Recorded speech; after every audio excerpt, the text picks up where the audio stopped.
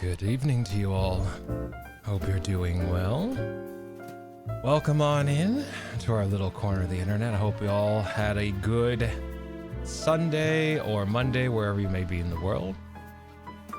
We'll be resuming with Tyrion Cuthbert, because it's actually quite interesting and fun. Tomorrow will probably be... It's not in stone, but we'll probably be resuming with Dragon's Dogma.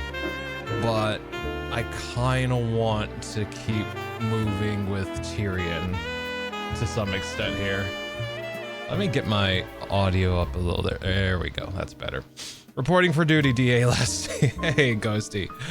Welcome on in, Ghosty. Memphis was second. Welcome, welcome, Memphis. Managed second even from mobile. Okay, back to work. Hey. I'll catch you soon, Memphis. Hopefully work has been treating you, not too badly. I know how crazy that job can get. Shay, welcome on in. So,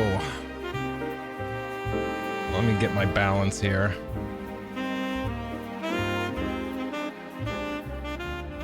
There we go. Maybe about here.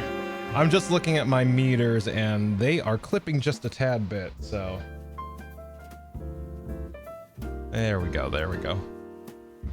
Maybe about there. That's looking good. All right. Let's work with that, and then we'll kind of go from there. Man, this you'd think... All right. This medication is definitely... The edge has gone away, but it's still kicking my ass in the sense I still feel tired, so... That said, it's not knocking me out like it used to, but now I just always feel tired and it sucks. But we'll get there.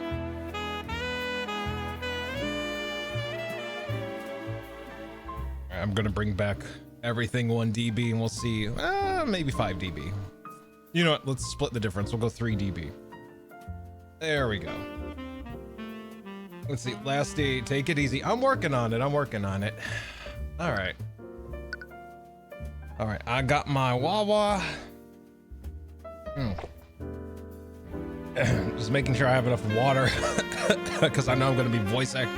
Well, not voice acting, but I'll be reading aloud a lot of things here. I'll try my best. I know I'm not the greatest voice actor, but we will do our best. All right, case number 2, The Walking Dead. Start the game from episode 2? Yes. Oh, I should get my... Well, you know, hold on, we have a cutscene here. Wallace Nightgrave. Let me go. I'm not going anywhere until I see her. I'm sorry, Wallace, but she's already passed. There's nothing more they could have done. How? This academy teaches the best mages in the kingdom. Are you telling me that they couldn't do anything? Her condition was much worse than we thought. The kingdom's magic isn't advanced enough to treat something like this. Lucio Steelwind can rain meteors from the sky. William Frege could teleport entire caravans across the continent. You're telling me that your mages couldn't cure one disease? Truly, I'm sorry. Truly, I am. Emily. Let's see. I'm toggling between 3 different screens, so if I sound frantic, it's cause I am. Hey, Kuro, welcome in with 3rd. All right. Oh, hold on. Still adjusting audio. Here we go. Like the yelling is peaking a little bit, so there we go. Ah! All right, there we go. Just making sure. All right. Well, I should get my... Let's see. I'm sorry, Celeste, but there's no way out of this. Celeste's attention is sharply focused on the chessboard between you two. You can see her eyes quickly dart from piece to piece. I'm still getting my audio squared away, apparently. How about there? Let's try there. Let's try there. Just give me a second. I can still win this. Celeste, there's no way for you to avoid checkmate next turn. Just surrender. She ignores you and continues staring at the pieces. There we go.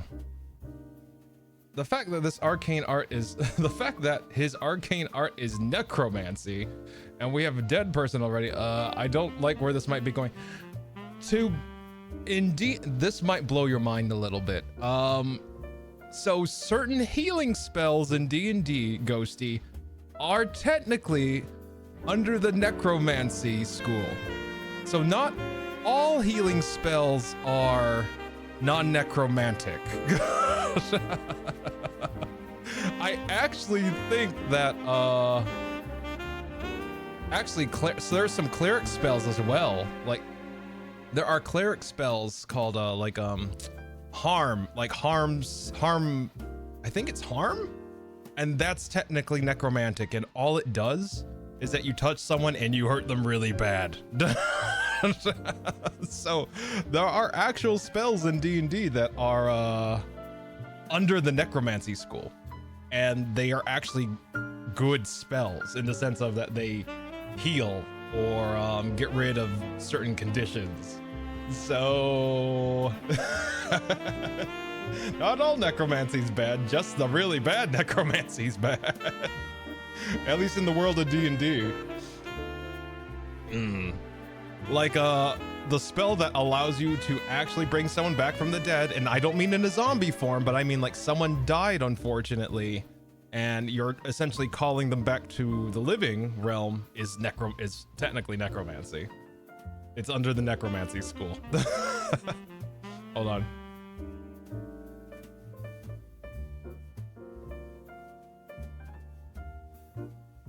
There we go. Had to calibrate my model. It was acting weird. I think I understand the logic. Yeah, exactly. I forget which spells exactly, but I know there are a few like healing or cleric spells that are under necromancy. And I don't even mean like the obvious evil, I'm gonna raise dead, blah, blah, blah, necromancy. I mean like actual trying to heal conditions and HP kind of spells. Do I look like I play in D&D? Stares in your direction, rogue. Stares at you in rogue. Oh my god. There we go. Hold on.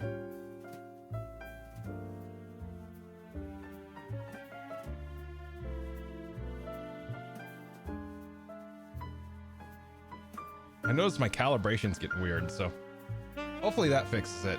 Because my eyes are like acting weird. They're like always closed. So I'm just like, okay, let's fix that.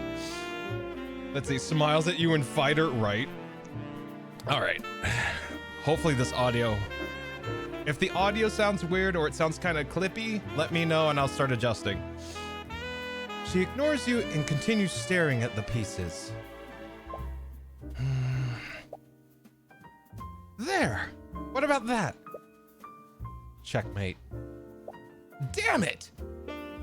Would you two keep it down? We are in a library. Miss Tamora glances at the chessboard. I hope you didn't spend the entire morning playing around. I've been working hard, Ruby. I've already learned 2 new spell formulas since we got here. Well, at least there's that. What about you, Cuthbert? Well... Your flustered stammering tells her exactly how much progress you've made. I couldn't find any books about the subject we've been looking into. You've spent the entire day combing through the kingdom's imperial library, researching the Eye of Horus. During Celeste's trial, you awakened to a new ability that you never used before. Up until then, you thought that the eye could only see surface-level thoughts. But during that moment with Garrick Pierce, the Eye of Horus was empowered. and you could see far more than usual. You told Miss Tamora about what happened, and it made you both wonder what other hidden abilities the eye might have. You both decided it's time to find out more about the eye and its origins. This library supposedly held the kingdom's entire knowledge of magic and the arcane arts. But you couldn't find a single mention of any ability like the eye. Does the kingdom seriously lack knowledge about it? Or do we need to look somewhere else? Are you sure you can't tell me what you're researching? I've traveled around the world. I might have seen something like it. You entertained a thought for a moment, but you haven't known her for very long. The Eye of Horus is a supernatural ability and can't be detected by a spell compendium. You've always been wary about what the kingdom might do to you if they ever found out about it. Sorry, it's not something I can really talk about. Fine. Or fine. Let's see. Uh-oh, Mommy gonna be mad at you.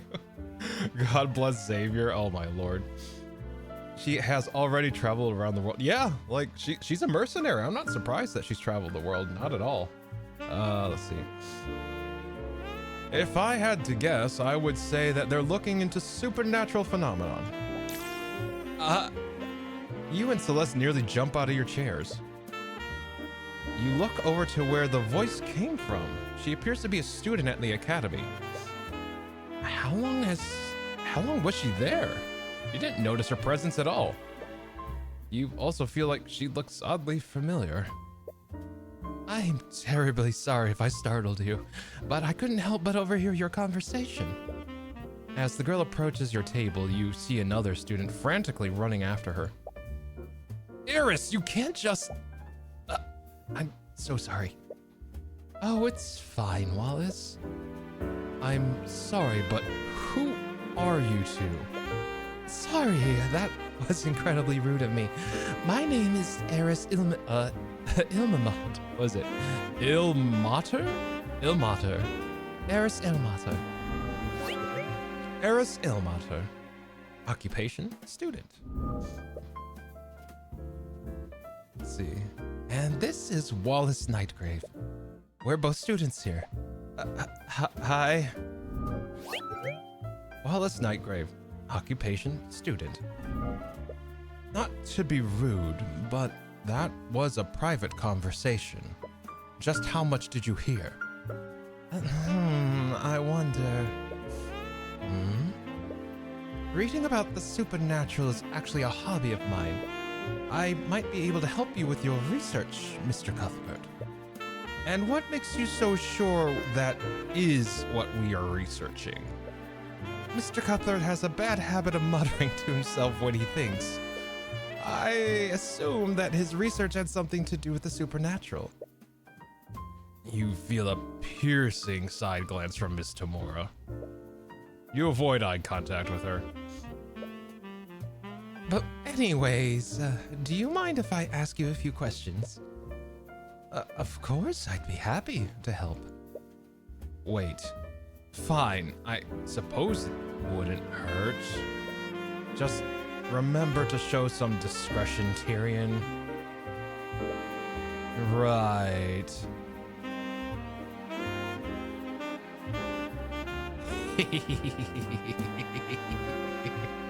That was the game.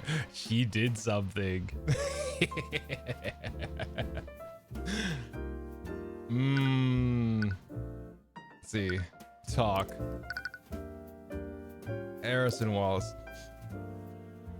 She just met Jedi mind tricked her? A little bit, yeah. So, you two are students at the Imperial Academy? Yes, I'm currently studying illusion magic. Illusions?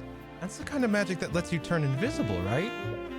Technically, yes, but few mages ever reach a level high enough for that. I'm a bit embarrassed to admit that I'm not able to cast invisibility. That's still pretty cool. What about you, Wallace? Wallace has his own unique field of study. It's probably not your place to pry. Necromancy. Let's see. You're matching with her? Oh my god. Oh, I see. You made my hair black. Everyone is talking about you two. Really? It's rare for the school to let any outsiders in. That makes sense. This library isn't exactly open to the public. You were only able to get access to it because of Mr. Moore's connections. We only ever get occasional visits from the noble houses. So I was curious as to who was able to break this dull monotony.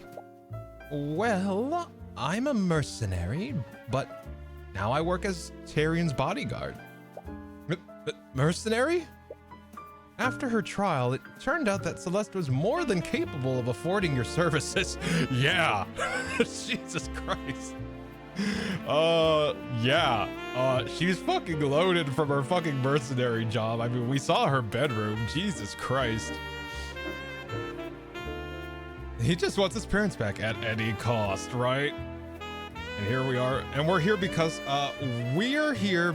they established at the beginning that we're in this library because we're trying to find out more about the Eye of Horus, because Tyrion was able to access a capability with it during the trial with Pierce, where he could invoke thoughts from people.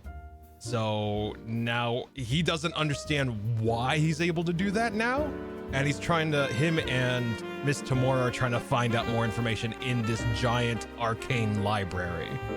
Like the biggest arcane library that the kingdom has. All right, his anime eyes. Yeah, basically. However, Miss Tamora still proposed a different arrangement. After indicting Garrick Pierce, you painted a large target on your back. With Celeste being a mercenary, Miss Tamora decided to hire her as your bodyguard. She figured you would feel more comfortable around someone you were already friends with. Anyways, I'm a defense attorney. A defense attorney? Huh? Apologies, it's just not what I was expecting. What's that supposed to mean? Supernatural phenomena. You could force a brain to respond to inserted thoughts and use it. Yeah, right? We hired her because we now have... Yeah, basically, with the nobility's just like, you motherfuckers. Nobility's, you motherfucker. So yeah, we have a bodyguard to protect us now. See. Yo Young from oh my god, Jesus Christ. Supernatural phenomena. Supernatural phenomena. I wonder why you would be researching such a thing. Yeah, I want to know too. I'm sorry, but I can't really say. Regardless, there are many spells in this world. So why are you so convinced that this phenomenon wasn't produced by a spell? Well, what we're looking into doesn't seem to follow the classic rules of magic. Oh, how so? Please tell me. It was created by someone who's not a mage. Oh, really? So you're saying that this was something created by a person? The words came out of your mouth before you realized it. You send a small apologetic look to Miss Tamora. That does remind me of a story. A story? Mr. Cuthbert, do you know the legend about how the kingdom of Wyverngard was created? You mean the story about the ancient dragons? The ancient what? The ancient dragon. Does Wyverngard have a story about ancient dragons? It's only about one ancient dragon. The Church of Bahamut refers to him as the Scale Lord. I'm sure you've even heard people mention him before. Legend says that the first mages were created centuries ago by him. At that time, our kingdom was caught in the middle of a brutal war. With no way to defend themselves, the kingdom was on the brink of destruction. Our people prayed to Bahamut, the god of dragons, for salvation. And almost as if to answer their prayers, Wrath? Wow, okay, it's not even Rathalos from Monster Hunter, it's Rathalion. Okay, Rathalion, the last Scale Lord, appeared before them. The Scale Lord bestowed the gift of magic on a band of heroes who were fighting on the front lines.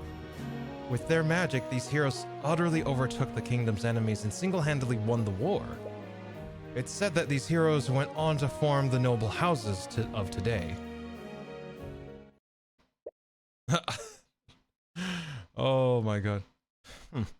What a load of nonsense. That story is nothing but religious propaganda to prop up the noble houses. Regardless, the significance of this legend is in the Scale Lord himself. Do you mean Rathalion? Rathalion bestowed the power to become a mage on several individuals, and to this day, that power can only be passed down genetically. Can you think of an arcane spell that can produce something like that? No, I suppose not. Rathalion must have had powers that weren't bound by the rules of the arcane arts. In other words, he could create supernatural phenomenon without following the rules of magic. Please, do you honestly expect us to believe a story like that? It's completely unrealistic. As unrealistic as a non-mage using supernatural powers? She has a point.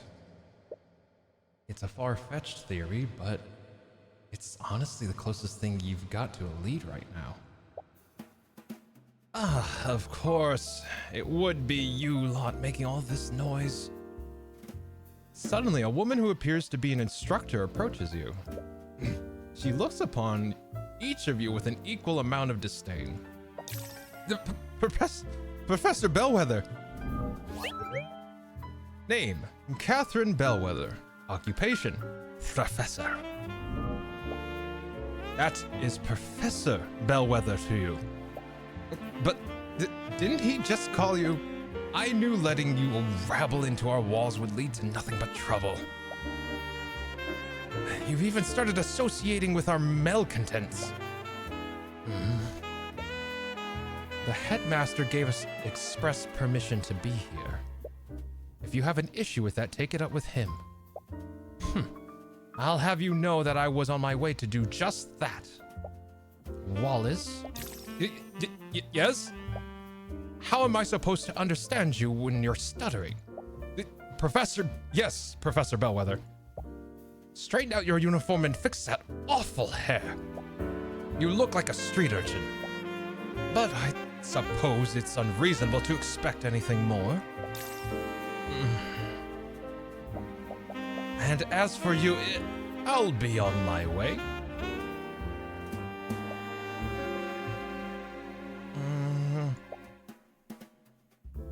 What a...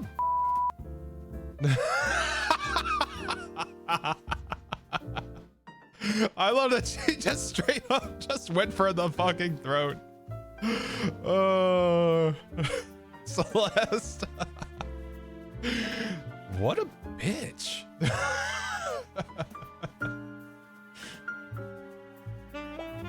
Celeste.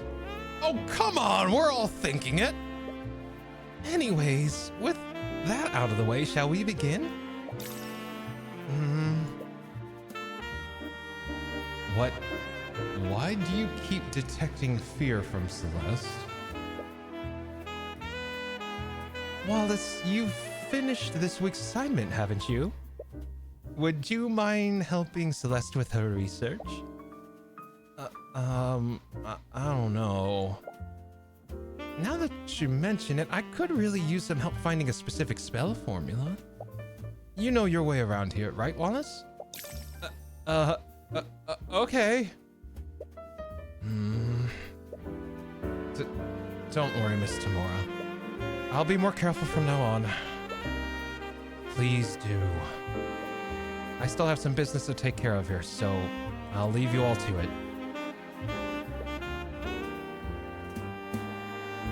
Let's see. You spend the next few hours searching through the library's books with Eris. You hadn't thought to look into the ancient dragons, and the library had books about them in abundance. Theirs was one problem, though. There are a lot of myths and stories about the ancient dragons, but it's pretty difficult to tell fact from fiction with these accounts. It can't be helped. The Church of Bahamut is the dominant religion of our kingdom. We have the bones of dragons displayed in museums, but those bones are the only widely known evidence of the dragon's existence. Except for Rathalion, possibly. I wonder if he's still alive, like you said. I wouldn't be surprised. Despite everything, our kingdom's constitution still includes him in our government. Wait, really? As the savior of our kingdom, he and his kin were given an honorary position on our political hierarchy. The ancient dragon's authority technically rivals that of King Oliver. Wow, I had no idea. How have I never heard of this before? To be honest, that law is just a way to revere him and appease the church. Well, Rathalion couldn't possibly be any worse than the nobility. You're so stuck in your own thoughts that you accidentally bump into a bookshelf. The shelf begins to tip over, and you're able to catch it before it fully falls over. But not before several books fall out from their shelves. They hit the ground with a cacophony of thuds. Some students glance in your direction. Be quiet! Sorry. Be quiet! Eris begins giggling. She seems amused by what's happening. Let me see her. Oh shit, is this the story of a canary where you do... What do you think, Lastiel? Do you think that the main character is a canary Bahamut? I could see that. He has the weird freaky eyes and like the blonde hair. I could totally see him being a canary. Oh, and for those of you who don't know in chat, Bahamut has, what was it, 12 or 8? It's like 8 canaries, and they're all like his really, really close. 7. Okay, he has 7. They're basically the dragons that he trusts the most. They're basically, I think, are they his children or just like really close dragons that are like, so one's like his bodyguard, one's like his advisor, stuff like that. So basically Bahamut and the 7 canaries is like Bahamut and his council, essentially. And they are all very close to Bahamut. Very, very close to Bahamut. So yeah. When I refer to Tyrion being a canary, he is one of those advisors. He's like a divine partner, not necessarily romantic in any sense, but in the sense of like they work together very closely and trust one another like completely. Like a canary is basically a very trusted companion of Bahamut. There are 7 great, that's it, golden worms. That's it, they're golden worms. 7 great golden worms, the closest of Bahamut's servants. Yep, that's it. Correct.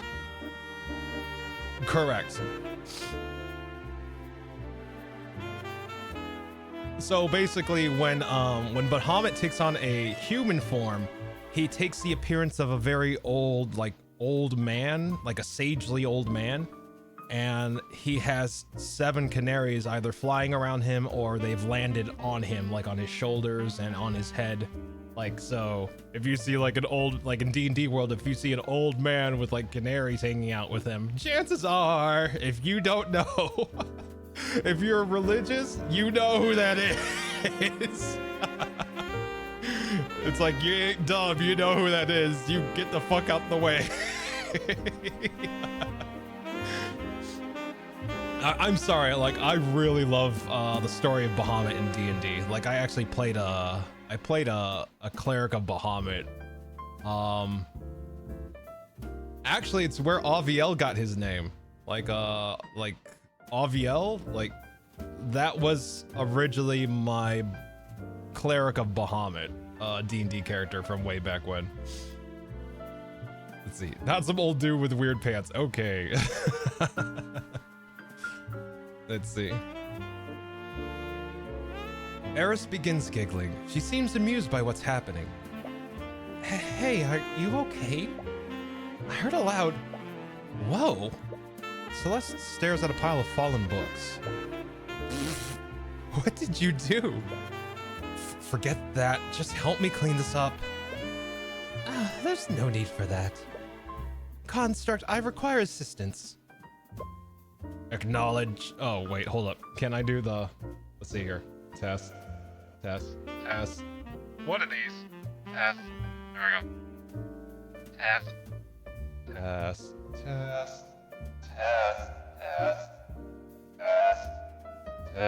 Oh, there we go. How about that?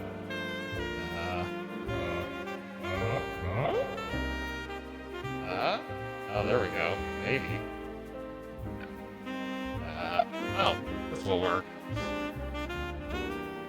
Acknowledged. What? Upon Eris's command, one of the nearby suits of armor suddenly springs to life and begins walking towards you. The voice coming out of it sounds, oh, damn it, sounds human, but lacks emotion. Okay, so basically flat. All right, got it. Why does it sound so familiar? Wait, did you do that, Eris? Yes, this is an arcane construct. It's a suit of armor that's animated using artificery. They're designed to carry out various tasks for the students. Arcane constructs. Clue. Arcane constructs are suits of armor that are animated using artificery. They can carry out simple tasks when ordered to. The ones in the Imperial Academy speak using the voice of Catherine Bellwether. These voice lines can only be changed or adjusted by the Academy headmaster.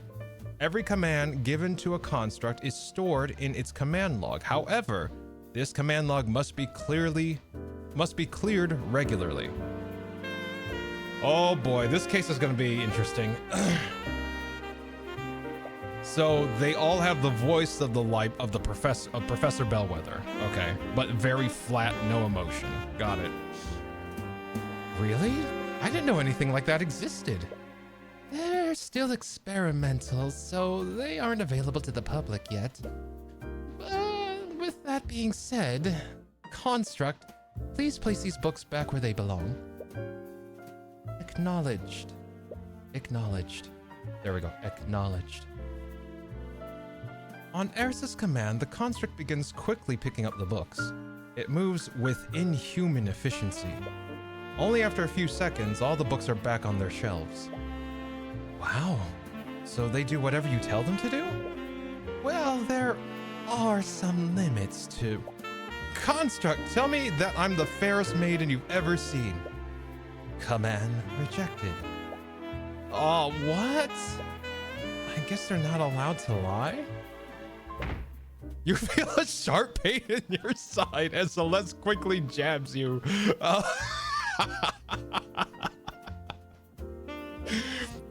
The construct's voice is just a series of pre-recorded messages. I'm not sure if you noticed, but it uses the voice of Professor Bellwether. Unfortunately, you can't make them say anything other than what's recorded. Only the headmaster can change those settings. Artificery that can record audio? I've never seen anything like it. But you just said that they're experimental, right? Maybe if I keep asking it, it'll just give up and do it? I would advise against that.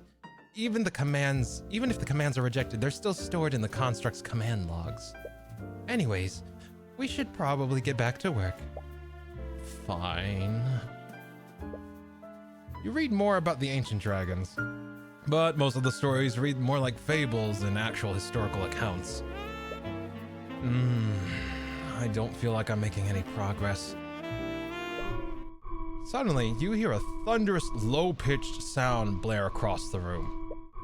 It sounds like a high-pitched horn, but with its volume turned up to unnatural levels. What? Celeste, do you hear that? How can I not? What is that?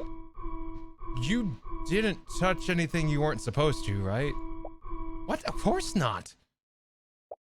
It finally stopped. Eris, wasn't that the lockdown system? Yes, I believe so. Lockdown system? The Academy is outfitted with a large artificery system. In a state of emergency, it will erect magical barriers throughout the building.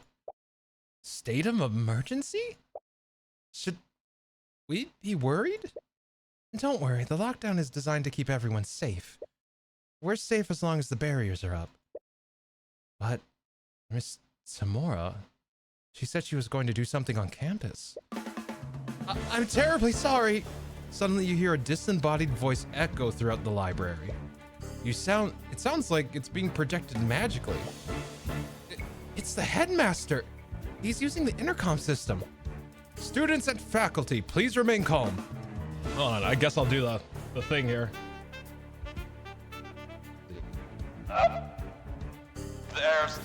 There's been a murder on Academy grounds. What? Please stay where you are and wait for law enforcement to arrive. Damn it. We have to get out of here. I'm afraid that's not possible. The lockdown system protects and locks each room. We can't leave this room until it's deactivated. Well, we won't know until we try. You run to the entrance and begin frantically pulling on the door's handle. You try to put all your strength into prying it open, but it doesn't even budge. Tyrion, stop! But Miss Tamora, I know you're worried about her, but there's already been a murder. We don't know where the attacker is or if they're still armed. The best thing we can do right now is stay here and wait. She's right. Damn it!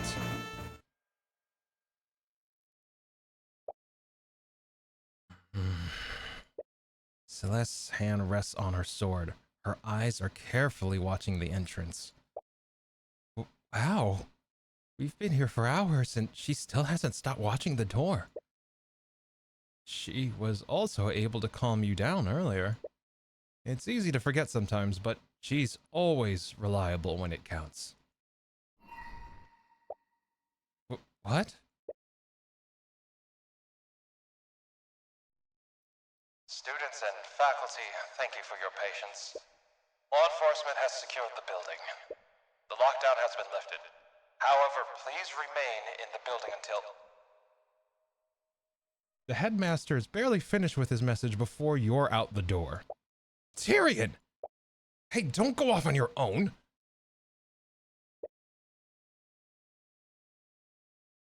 Test. All right, there we go. You desperately run through the Academy's hallways. I swear to God, if fucking Tamora's dead, I swear to fucking God. I was like, can we not follow Ace Attorney to the letter, please? Please. You desperately run through the Academy hallways. No. Miss Tamora! Miss Tamora, where are you? You have no idea where you're even going anymore. You feel your fear and anxiety rise with every passing moment. Where is she? Cuthbert! What's wrong? Why are you shouting? Miss Tamora! Calm down, you're hyperventilating. I heard there was a murder and I've been looking all over for you. And you were worried about me? I just... You hug Miss Tamora tightly as you're overcome with emotion. She's usually not receptive to affection, but you don't care. You're just relieved that she's safe. Tyrion, there you are! And You're crying. Sorry, I didn't mean to worry you so much. We heard the announcement. Do you know what happened, Ruby? I do, but... You see Mr. Moore glance at Wallace for a brief moment. For now, I think we should head to the foyer. See, hey, Tiku! Let's make a bet. Oh my god, I was just like, I swear to God, if Tamora's dead. Even the MC was worried, right? Hey, I hope you're doing well, Tiku. Did Eris die? Or no, she was in lockdown with us in the library, so I think we don't know who's dead yet. Let's see. Who the hell died? I think we're gonna find out here soon. It could, you know what? How much you want to bet that it's Bellwether? I feel like it might be Professor Bellwether. Let's see. You have arrived at the foyer and see the room swarmed with a legion of familiar knights. $5 it's not.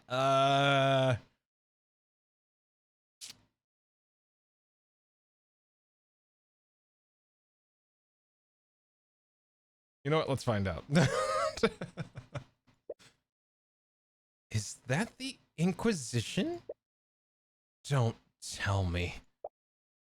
The headmaster mentioned there was a murder on campus. Yeah, but the Inquisition's here, which means magic was involved. Someone used magic. Hey, you there! As you enter the foyer, Commander White notices you As you enter the foyer, Commander White notices you and begins marching in your direction. But his attention isn't focused on you. Huh? Are you Wallace Nightgrave? Yes, but... By the authority of the Wyvern Guard Crown, I'm placing you under arrest. Hey, what are you doing? You three. The hell are you doing here? You said he was You said he was under arrest? On what charges? The kid is charged with the murder of Catherine Bellwether. Ah! Give me my $5. Give me my $5, Ghosty.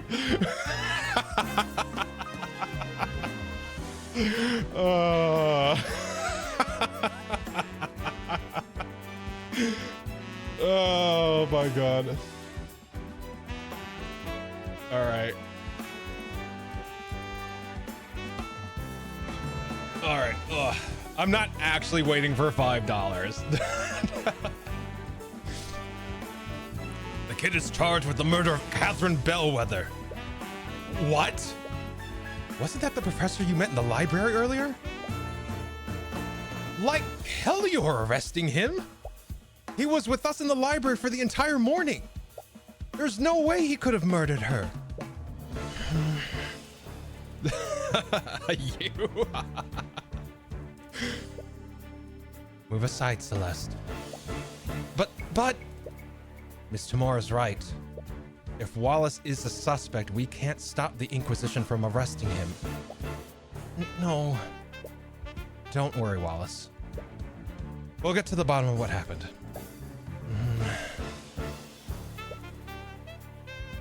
Without a word, Wallace allows the Inquisition to drag him away. My apologies. I'm going to go check on him.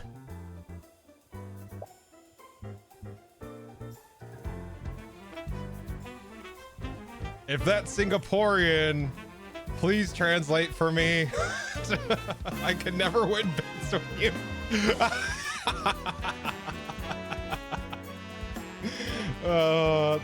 There'll come a day. There'll come a day. There'll come a day when you will.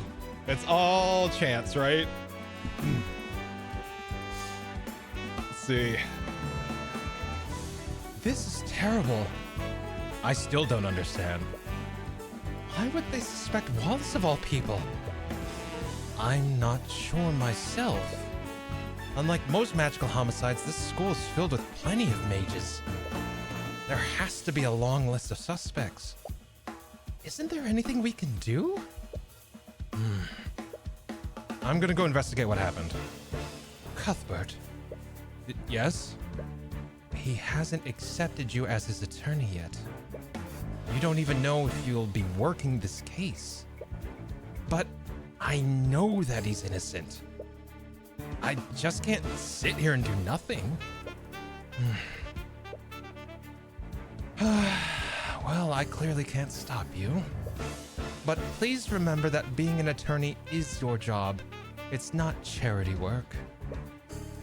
Don't come crying to me if you run out of gold. Right. Anyways, I still have some business to take care of in the city. Will you two be okay handling this? Yes, we'll take care of this. Good. I'll leave everything to you then. All right. Let's go, Celeste. Right. See. Yeah, I know. We can't be Phoenix. We can't be early Phoenix, right? Where we're just trying to keep the office running. we can't be early like we can't be 20s we can't be 20 years old Phoenix. Can't do that. Actually, when he was a lawyer, I think he was like, I'm pretty sure he was like 25, something like that. 23, 24, something like that. Time to sell pics. No. Bad. Bad. No, go back. No. There we go. Besides, do we have internet? I don't know if they may be arcane and advanced as fuck, but I don't think they got internet. Just project images of feet into people's heads for a price. Let's see. It's been a few hours since Wallace was arrested. You and Celeste were with him during the lockdown, so the Inquisition had to take your statements. But the more they questioned you, the more they could tell that they had doubts about your testimony. You will need to do more if you want to establish an alibi for Wallace. That took longer than I expected. We've already lost a lot of time talking to the Inquisition. But we should be free to roam around now. Where should we go first? The crime scene sounds like a good start. We still need to figure out what actually happened.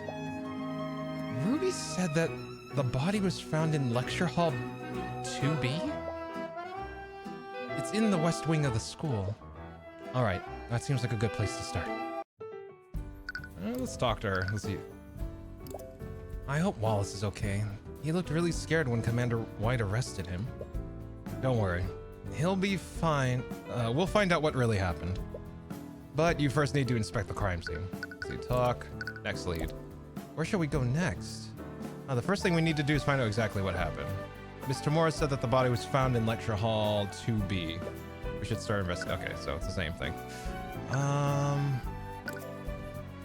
Badge! What do you think about this? Okay. Let's see. Sharing gun dragon eyes attack. Yeah, their mind is filled with oh my lord. Alright. Classroom 2B. Let's see what we get from here, shall we? Oh shit. Hey, stop right there. As you try to enter the classroom, you're stopped by one of the Inquisition Knights. I'm the defense attorney for the accused. We have a right to investigate the crime scene. Yeah? From what I've heard, the kid doesn't have an attorney yet. Right, you haven't been able to talk to Wallace about that yet. It's quite all right. Let him in. Lady Steelwind. Do not call me that. While you work under me, you will address me as Prosecutor Steelwind. Yes, Prosecutor Steelwind. What is that smell? As you enter the classroom, you find yourself inhaling a sour and rancid odor. The stench is so overwhelming that your eyes begin to tear up. Don't worry, you'll eventually get used to the smell. What are you even doing here, Steelwind? I'm here to coordinate the investigation. You look around the crime scene, there isn't a single Inquisition Knight in the room. Isn't that the Inquisition's job? Due to the circumstances, I've decided to handle this case personally. Well, since we've got you here, could we ask you some questions about what happened? I Can I assume that you're planning to defend this case? That would make you my opponent. What do I have to gain from helping you? Right. However, I would be willing to answer your questions. But only if you answer some of mine as well. Okay. What could she possibly want to ask you? Questions for us. Miss McCoy, it's my understanding that you were adopted. Would you happen to know who your birth parents are? Hey, isn't that too personal of a question? You agreed to answer my questions, didn't you? But I didn't think you meant... It's fine, Tyrion. I'm fine with answering it if it helps Wallace. I don't know who my birth parents are. I've never tried looking for them. I see. If I recall correctly, your spell compendium only contained one spell? Considering your upbringing, how did you learn Mage Blade in the first place? I bought a scroll from a merchant a few years ago. It had a Mage Blade spell formula on it. But I know more than one spell now. I actually just learned a few new spells today. I'm sorry. Spells? As in plural? How long did it take you to learn these spells? A few hours, I think? She learned multiple formulas within a few hours? What was that just now? I see. Well, I think that's all I need to ask for now. Okay. She's sharing information about the investigation for that? Why is she so interested in Celeste all of a sudden? The murder. Do you know what happened here, Steelwind? Well, it all began when the City Watch received a call from the Academy. Supposedly, there was an attack on campus grounds and the entire building was put on lockdown. City Watch set up a perimeter around the building while they waited for the system to deactivate. What? Couldn't the Academy have let them in once the scene was secure? I'm not sure about the specifics, but supposedly the lockdown can't be shut down manually. You'll have to ask one of the Academy's admins if you want to know more. Anyways, you two were also present during the lockdown, am I correct? Did either of you see anything suspicious? No, but we actually met the professor that morning. She was still alive then. I see. That does match with the accounts from our other witnesses. Do you have any idea where she went after she left the library? The headmaster gave us express permission to be here. If you have any issue with that, then take it up with him. I'll have you know that I was on my way to do just that. She said she was going to meet with the headmaster. He also mentioned that when I questioned him. Let's see. Oh, shit. You didn't have to, Ghosty. Ghosty with a $5 tip. Fucking. You didn't have to do that, Ghosty. I am a spirit and of my word. All right, fair. But I want you to realize that if you do bets and I lose, I gotta send you money. And I hope that you're prepared for providing the means for me to do that. I too tried to be someone of my word after all.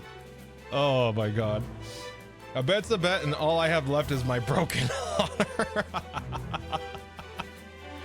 Oh, you're good, Ghost. You're good. Oh, fuck. All right, let's see. He also mentioned that when I questioned him, she attended the meeting as planned. If the headmaster met with Bellwether, you'll probably want to speak with him next. She must have found her way into this classroom afterward. Would you happen to have a map of the academy? I do. I have extra copies if you'd like one. What is it? There's only one direct path from the headmaster's office to this lecture hall. But I wonder if she took any detours. Let's see. Imperial Academy map. A map of the Imperial Academy. It displays the general area where Catherine Bellwether was seen that day. Let's see. Rancid smell. Ugh, I can't take it anymore. That smell is driving me crazy. What is that? From what I understand, there was a bit of an accident a few days ago. It happened during one of the classes that the headmaster was teaching. He misread the instructions for an alchemy experiment. As a result, he accidentally produced this rancid-smelling vapor. Vapor? It's not poisonous, is it? Of course not. I wouldn't be standing here if it were. It's just extremely unpleasant to the senses. See, foul classroom smell. Weeks ago, the headmaster performed an alchemy experiment incorrectly in Lecture Hall 2B. The resulting chemical reaction produced a rancid yet harmless vapor that still lingers in the room. How was the body discovered? Do you know how the body was discovered? 2 members of the kitchen staff spotted her collapse inside this classroom. They reported the situation to the campus admin when they attempted to save her life. But it was too late. The professor had already passed away by the time any healers arrived. Those 2 staff members, who were they? I believe their names were Valentina and Valerie Lannis. They're apparently sisters? Orm was the one who collected their statements. Did he notice anything off about their behavior? From what he said, they had a few quirks, but nothing too suspicious. Quirks? He told me that they were running and sprinting around him during questioning. What does that mean? I have no idea. Perhaps they were on edge after finding their coworker murdered? You'll definitely want to speak to those staff members. Who discovered the body? The body was discovered in Lecture Hall 2B by Valentina and Valerie Lannis, 2 members of the kitchen staff. According to to Commander Orm, they were being hyperactive during questioning. Why was Wallace a suspect? We've already told the Inquisition this, but Wallace was with us the entire time. He couldn't have committed the murder. Yeah, he has a perfect alibi. Strong, maybe, but his alibi is far from perfect. Miss McCoy herself told us that. There was a small time period when she wasn't with him. See, Miss McCoy told herself, Miss McCoy, my bodyguard, okay. Miss McCoy herself told us that. There was a small time period when she wasn't with him. What? Right, it was when I came to check on you after you knocked down that shelf. I got a little lost on my way back to Wallace. But still, we only lost each other for a few minutes. That may be, but unless his alibi is airtight, the evidence in this room proves that it was him. What do you mean? It will be easier to explain once you examine it yourself. Oh, Tyrion, I almost forgot. Since this is our first official case together, I wanted to show you something that I learned. Okay, what is it? Prepario Arcanum. Huh? What was that? That was the incantation for the Detect Magic spell. Detect Magic? Wait, does that mean... Yep, we can see magical traces while we're examining crime scenes now. Detect Magic. Your bodyguard Celeste can now cast the Detect Magic spell. While examining a location, press the Detect Magic button to make magical traces visible. If there are any magical traces at your location, you'll see a colored overlay. Well, let's see. It's a painting of some sort of musician. There's some text written below. Dr. Nicholas Gusseau, inventor of the Arcane engine. His work revolutionized trade and travel across the seas. He is well known for not discriminating between the common folk and the nobility, judging his assistants based on purely their merit. When he wasn't conducting research within the Imperial Academy, he was known to compose symphonies for the king in his free time. Looks like he was a man of many talents. I was wondering if that was like a blood mark, but he's holding a violin. Oh, they have books here too. They appear to be textbooks about alchemy. Aw, lame. Let's see. This must be where the students sit during lectures. I can't imagine sitting in one place all day. Have you never attended a school before? No, we never had a proper school in Cornhaven. I mainly got my education from books that my parents bought from traveling merchants. What about you? I used to attend a public school in my hometown. But after Miss Tamora adopted me, she handled my education personally. Alright. I can't believe the professor's dead. We just saw her this morning. There's a chalk outline around where her body was. It appears that most of this blood came from her abdomen. Is that where the fatal wound was? There's a lot of blood in this puddle, but there's no trail leading to it. And there isn't any magical traces anywhere else in this room. I doubt the murderer used magic to clean it. Does that mean that the murderer attacked her in this room? Maybe, but it's hard to say for certain. Bloodstain under the body. There's a pool of blood where the Catherine Bellwether's body was. The location implies that she bled from her abdominal area. Alright. See, the lecture hall has a window with a view. I feel like I'd just stare outside all day if I had to attend class here. You're not much of a student, are you? I just can't spend hours sitting in one place. I need to move around. She was pretty antsy while you were studying in the library earlier. How have you learned so many spells if you're so distractible? I don't know. I just learned the spell formula and cast stuff. I see. Holy shit, she's got the gift. Is that not normal? Wow, that's just she learns magic like we breathe. God damn. She's not even a student. She just knows how. She's just built different. All right, detect magic. Repario Arcanum. What? What's wrong? There's a trace of necromancy on the body. Necromancy?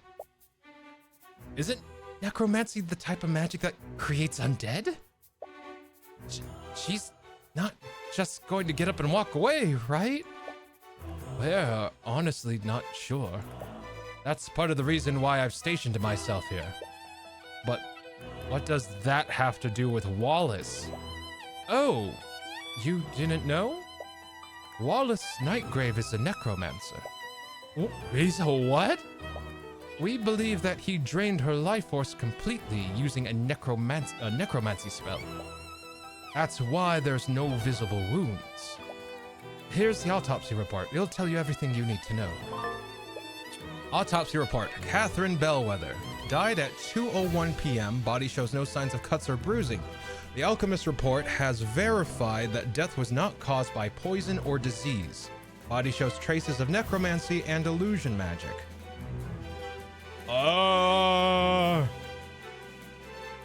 Illusion magic. Uh-oh.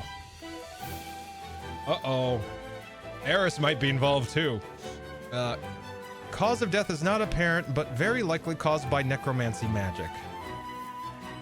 Why do we work so hard when we have natural geniuses like her? So Eris's specialization is illusion. Or at least that's what she said it was. And Wallace is necromancy. Let's see. But in the modern day, even in Even the Inquisition doesn't commonly deal with necromancy. They're all on edge about what other spells he might have used. So, I'm here to make sure that nothing unholy happens to the body. You can't believe it. You've heard stories of necromancers before. But why would Wallace be studying something like that? But even if Wallace is a necromancer, aren't there plenty of other mages who can cast necromancy spells? This is an academy for mages after all. Now, there are no laws against it, but the knowledge required to learn necromancy is heavily controlled. No one in their right mind would dare teach necromancy beyond basic healing magic. Ha ha ha ha ha, there it is. Healing magic. No one in their right mind would dare teach necromancy beyond basic healing magic. I'm sorry, I'm a D&D nerd. Frankly, I'm surprised even one student at this school was allowed to learn it. I can see why. But because of this specific piece of evidence, we know that he's the murderer. But it's still too convenient. Huh? That's the first time you've seen a thought from Steelwind. Normally, you can just see thoughts from people who are stressed or excited. You doubt that Miss Steelwind is excited, so is something causing her to be stressed? Is there something you're not telling us, Steelwind? Because something tells me that this case isn't as straightforward as you claim it is.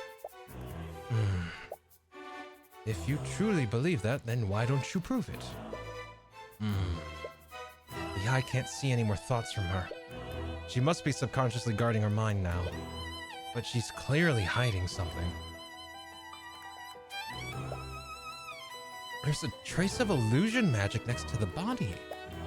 We believe that the suspect donned an illusionary disguise immediately after murdering the victim.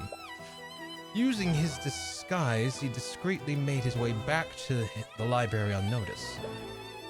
Assuming that Wallace isn't the murderer, the real killer must have used a similar disguise, which means that no one would have seen him leave this classroom.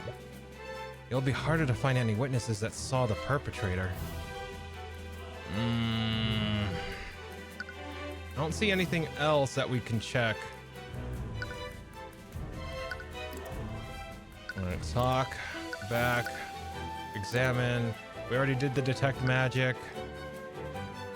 All right. Autopsy, map. Let me see this map. All right, here's the Imperial Library. Headmaster's office is literally right down the hall.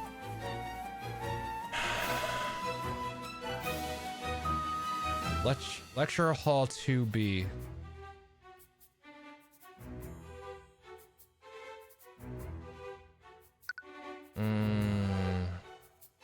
Thinking the storage closet's going to be important later, but we'll find out.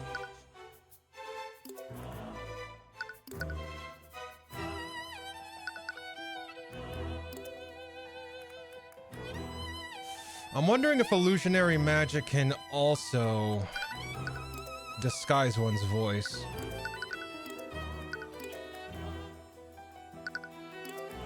Yeah, arcane art, illusion, arcane art, necromancy. Oh, Catherine Bellwether is also focused on illusion magic. Got it. Okay. Well, I guess we need to talk to... Let's head to the headmaster's office, I guess. She is. We looked at her profile, says she's focused in illusionary magic as well.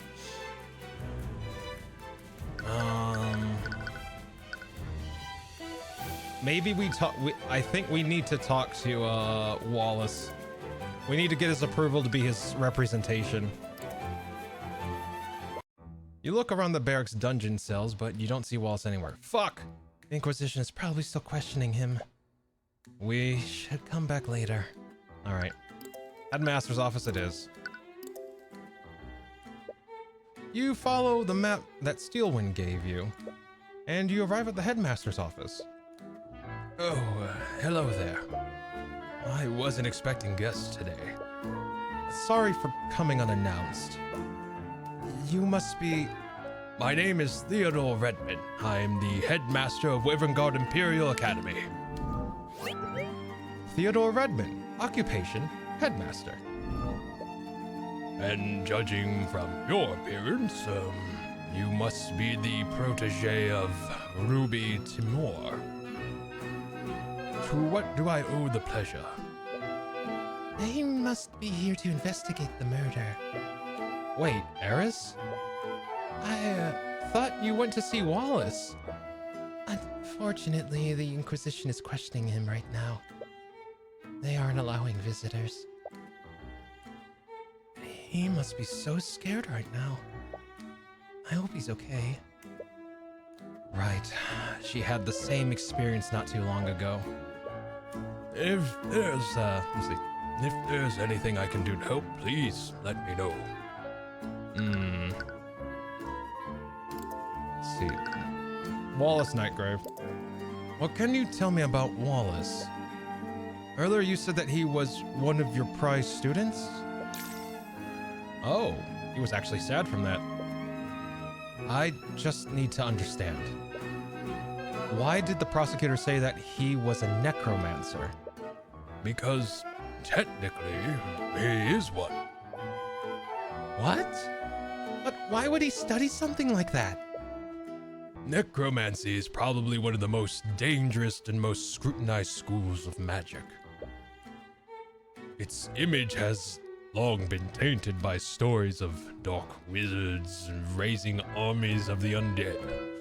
However, it doesn't just control the forces of death, it also controls the forces of life. Forces of life? The truth is that healing magic is also classified as necromancy. Okay, so they did pull this out of a D&D book. All right, we got lots of D&D references, a lot of Phoenix Wright references. Okay, I can dig this. I can dig this. All right. Most healers don't care to admit it because of the stigma it has. But that's why Wallace is studying it. He wants to become a doctor. But there are plenty of mages who know healing magic. Why is Wallace being singled out? For years, he's been studying necromancy beyond basic healing magic. He believes that high-level necromancy could revolutionize modern science, modern medicine. Unfortunately, many among the faculty don't see it that way. Wallace doesn't hail from a noble house. He's a mage that was born among the common folk. He's like me. Many of the faculty fear that he'll use his knowledge to raise armies of undead, just like the necromancers of old. The Imperial Academy isn't even permitted to teach to the students beyond basic healing magic. And why did you allow him to study it? After everything that has happened to him, I made an exception. Everything that's happened to him? I'm not of liberty to say more. You'll have to ask him if you wish to know more.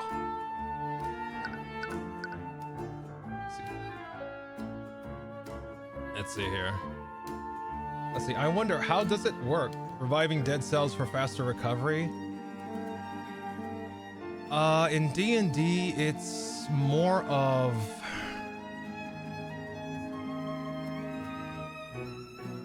I wouldn't say... It's not reviving. Regeneration technically would be reviving dead cells. When it comes to be like... I would say, yeah, it would be like repair, rapid repair. It's like, take sci-fi, for instance, like Star Trek and Orville. They have devices that can heal scars and cuts and bruises in seconds. It's literally, you are taking the cells, you are basically stimulating the cells that have been damaged or that have trauma and accelerating their regeneration rate. Basically, you're telling them to heal at a faster rate than normal, and you're giving them everything they need to do that. So you're giving them like the energy resources that they would need, like sugars, stuff like that. So basically, a dermal regenerator is typically what they call it, and you're basically encouraging your body's healing process to become more accelerated. That's all it is. So your body's healing itself, you're just giving it a nudge. You're giving it a very big nudge. Rapid self-healing like Wolverine? Yes, exactly. You're not replacing cells. There are therapies in sci-fi where it's like it's more involved if you want to actually replace cells to do that. You're just telling your body to, you're just giving your body the resources and stimulus to heal faster. That's all. So I imagine in D&D, like when it comes to like healing spells, that's exactly what's happening. Like it's the same thing, only you're using a magical force rather than science and stuff like that. Instead of medical science, you're using medical magic. That's it.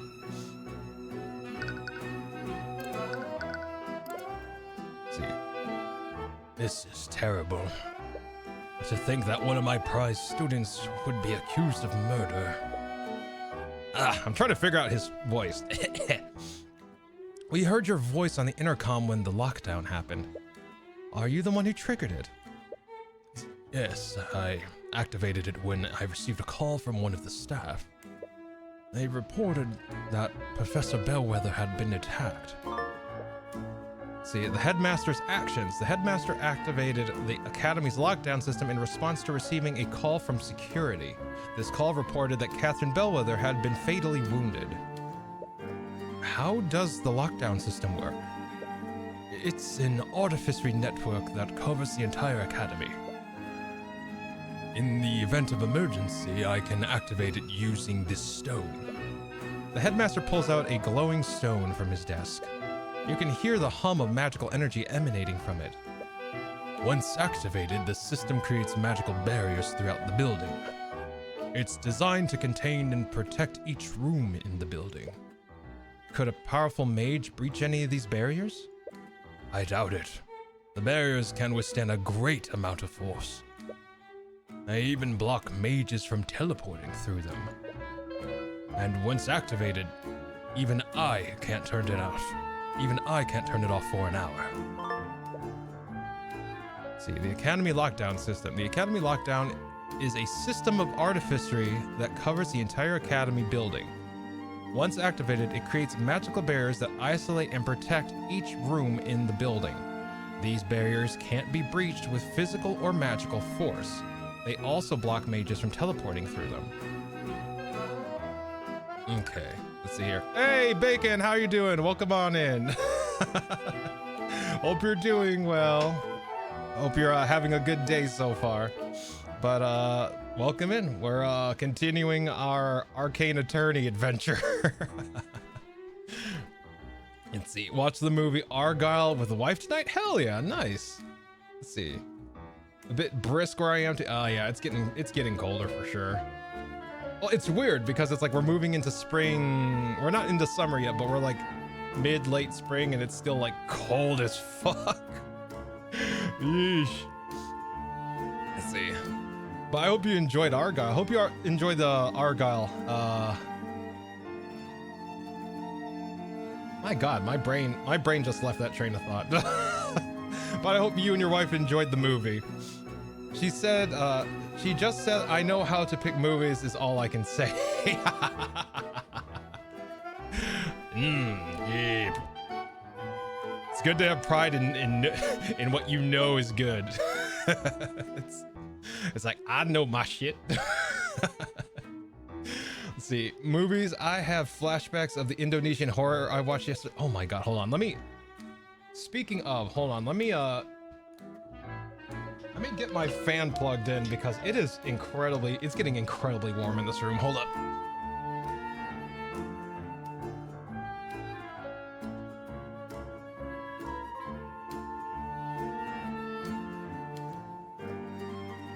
All right, there we go. I think.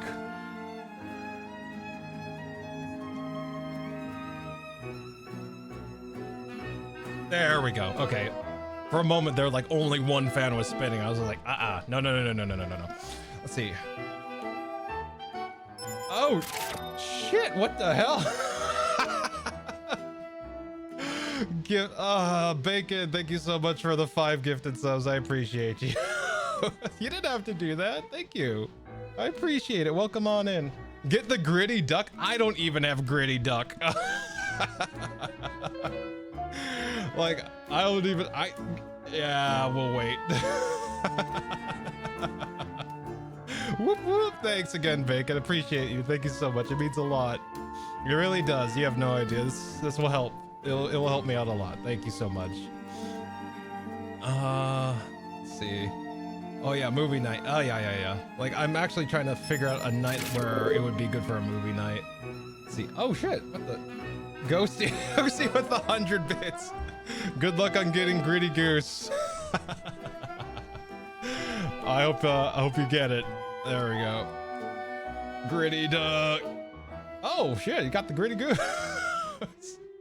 Manifesting. Oh god. I don't think I could actually gift myself to 100 to get it, but you know what? I'll find a stream to do that. I was thinking about it. Come on, 50-50 win, please. But thanks again, Bacon. Appreciate you. Oh, what the fuck?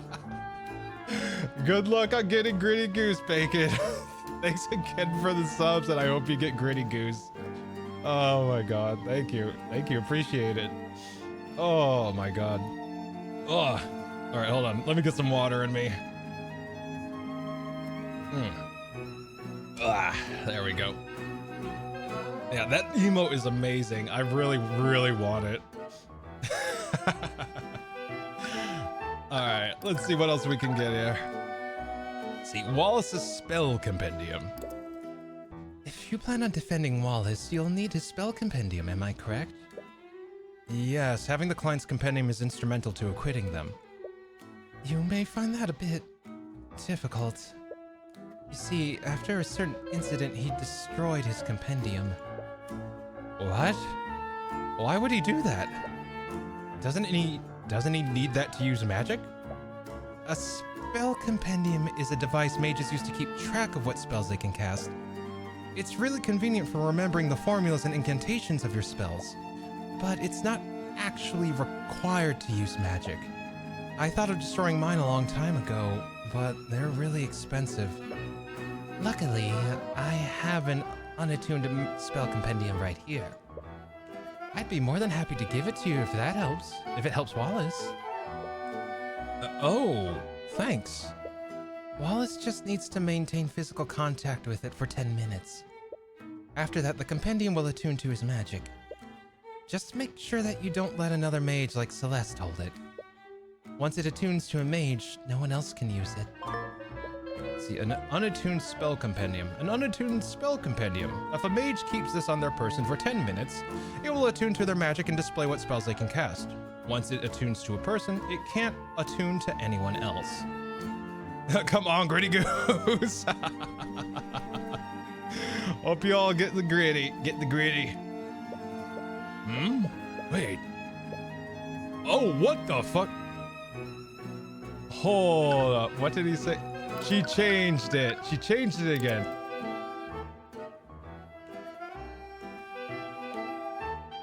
He's like, oh, she keeps changing it. She said, but wait a minute. What was he about to say? This girl. Okay, hold up. No. This feels way too important to the investigation to... Like, we're seeing this, right? Like, we understand that this is happening, right? What the actual hell? I'm actually trying to go back to, like, the video and see, like... Oh, it's not published yet. I guess I'll have to do it after stream. Clip? Can someone clip it? Let's see here. Let's see. I really want to find out what happened there. Let's see. Bacon, thank you. Bacon, thank you so much for the... What is that? 500 biddies total. Appreciate you. And of course, the subs and the 5 gifted subs. Thank you again so much for that. Oh, let's see. He said, wait, but how did, and then he gets cut off. Okay. So he goes, wait, but how did, okay. And then she changed it. This is some sort of fucked up. I'm saving just to be safe. Oh, wonderful. I hope you can persuade Wallace to attune to it. I feel like that Eris is trying really hard to cover up she did it. This is so sus. Catherine Bellwether. That said, I need to remain neutral. I can't color my perception from what is going on. I really need to stay neutral because I can't just jump to conclusions. Let's see. What can you tell me about Catherine Bellwether? Ooh. Sad, angry, and upset. Okay. Or scared. That's what it is. It's scared. So, happy, sad, angry, scared. So he's scared, angry, and sad. Okay. Wow, that's a whole mess of emotions. She was rather unpleasant to work with. Can you think of any enemies she may have had? You might as well list everyone who attended this school. Eris, it's best to be blunt with these sorts of things. As you saw yesterday, she had a pretty abrasive attitude towards the students. Many people in this school did not care for her. Maybe she wasn't the nicest person, but would that really be enough to motivate someone to murder her? She often targeted and harassed students, especially those who were from the common folk. She even made a habit of expelling those students for minor infractions. For commoners, magic can be our ticket out of poverty. I can't imagine how I'd feel to have that opportunity unfairly taken from you.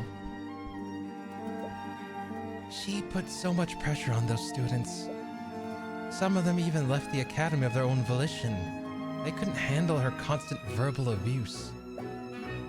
Even then, would that really be enough motive to commit murder?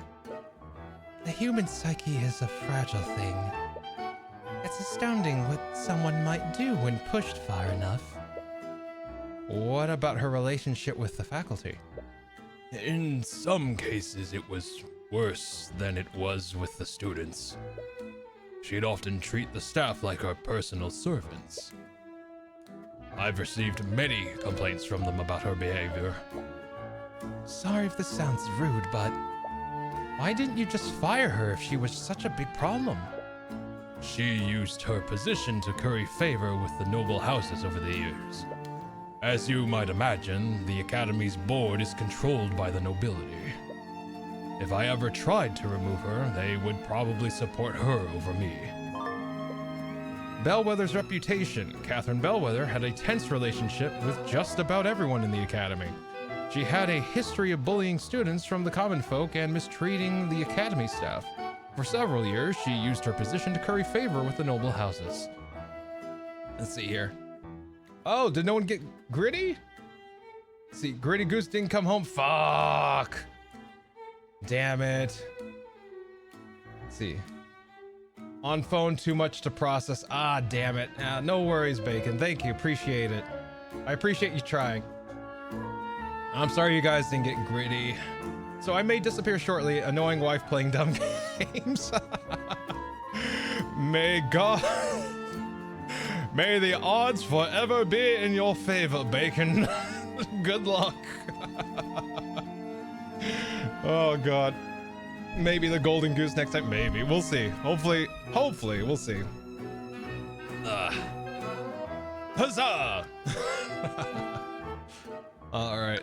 Talk the meeting. I heard you had meetings scheduled with Professor Bellwether this morning.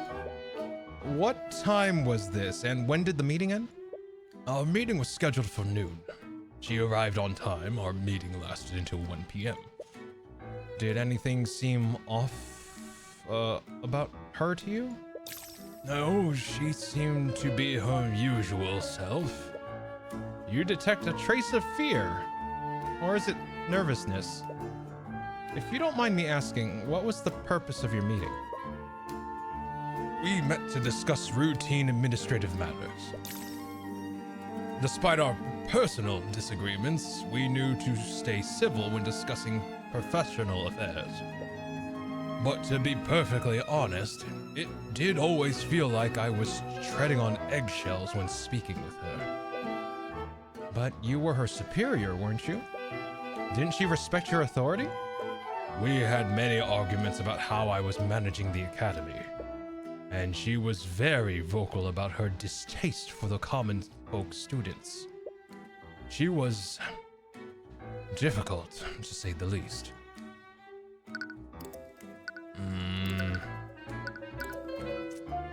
Let's see here. We discover, let's see here. Profiles.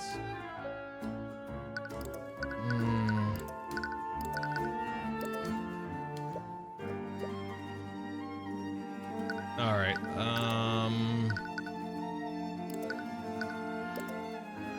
Oh, it's a picture of the Imperial Academy when you look at it. Well, of course, they're our primary source of magic education for mages throughout the kingdom. As you may well know, most of the mages enrolled here are of the nobility.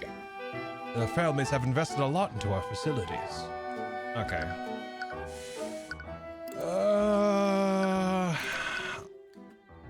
I feel like I could get more. Let's talk to the kitchen staff. Hello, is anyone there? Be right there. Sorry, but the cafeteria's closed right now. Actually, we're here to investigate the murder. We heard that 2 members of the kitchen staff discovered the body. Oh, that would be me.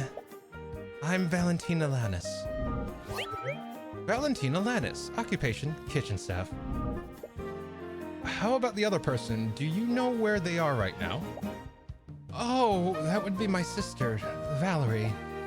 But I think she's somewhere else on campus right now. If you're with those knights, we've already told them everything we know. Actually, we're investigating separately from them. I wanted to ask you some questions about what you saw. Sure. I'm gonna have to remember those details again. Huh? To start, can you tell us how you and your sister discovered the body? Right. My sister and I were walking in the hallway from the kitchen to visit the west exit. We spotted the professor in a nearby classroom. She was lying on the floor and bleeding. I used an emergency communication device to call for help. While I was doing that, my sister tried to wake her up. That would imply that Valerie thought that she could be resuscitated? Did she know if the professor was still alive or not? We were not sure, but she wasn't responding at all. She wasn't breathing, and she didn't have a pulse. Can you tell me about Catherine Bellwether? Oh boy, yeah, staff do not fucking like her. Yet another set of complicated emotions. Well, I guess there's no point in hiding it anymore. She was a horrible person. She was really terrible to all of us. By all of us, do you mean the academy staff? Yeah, she was always treating us like her personal servants. Sometimes she'd make messes on purpose just so that she could order us to clean it up. This probably sounds terrible, but I'm sure a lot of people are glad she's gone. I just hope we can still keep our jobs. Interesting. Now, why would she be worried about that? Did you ever feel like your job was at risk because of Bellwether? Yes, actually. She was actually planning to fire all of the staff. How can she fucking do that? She's just a professor. She's not even the headmaster. What the fuck? So literally nobility, it doesn't matter. It's just the fucking caste system. That's all it is in this fucking, like, not even the kingdom adheres to its fucking hierarchy. It's just a caste system. He with the biggest, baddest noble dick gets what they want. Jesus Christ. All of the staff? That can't be true, can it? The academy needs the staff to function. I'm not sure about the details. That's just what Jan told us. Who's Jan? He's one of the academy's custodians. You could probably find him cleaning the halls if you look around. Let's see. I'm doing my best not to swear. Please help. God. Okay, so I was banished to the living room. Welcome back, Bacon. I hope your banishment is not too bad. Like when I say banished to the... All right, so when you say banished to the living room, do you mean like you're sleeping there for the night? I have to ask. Oh my God. Let's see. Really need to cut back on the swearing. Oh Lord. Let's see. Not possibly. Okay, fair. Let's see. I really need to cut. Let's see. Yeah, that's true. The freaking arcane constructs, that might be have something to do with it. Wallace Nightgrave. What do you know about the suspect in this case? His name is Wallace Nightgrave. He's a student here. He's that scary kid, right? The one that raises undead? Those are just rumors. He would never do something like that. But he studies necromancy, right? Have you ever actually met him? No, but I've heard the rumors. He's always hanging around the cemetery. I'm sure he's just biding his time, waiting for his chance to raise an army. It can't be helped that people think of him that way. But you can help but be a bit annoyed on his behalf. Let's see. Present. Let me, hold on, I got a message. Let me take a look here. It's very cheery music. I appreciate the clarinet.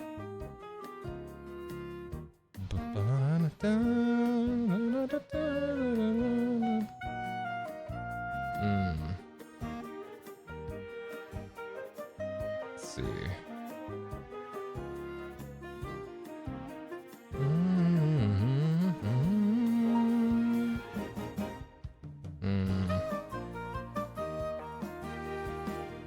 Let me see here.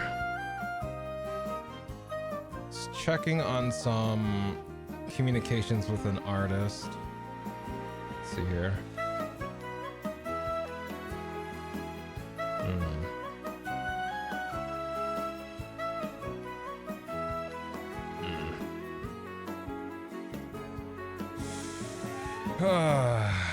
Okay. Alright, should be good. Can I present anything to you? Do you know anything about the constructs? No. Okay. How about a map? Alright. Profiles. How about the headmaster? What can you tell me about the headmaster? Oh, he's a really nice person. We would have never gotten a job here if it weren't for him. Really? Yeah, he has connections with the local community center. He hires people from the common folk there to work at the academy. Oh, all right, so... Wait, so basically the reason the headmaster gets shit on is because he actually works with common folk as well? Wow, that's fucked up. Let's see here. I'm going to have this absolutely ridiculous, unreasonable fear of necromancy be part of my campaigns from now on, but only among the nobility. God. There are times, let's see. There are times every day. Let's see. Wavy day, drinks, then a movie with the wife doesn't go well together. Plus, I talk a lot of shit. Got it. There are times. Got it. The wife doesn't go well together. Plus, I talk a lot of shit. All right, I feel you, Bacon. I feel it. I understand. Let's see. Court band is having a blast. I feel so peppy, happy investigating this murder. Oh my lord. Let's see. Present. Let's see. They said that they found. Who discovered the. All right, hold on. Let me see. Can you tell me about this? All right, no. Okay. Profile. Do you know Eris Ilmater? Ah, she's even scarier than that necromancer. What? I've heard rumors about her, you know. There's just something about her that fills me with dread every time I see her. Have you actually spoken to her before? She's a nice person. No, thanks. I'm good. Huh. She's scarier than Wallace. Okay, I could understand that. His name's Wallace Nightgrave. He's a student here. He's a scary... Okay, so it's the same thing. All right. All right, present. Do you know anything about the foul smell? All right. Let me move to the hallway. Let me see if this custodian's out here.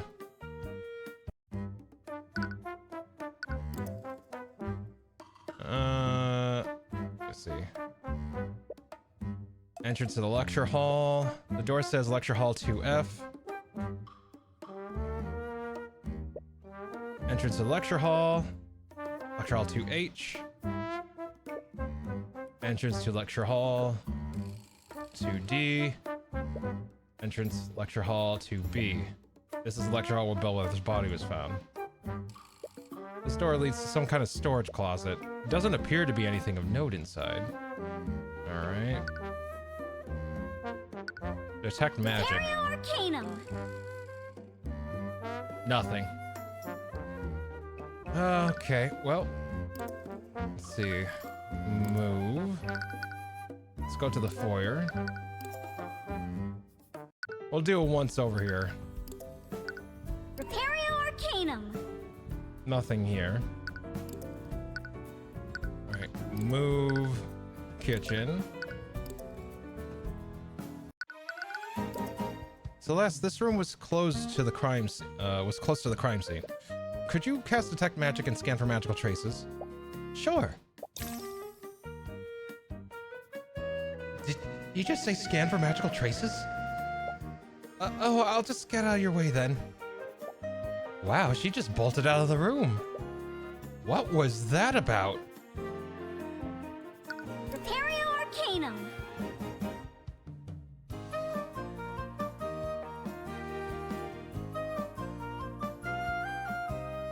She has an illusion spell on her. She has an illusion spell on her. That's why she bolted the fuck out of the room. Guarantee you, that is why she bolted out of the room. We would have detected that shit. Let's see.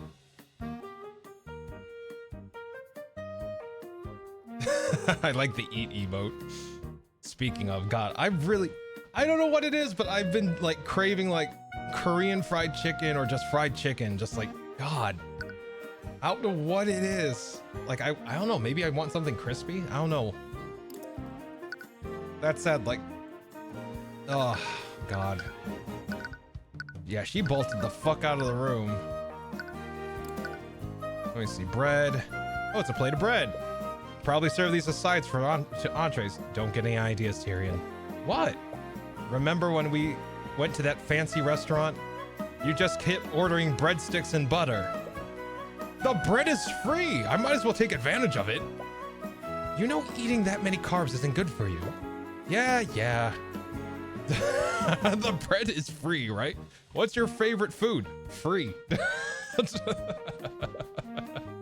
I had fried chicken and steak today. Oh my God. I am envious, Bacon. Let's see. It It's a barrel full of some sort of drink. I wonder. It's probably not lotus juice, Celeste.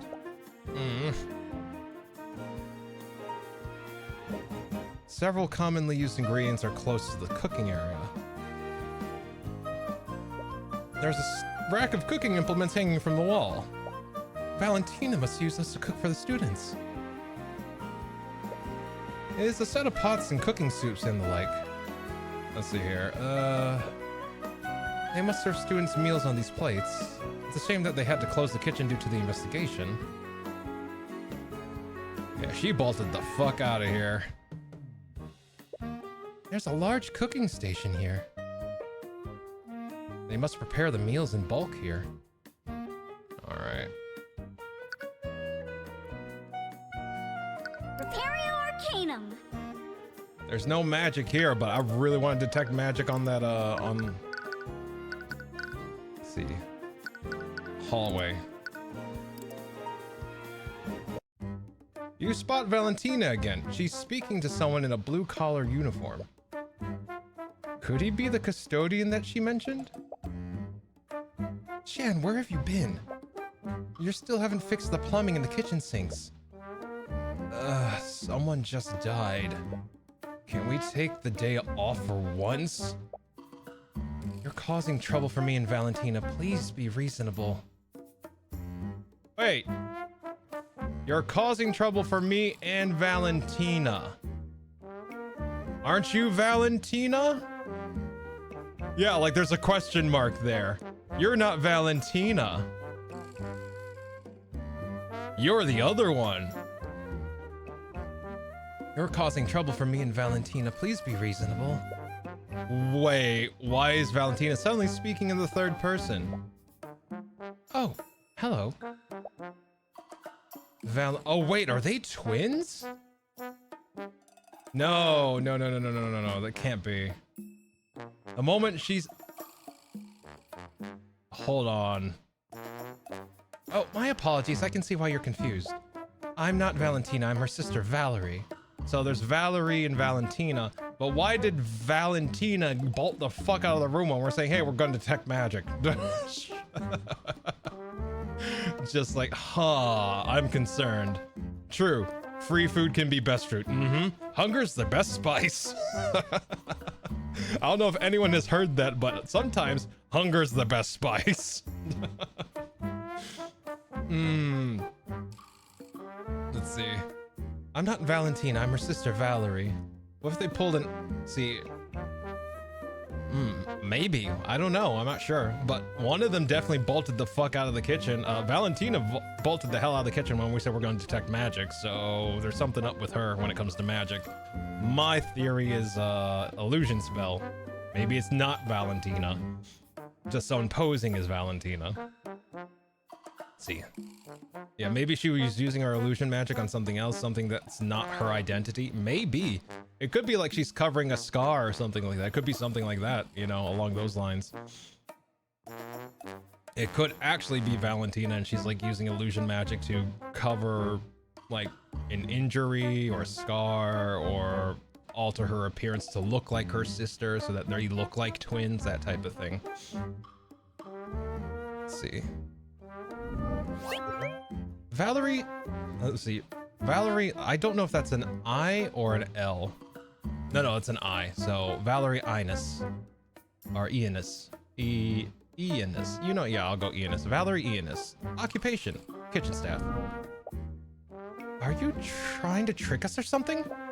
You look exactly the same. You remember reading about something like this before. You two are identical twins, aren't you? You're both genetically identical to each other. Yes, we are. Wait, this means that she was the one who discovered the body alongside Valentina. Since we have you here, do you mind if I ask you some questions about what happened? Enjoy the lurk, Bacon! Let's see. I'm terribly sorry. But I've already spent a lot of time looking for Jan here. I'm really behind on my work. But Jan was also nearby when we discovered the body. I'm sure he can answer your questions.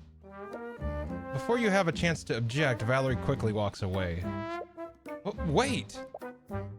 Do you want me to go after her? I'm pretty sure I can catch up to her. No, we don't want to scare those two more than we already have. Anyways, Valerie... See, was it Valeria? Oh my god, I already forgot. Let's see. Said that... See, Valeria... Yeah, Valeria said that Jan was just around, when the murder happened. There we go. The sisters sure are skittish. Yeah, exactly. Let's see, maybe he saw something. Jan Hughes, occupation, custodian. Let's see, what the? Nani? Bacon, thank you. God damn. Thank you again for the 5 gifted. Appreciate it. Thank you again. You didn't have to do that, Bacon. Thank you. Thank you so much. It means a lot. Thank you. That's all I can say. I'm always speechless when that happens. Don't know how to handle it. Thanks a lot, Bacon.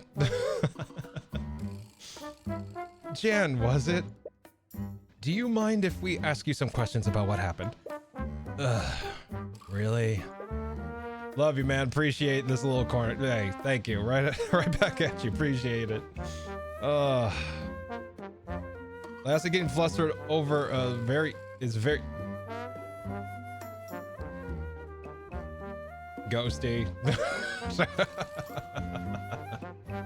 Let's see. Well, whatever. Let's see. I can't find the voice for this guy. He just seems he seems incredibly lazy. Bye-bye. All right, take care, Bacon. Hopefully we'll see you soon. Or enjoy the lurk. Sorry. But have a good one. All right. What is his voice? At least I have an excuse to take a break now. Let's see. Jan hears. So, Jan, are you a part of the staff here? What? I don't even know what that means. Like, I don't know what Gap Moe? What is Gap Moe? Like, the hell is that? It's like, Ghosty, you gotta explain that one to me, cause like I'm not in it. I'm not in it that deep. Like I do consume anime and manga, but I'm not in it that deep. Gap Moe means affection born of inconsistency between different aspects of the character. What?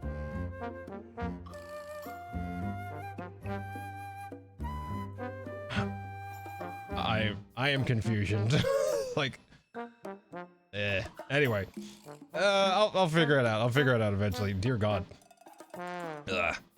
Yep, I'm a janitor. You know what? We'll go Scruffy with them. We'll go Scruffy from Futurama. Yep, I'm a janitor.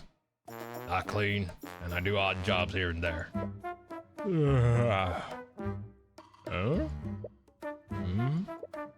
Well, apparently that's all he has to say about that. The murder. So like, imagine Lasty is a big muscle man, but he's soft. That's the difference. Oh, gotcha. They have a personality that doesn't necessarily fit or match with their exterior presentation. So, like, someone who looks soft and cute, but is actually incredibly violent and murderous. That type of thing, right? Alright. Okay, I think I understand now. Alright, thanks for clearing that up. That's not Gap Moe? Is that a whole other thing? God. I was like, wait, what the fuck? Okay, alright, so I'll just stick to my previous understanding then. Alright, got it. Gap Moe is meant to be wholesome. That's just yandere. Oh God.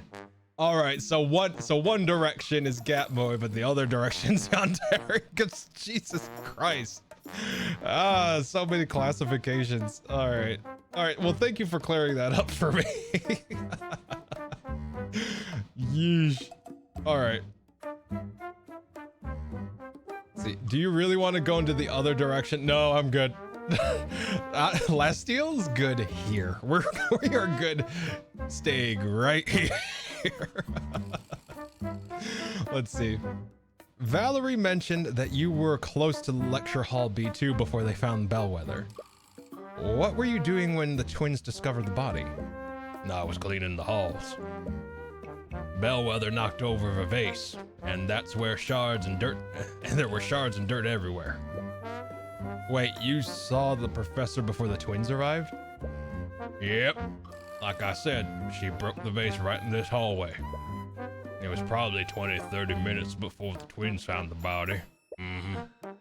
You might have been the last person to see her alive. Did you see where she went after breaking the vase? Yeah, I think she went into that room over there. Jan points to the lecture hall that Bellwether was found in. Did you see anyone else in the lecture hall? I'm honestly not sure.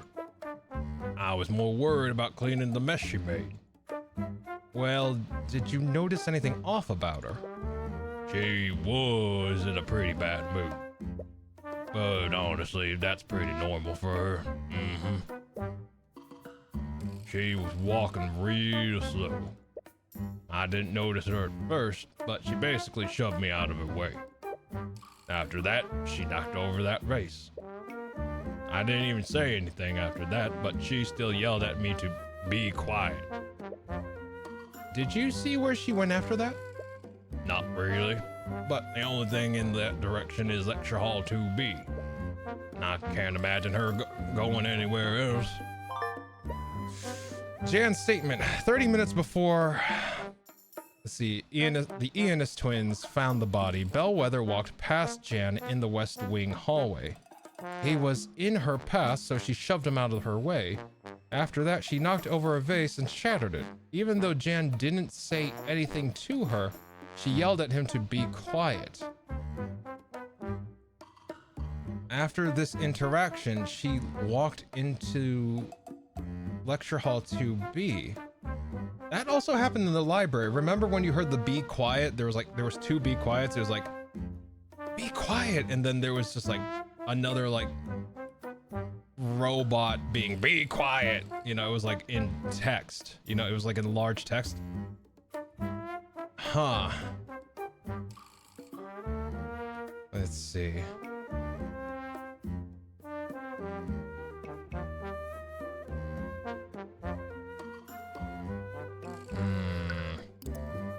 Catherine Bellwether. Can you tell me about Catherine Bellwether? I've heard that she had a pretty bad relationship with the staff. She had a bad relationship with just about everyone. Students, the other teachers. I can't think of many people who actually did get along with her. I'm sure you had your own share of bad experiences with her? Yeah. She always yelled at me when I was taking too long to get a job done.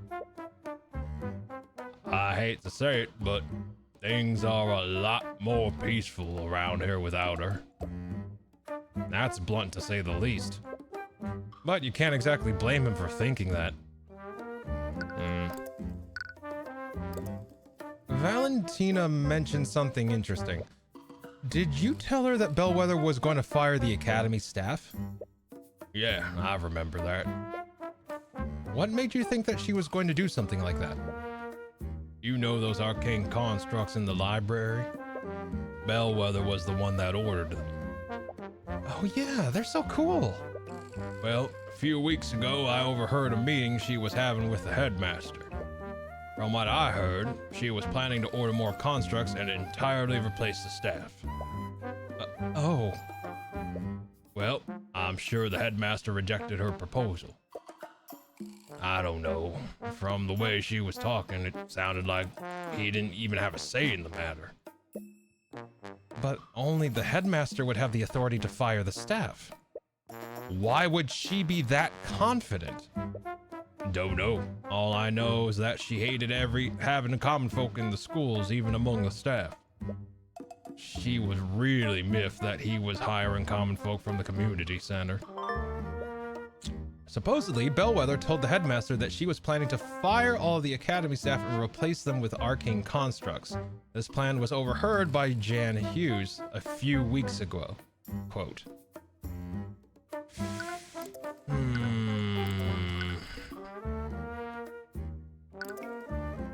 Let me go to the headmaster's office again.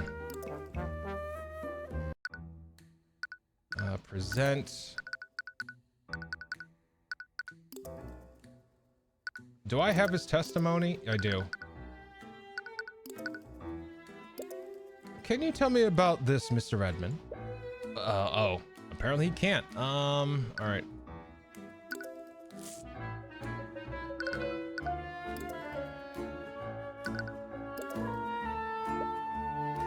He can't tell me about that either. Okay, Where do we go from here?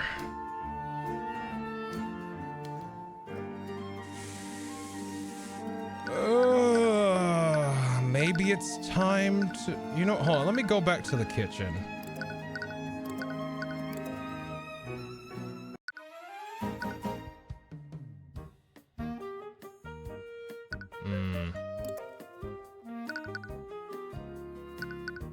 All right, you know what, maybe...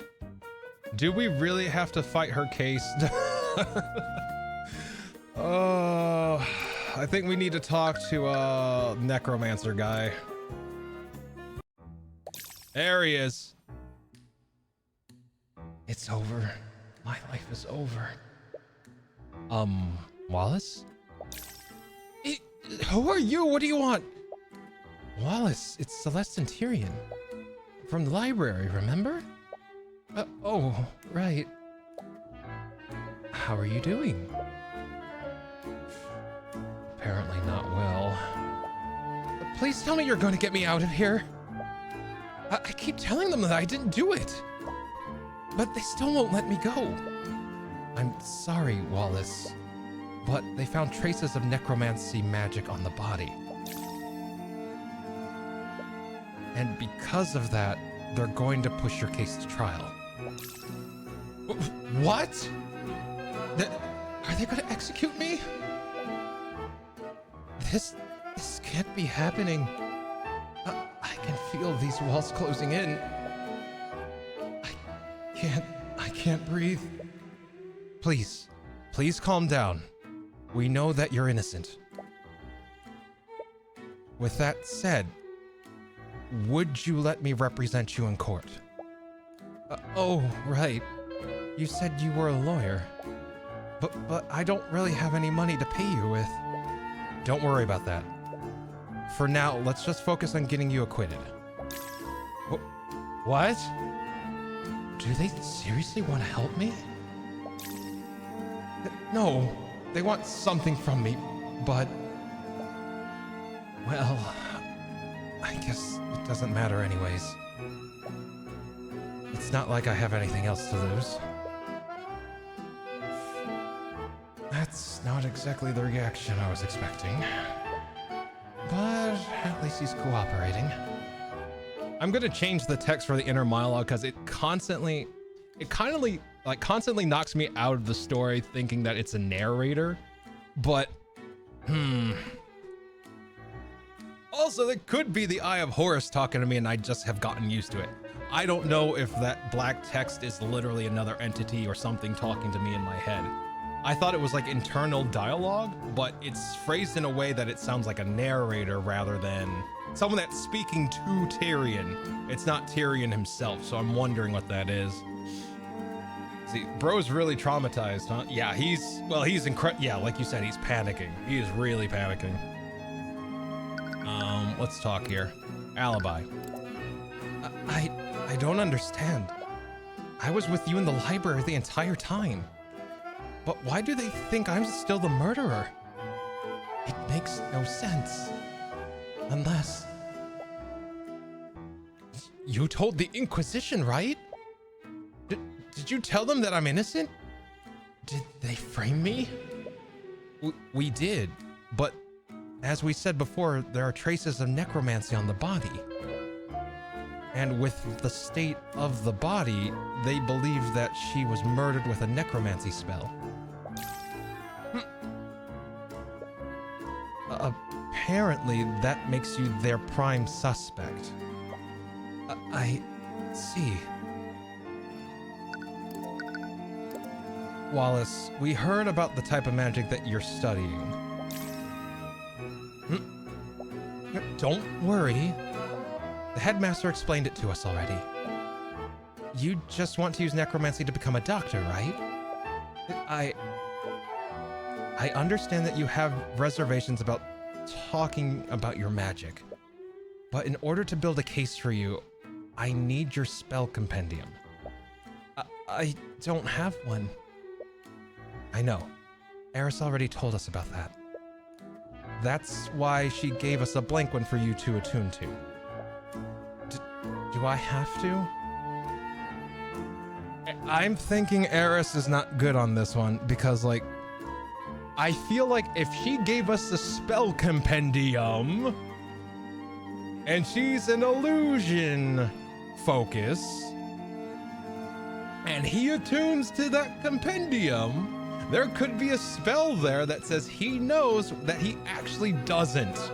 But because spell compendiums can attune or reattune to someone else, there might be like a fake spell in there or somewhere. I'm really getting that feeling that Eris is setting this up. Like, I feel like Eris is setting up all of this. See, I don't particularly trust Eris. Well, I mean, the fact that she can manipulate fucking Jedi mind trick people is something. And we can see this happen. I think it's because of our eye, we can see it happen. That strange Doki Doki Literature Club glitch crap happening, that's her, like, mind tricking people. So I'm surprised that Tyrion hasn't said anything about it. Like, he's like, what the hell was that, you know? But we'll see. Like, I'm trying to approach this as neutral as possible. I have my suspicions, but I can't let that dictate my actions and thought process, because otherwise it's very easy to just kind of skew things to fit that theory rather than actually discover what's actually happening. Let's see. It's your life on the line, and we need all the information we can get to help you. Sorry, you're right. I'll attune to it. Wallace's Spell Compendium. Wallace Nightgrave's Spell Compendium. It contains the formulas for the following spells: Prestidigitation, Mend Wounds, Illusory Disguise, Revive, Animate Corpse, and Necrotic Blight. Boy, this is not looking good. This is not looking good. This already looks bad. Uh-oh. Shit. Prestidigitation. Caster creates a simple and harmless visual effect around their hand. This effect will last for as long as they maintain concentration on the spell. Let's see. Mend Wounds heals the wounds of the target over the casting time. Wounds on a target are magically healed without leaving any scars or bruises. This can't restore missing limbs, nor can it revive someone who is already dead. Let's see. Incantation. Menas. See, Illusionary Disguise, Illusion, Incantation, Illusio, duration 1 hour. Let's see. Places an illusion on the target to completely change their visual appearance. The disguise moves with the target for the duration. The disguise can make the target look 1 foot larger or smaller. Elements hidden by the spell are made invisible. Elements hidden by the spell are made invisible. The elements created by the spell are purely visual. Elements hidden by the spell are made invisible. The elements created by the spell are purely visual. You cannot make physical contact with it. Half of these don't really seem like the spells he knows. Yeah, that's true. But like in D&D, you can have a specialization, but you can still learn other spells. Like, I can specialize in evocation. I'm just really good at evocation magic, but that doesn't mean I can't cast an illusion spell. You know, I can cast illusion spells still if I know them.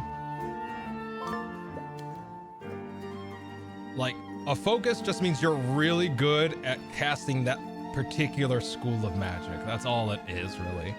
And you get bonuses for casting spells in that school of magic. But you can still learn like illusion, transmutation. If I'm evocation, I can still learn transmutation spells. I can still learn illusion spells. That's like that type of thing. I'm just really good at evocation. Let's see. Revive. School, necromancy. Incantation, vivify. So vivify. Gesture, none. Duration, instant. Concentration, no. Floods the target with life energy in an attempt to resuscitate them. It does not heal wounds sustained.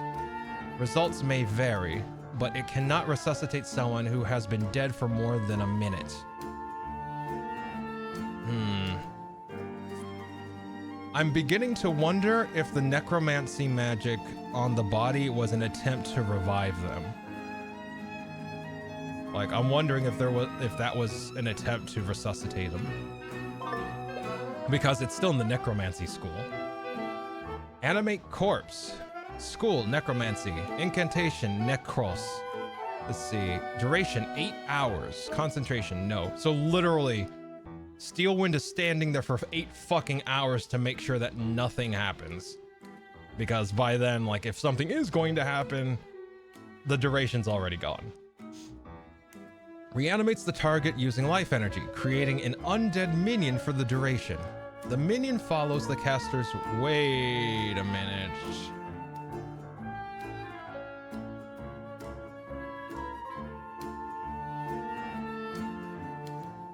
Another theory could be that one of the kitchen staff is actually the animated corpse. And she has an illusion spell on her, making her look like the sister. Because there was also illusion magic detected in that classroom. So I guess we'll figure it out. This is a really good case. Like, it's very clear that the first case is we're going to introduce you to the game. I'm liking how this case is starting to like begin to kind of present the rest of it. Let's see here. Reanimates... Oh, hold on. I should read the rest of that then. Reanimates a target using life energy, creating an undead minion for the duration. The minion follows the caster's orders, but its intelligence is limited and it cannot speak. Okay, I could be wrong then. I'm wrong at that point. The minion can end the spell prematurely, but it will only do so if ordered to do so by the caster. Once the spell has ended, the undead will return to being a dead body. Necrotic Blight. School, necromancy. Incantation, Blighto. Gesture, point index finger. Duration, instant. Concentration, no. Pulls all of the life energy from the target, resulting in instant death. This spell does not wound the target, nor does it leave any physical evidence, but it still leaves a magical trace. Okay. Yeah, that's one theory out the window. Hey, one theory less is still good. You understand the reason why he's studying this type of magic. But the spells in his compendium are still pretty gruesome. It's a little terrifying that spells like this even exist. Sorry, I know I was being difficult. A long time ago, I showed my compendium to someone I trusted. After she saw my necromancy spells, she told everyone in the academy. That's also when Professor Bellwether started coming after me. I'm sorry. That must have been hard for you. But at least you had Eris. Yeah, I did. Let's see, Wallace and Eris. Let's see, how did you and Eris become friends anyway? Another hint of fear from her. Well, she puts on a brave face. Are her fears related to Eris? Oh, it's a bit of a strange story. Sometimes the other students would steal her ID number off my locker. Well, steal the ID number off my locker. Then they'd switch it with the one on the, then they'd switch it with the one on another locker. Then they thought it was funny whenever the owner got angry with me. Eris had a bit of a reputation around our school. I'm not sure why, but everyone was scared of her. Even the students from the nobility. It was probably due to some baseless rumors. One day, someone switched my nameplate with hers. I was so scared when she approached me, and I couldn't even say anything. But she didn't get angry like the others. She just apologized and gave me back my nameplate. After that, she randomly started talking to me whenever she saw me. We became friends after that. That's nice. It's a good thing he was able to find a friend in a place like that.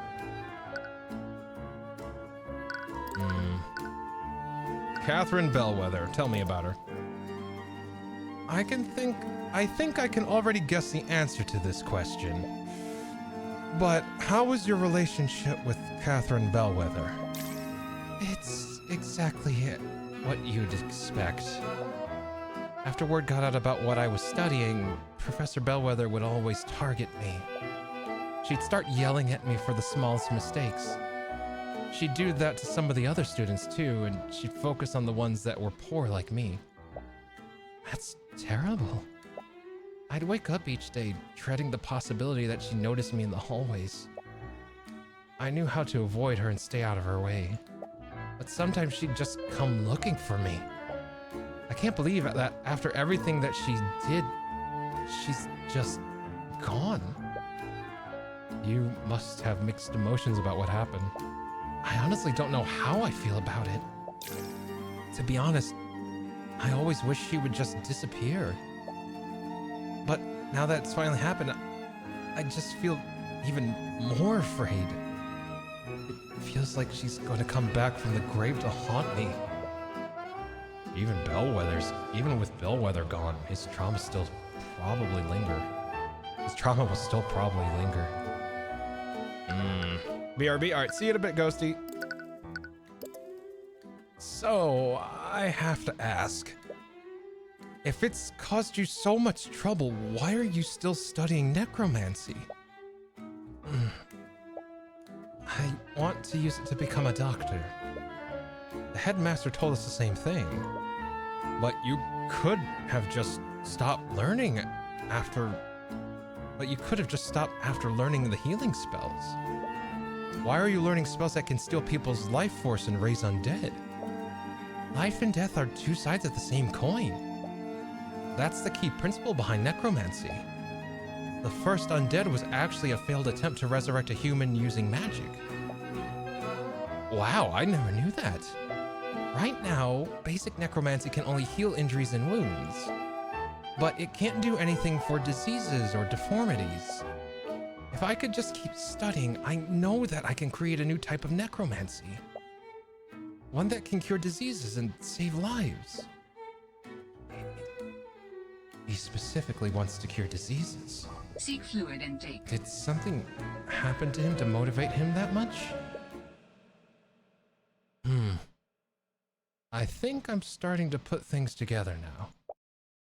Have you figured something out? Yeah, I just need to take some time to think through everything. Ghosty, thank you for the care package, the save, and the redeems. Appreciate you. Hold up, let me get the stretch and water here. All right, stretch. And our posture's already good. Yeah. Appreciate it, Ghosty. Fill me in later. All right. Yeah, I just need to take some time to think through everything. The prosecution wants to implicate Wallace despite his alibi. They wouldn't have a reason to do this unless the evidence heavily implicated him. How does the evidence implicate Wallace? We've learned that Wallace is a necromancer. And he's the only person at the Academy that is capable of high-level necromancy. A magical trace of necromancy was found on the body. There's a trace of necromancy on the body. This means that they think that Wallace used one of his necromancy spells. Even without seeing the traces, it's pretty obvious that magic was used on the body. Right, because there aren't any wounds on it. and the autopsy report found no signs of poison or disease. Which spell do they think Wallace used? If I know Prosecutor Steelwind, she probably already has a theory on which spell he might have used. The prosecution will probably argue that Wallace used one of his spells to kill Bellwether. Which spell do they think Wallace used? Necrotic Blight. They will probably say he used Necrotic Blight. That makes sense. Necrotic Blight would have drained the life force from her body. Blood stain under the body. There's a pool of blood where Catherine Bellwether's body was. This is strange because she wouldn't have been wounded by Necrotic Blight. But that's where the contradiction lies. Let's suppose that Wallace did kill Bellwether using Necrotic Blight. There's something at the crime scene that wouldn't be there if that were true. There's something at the crime scene that wouldn't be there if that were true. What is wrong with the crime scene?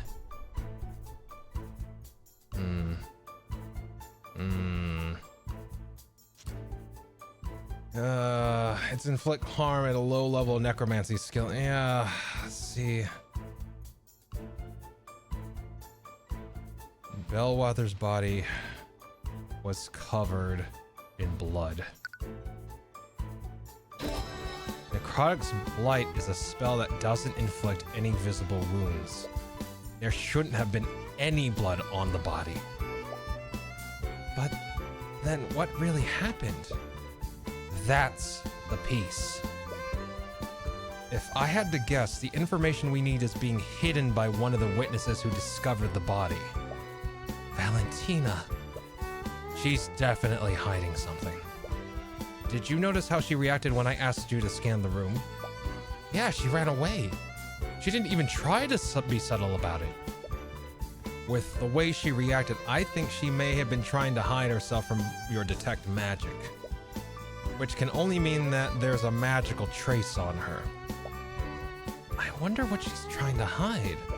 There's only one way to find out. Next time you see her, could you subtly cast detect magic and scan her? All right. It's been a while since we talked to her. Valerie also mentioned that they still had work to do today. She might be back at the Academy's kitchen now. All right. Don't go anywhere. That's a joke. We'll be right back. Let's go to the kitchen. Those two are finally gone. I could finally get some cleaning done. Okay, there she is. Use detect magic to scan her for me. Use detect magic to scan her from here. Right. Just don't shout the incantation like you always do. I know that. All right, here goes. Prepare Arcanum. What the? What is it? There's a trace of magic on her. I knew it. Which school of magic is it? It's necromancy. There's a trace of necromancy on her. What? Valentina has a magical trace of necromancy on her. Someone cast a necromancy spell on her within the last 48 hours. What do we do now? You're still not sure how this fits in with everything. For now, let's talk to her and see if we can get more information out of her. If all else fails, we can confront her with the evidence we have. Oh, it's you two again. They're back. Okay, just relax. All I have to do is repeat what I told them last time. Unfortunately for her, that won't work this time.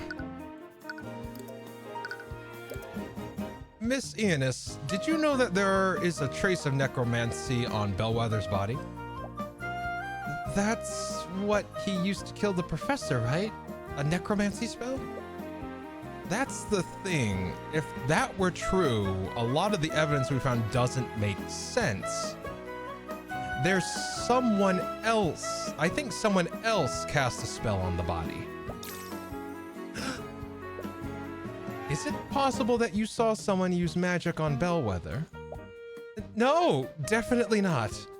Calm down. There's no way they know. Her thoughts are an open book now.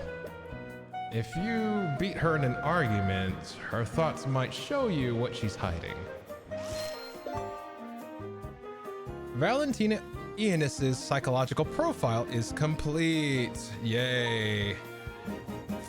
All right. Let me see her. Let me see that profile. See, did you see something? Valentina clearly knows more than she's letting on. She found the body alongside her sister and reacted strangely when you mentioned someone may have used magic on the body. What is she hiding? Yeah, I think we got everything we need to win this. Hold up. Save. No. I forgot. Ghosty did redeem a save too. Save. There we go. There we go. Now let's try it. Let's see. The magic is a red herring, I bet. Well, like I said earlier, it could be very well that she was trying to resuscitate the professor. So, because healing spells also have necromancy, the necromancy tag. So, the necromancy tag is kind of a red herring in itself. Because, like he said, there's blood at the scene. Necromancy can be used for both inflicting harm and healing it. So it's like, it doesn't really mean much of anything other than a necromancy spell was used. That's it. That's about it. It's only the stigma that makes people immediately jump to, oh, it was a bad spell, you know. Did you see something? All right. I love that worried face, like that very, very worried face. Yes.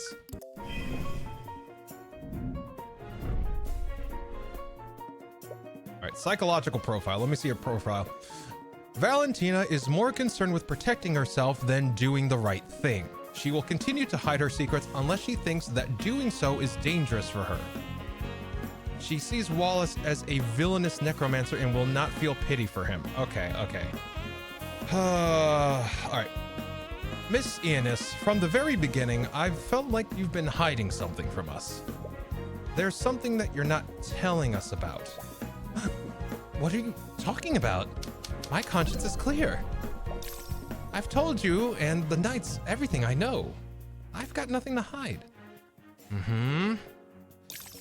Okay. All right. So you feel scared right now, which means I probably should empathize for you. Let me see here. Use this against claims that contradict a piece of evidence. Use this against claims that contradict thoughts seen through the eye. Let's see. Oh, she's like, I need to stay calm. Use this against claims that contradict a display emotion. That one. Miss Ionis, it's clear to anyone how nervous you are. I can practically see the fear you're emanating right now. Just tell us the truth. It'll be a lot easier for the both of us. Let's say I were hiding something, which I'm not, by the way. I don't have to tell you anything. Why should I tell you anything?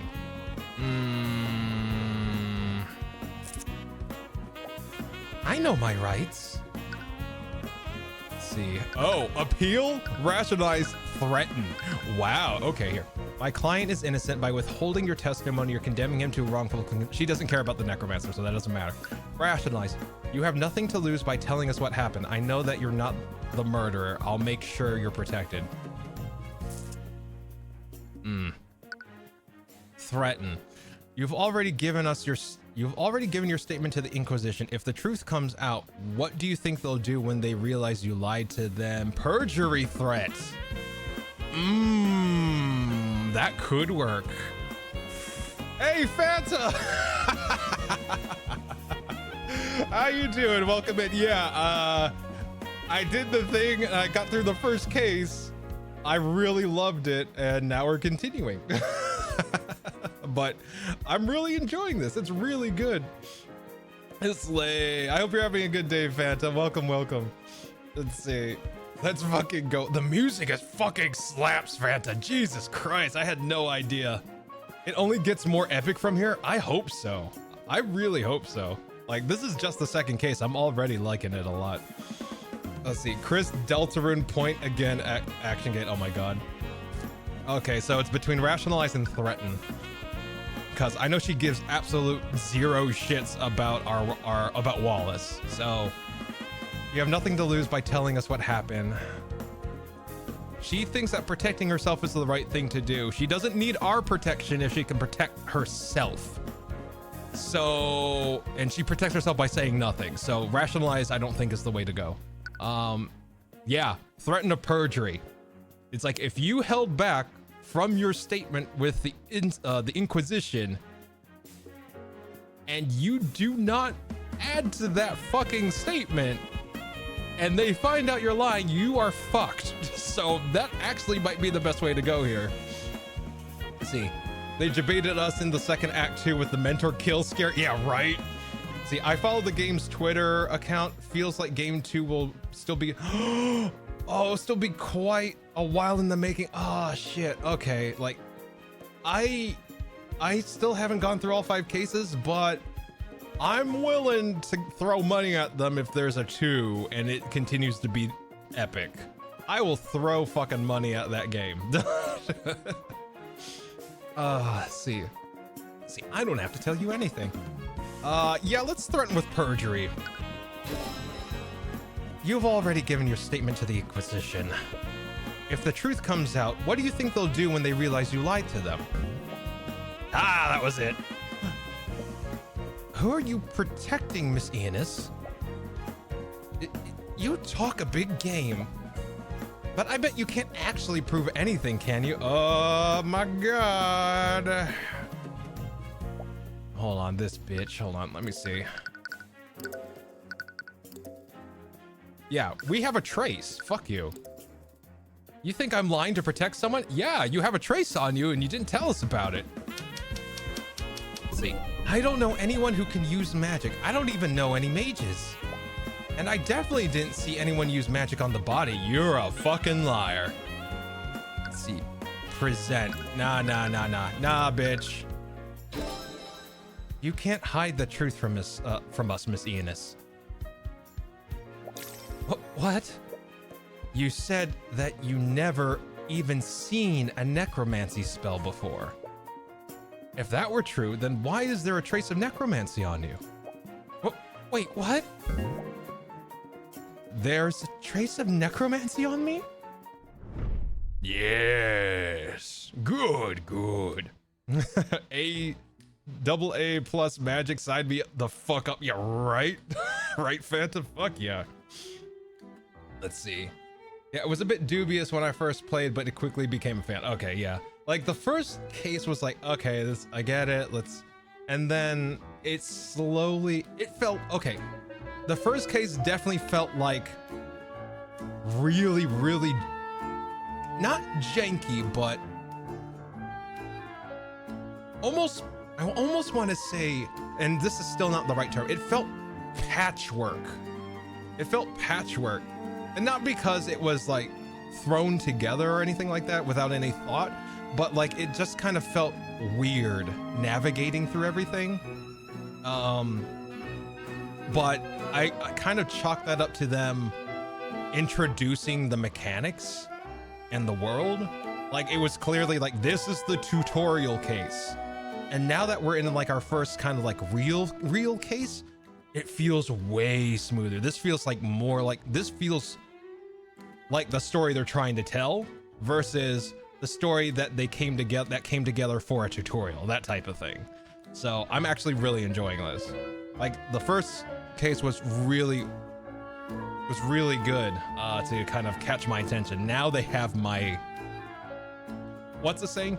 First you had my, no, that's it. First you had my attention, but now you have my interest. That's what happened with me in this game. I like it a lot. What is this? Oh, all right. Nice. Oh shit. Hell yeah. All right. Let's see, manifesting the crowd fund or something to get it voiced. Oh my god, that would be fucking amazing. I would throw my hat in that ring so quick. It's like, let me voice this game, please. Let me get some voice hours. Oh, that would be amazeballs. Let's see. Yeah, they do the thing where all the cases tie up the epic final case, like in Ace Attorney. Oh hell yeah! Let's see. I was screaming at the last case. I tell you, oh my god, I was screaming. If it's good enough to get Fanta to scream, I think it's gonna be a good case. Oh my god, I'm looking forward to it, Fanta. I'm looking forward to it. I'm putting this shit up on YouTube too. I don't want to forget this. This game's good. Let's see. All right, let's see. What? Did she not know about the spell that we cast on her? No, that doesn't make any sense. If she didn't know about the trace, she wouldn't have avoided Celeste back then. There must be an explanation for this. You've successfully argued against Valentina Ionis.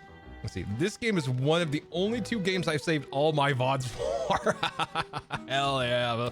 Hell yeah, Fanta. That tells me a lot. That already tells me a fucking lot. Hell yeah.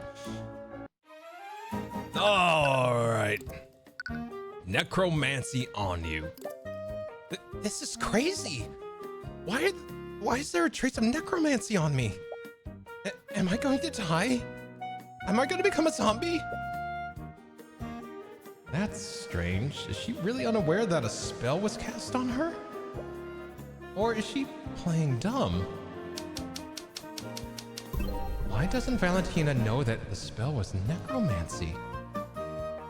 She knows that someone used magic on her, but she doesn't know what that spell was necromancy. Probably because the spell healed her?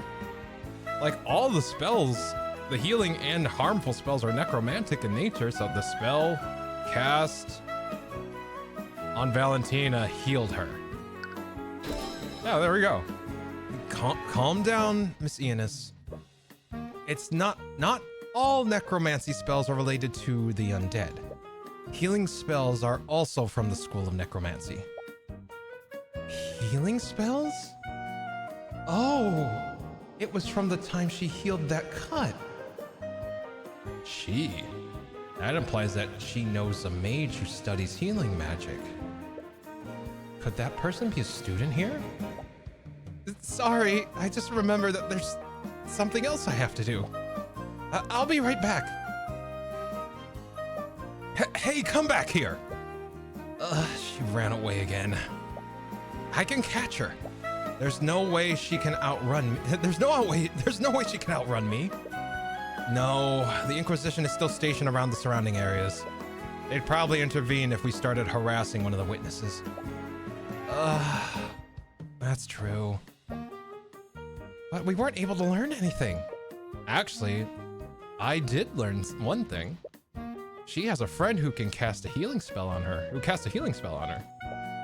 Really? How did you figure that out? Good deductive reasoning. Wow. Well, healing magic is also a form of necromancy, right? I guess that explains the trace on her. It's a good thing we know Wallace. Otherwise, we might have also thought that a necromancer was trying to kill her.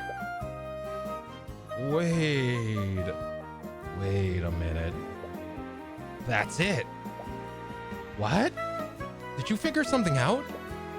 This whole time, we've been wondering why there's trace of necromancy on the body. It isn't because someone attacked Bellwether with a necromancy spell. We said this earlier. It's because someone used necromancy in an attempt to heal her. Oh, I see. We said this earlier. It doesn't matter what type of necromancy spells someone uses. Spells from the same school of magic leave the same type of trace. It's not just that, the body clearly has blood on it. What would happen if someone used a healing spell on a wounded body? It would close all the body's wounds. In other words, it would remove any cuts or bruises. Well, interrogating Valentina may have been a dead end, but it still gives us just what we needed to win this case. I'm not so sure about that was a dead end. What do you mean? It's not that suspicious that she asked someone to heal her if she injured herself. But What if it's only that? Why would she go to so much trouble to hide it? It's too coincidental. The wounds on the body were healed by an unknown person. And the person who found the body is hiding the identity of a healer. They have to be the same person. I guess that makes sense. So what do we do now? Valentina is definitely onto us. I doubt we'll get a third chance to speak with her. Hopefully, what we have now is enough to acquit Wallace. You've done everything you can. Use what you've learned to poke holes in the prosecution's case. And if that doesn't work, you can drag Valentina onto the witness stand and pull the truth out of her. You just hope that what she's hiding is enough to acquit Wallace. There we go. Oh, spoiled noble. Okay, here we go. Okay, I'm gonna use the high-pitched voice for her. God, that's gonna be awful. Let's see. Let's see. I do like the healing and the necromancy are connected. Some RPGs have had this setting. Ooh, a detective game and a dead body. Hey, Sora, welcome in. Yeah, Fanta, D&D. Also, Dungeons and Dragons, same thing. Healing spells in Dungeons and Dragons have the necromancy tag just as the harmful necromantic evil spells. So they took a lot of Dungeons and Dragons knowledge as well with Ace Attorney knowledge and smushed them together. Like even the whole thing with Bahamut, that's a D&D thing. That's also a D&D thing. You might want to choose a sustainable voice for her, just saying, oh no, I'm gonna let the voice changer do it for me. Hold on, I think I had it. Hold on, let me see. It was one of these. No, not that one. That's one? This one? This one? I think it was this one and we cranked it up. Like way high. Like up here. No, I'm not doing that. Let's see about here. I demand to know why you're still holding on to my rapier. It's a precious family heirloom and I want it back. It's evidence in the current case. Like, you know, that seems a little much. Hold up. Test, test, test, test, test, test, test, test. There we go. Test, test, test, test. Like, you know, whatever. Something like that. Oh, maybe about here. This isn't too bad. This isn't too bad. Oh, I like that one. All right, let's stick with this one. Let's see. It's evidence in the current case. Evidence? The professor was killed with necromancy. Was she though? Why are you asking me? You're the one who's investigating this. I suppose it doesn't matter. Just know that I will bring her murderer to justice, no matter who it may be. There we go. Yeah, we'll do that for her. I like that for her. Like, actually, I kind of want to save that setting. Let me save that setting. Otherwise, I'm gonna lose it for the next case. Let me see. Where is it? Profiles. Mic. Mixer. Let me see here. Sample, sampler. It should be effects. There it is. Effects, chapel. There we go. Let's see. Save to library. Ah, shit. Oh, well. Oopsie. Oopsie doopsie. Oh, well. All right. See, that makes her sound like a total demon child in a bat. Yeah, exactly. That's the point. She's a spoiled noble. That's the point. There we go. All right. You know, I think we might take a quick break. Just to like take care of the bathroom and snacks and water. So since we're in a nice kind of intermission here, I'm gonna run 3 minutes of ads for a 5-minute break. I encourage you all to get up, stretch, walk around, get some snacks, use the bathroom, do what you gotta do, and we'll be back in 5. BRB. See you in a bit. Rah.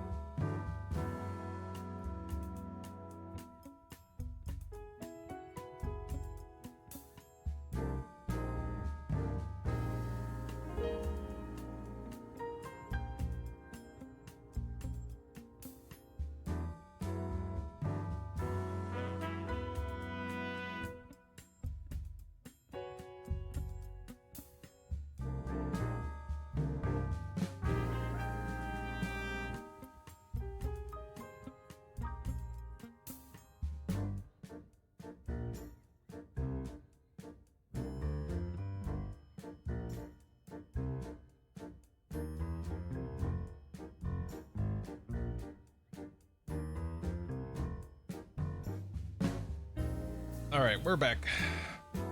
Thank you so much for your patience. Yeah, see, I think we're about like a minute or two over, but all right, there we go.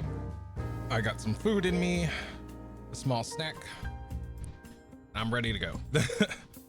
All right, let's see what's going on with the trial, shall we? Oh, excuse me. All right. Actually, let me get my I feel like I'm gonna be switching a lot from the voice changer, so I'm gonna try to move it closer to me because I am stretching to hit that button. There we go. He's returned. Hey, Sora, welcome back. Welcome back. All right, there we go. Oh, pardon me. All right, all right, all right. It's time for the trial. Just take deep breaths and relax. Hi, Tyrion. Ah, Celeste. Don't sneak up on me like that. Why are you so nervous? It's not as if it's your first time defending someone. I can't help it. There's something about this building that just fills me with anxiety.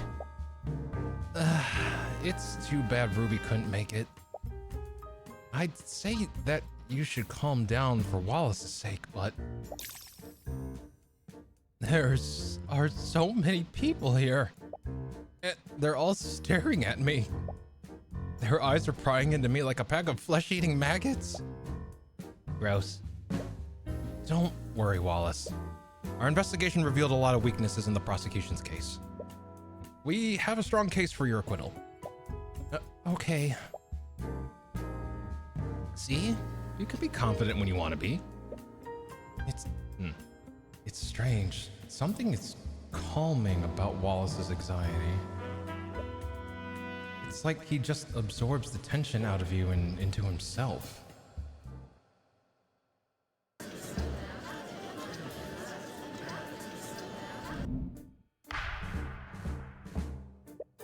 Court is now in session for the trial of Wallace Nightgrave.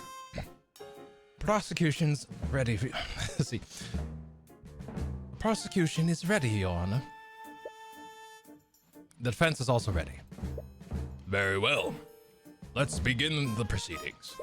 Prosecutor Steelman, could you please list the charges? The defendant is a student at the Wyvern-Grade Imperial Academy. Mr. Nightgrave is charged with first-degree murder, negligent misuse of the arcane arts, and illegal practice of advanced necromancy. Necromancy? Do you mean to tell me that the defendant is a necromancer? I can't believe it. A necromancer in this day and age? How could the kingdom let this happen? Your Honor, I would like to remind the court that they should view my client objectively. Of course, but one can easily see it from the list of charges. Necromancy plays a large role in the charges. Indeed. The crime occurred within the academy this morning. Wow. It was this morning, so here it is afternoon and we're already in court. Jesus Christ.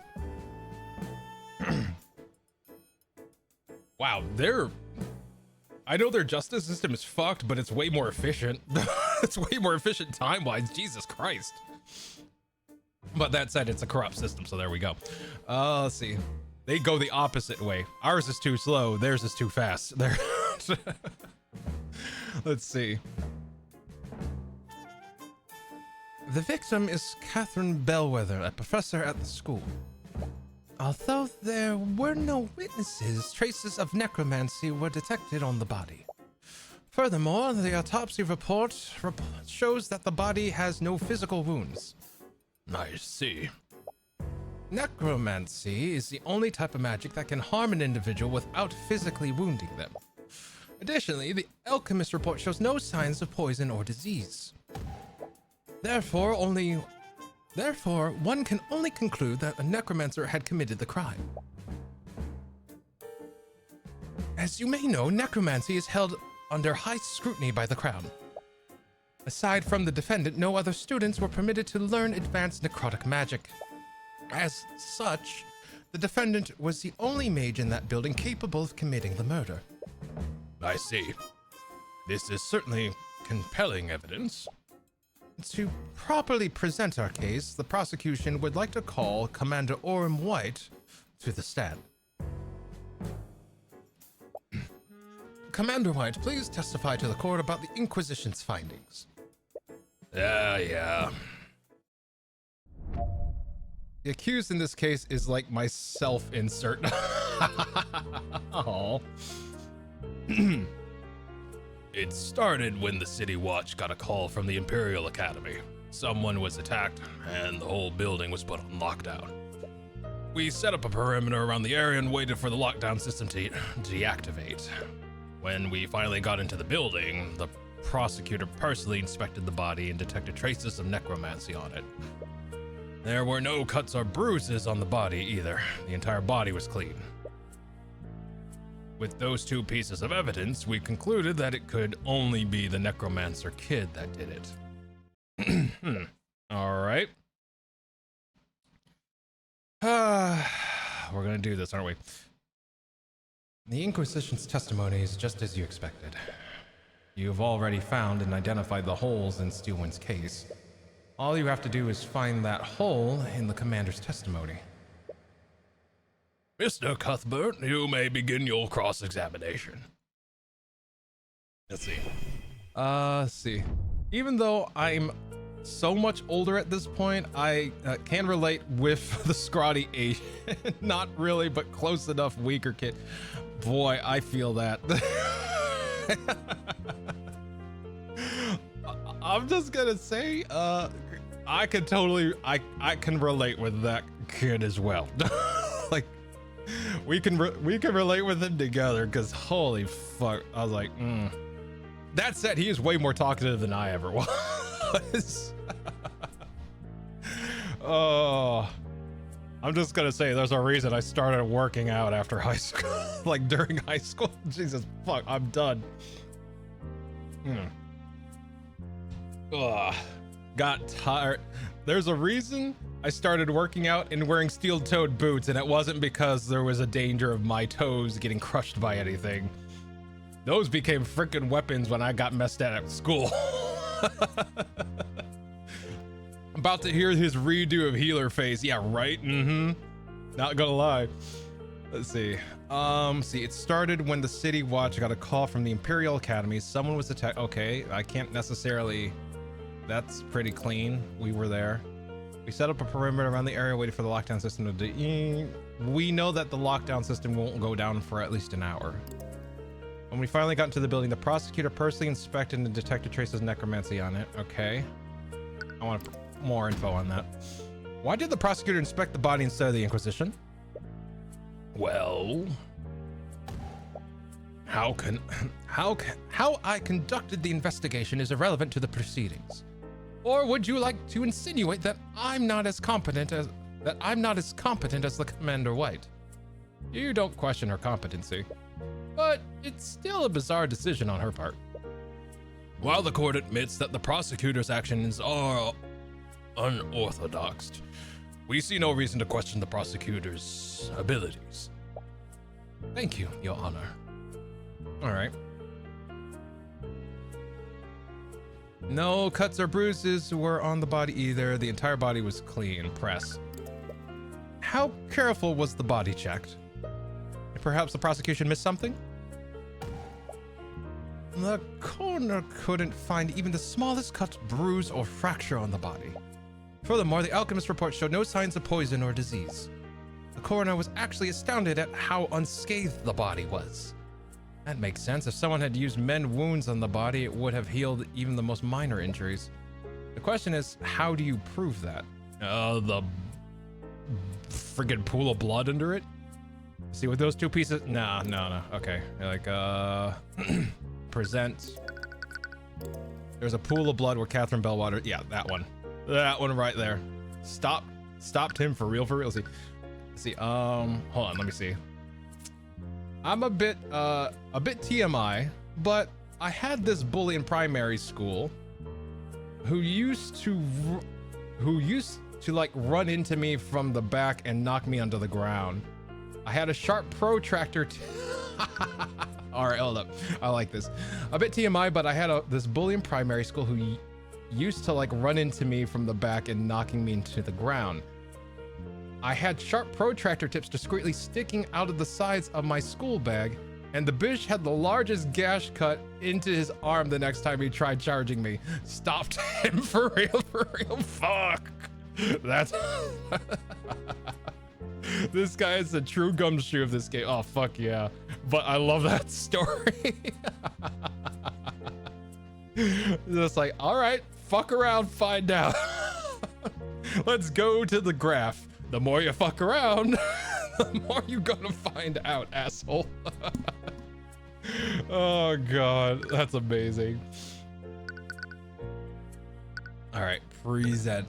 Objection! Commander White, it appears that you've neglected to mention one key detail of the crime scene. Yeah, and what's that? During your testimony, you said that, quote, the entire body was clean, end quote. I will admit that there weren't any wounds on the body. However, the body was certainly not clean. At the scene of the crime, there was a large pool of blood located where the body was. The blood came from the victim's body, and it was definitely not clean like the commander testified. I'm sorry, Mr. Cuthbert, but I fail to see the significance of this. I'd like to remind the court that the prosecution's case against my client. They are accusing him of murdering the victim using necrotic blight, a spell which would not have physically wounded the victim. So why is there any blood at all?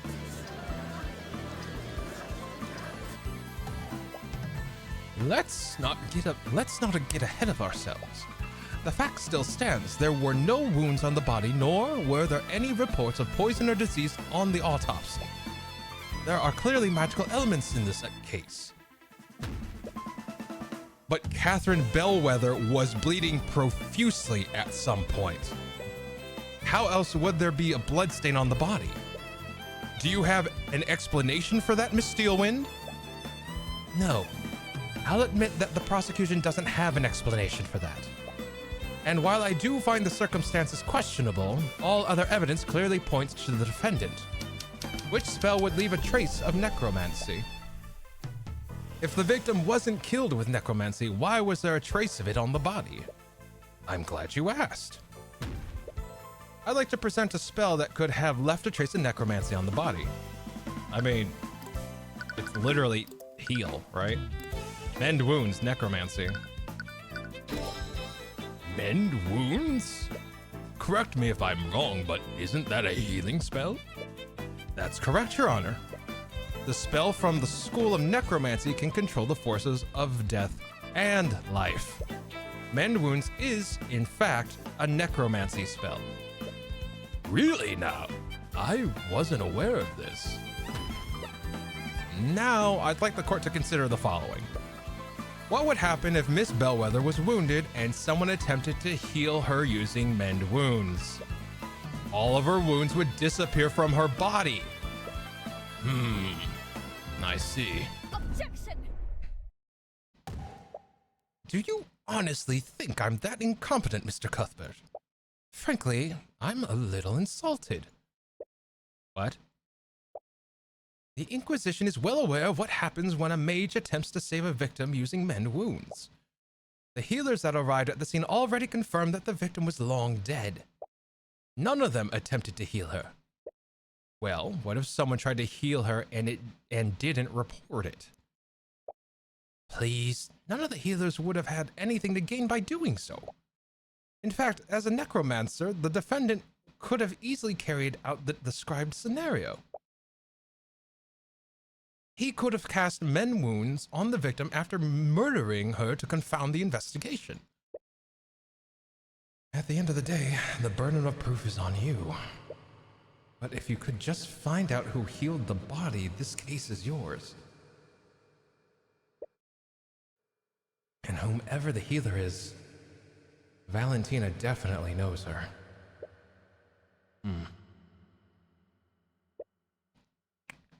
Your Honor, I will admit that I do not have any evidence to support my theory.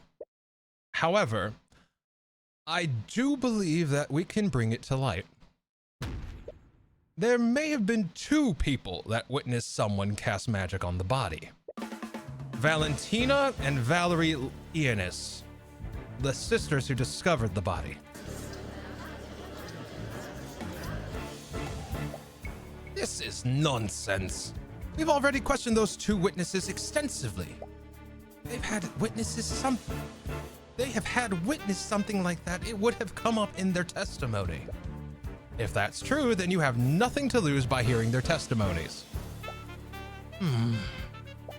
Very well. If you're so confident, let's hear the witness's testimony. It seems the prosecution has no objections. However, if this line of questioning leads to nowhere, I will see no reason to further prolong this trial. Do you understand, Mr. Cuthbert? Of course, Your Honor. Let's see. Bring. Oh, God. Oh, crap. It's that guy from before. Is he the necromancer's lawyer? She just got on the stand and she's already stressed out. This could work in your favor. Witness, please state your name and occupation for the court. My name? Witness, there's no need to be so nervous. We merely want to hear what you saw on the day of the murder. Right, it's just that guy over there. You mean Mr. Cuthbert? Did this man harass you, witness? Wait a minute. Yeah. He super harassed me. How shameful. I would expect a member of our justice system to behave more professionally. Oh, shut up. Anyways, please state your name and occupation for the court, Miss Ionis. Just calm down. He can't prove anything. My name is Valentina Ionis. I am a member of the kitchen staff of the Wyvern Guard Imperial Academy. As I recall, you were one of the witnesses who discovered the body. Apparently, the defense finds your involvement suspect. Let's see, what did Automod do now? Hold up. Oh no, Shay fixed it. Shay fixed it, thank you, Shay. Let's see. Hold up, honestly, if anyone had to die, I'm glad it was that Bellwether, though. She was such a fucking bitch. Hey, Daddy, how you doing? I can see the Phoenix mannerisms. Yep. There's a whole, it is heavily influenced by Ace Attorney for sure. Welcome on in, Daddy. Let's see. The main character's power is slamming the desk just like Phoenix, right? I mean, that's how you channel that defense attorney energy, right? Let's see. Tyrion channels the right bullshit technique. Exactly. See, you know. I kept making anus jokes with these sisters. Oh my god. Oh god. I came very close to stumbling over that eye, I will admit. Rest assured, Miss Ionis, in this courtroom you will be protected from Mr. Cuthbert's harassment. Now, please testify to the court what happened that day. Yeah.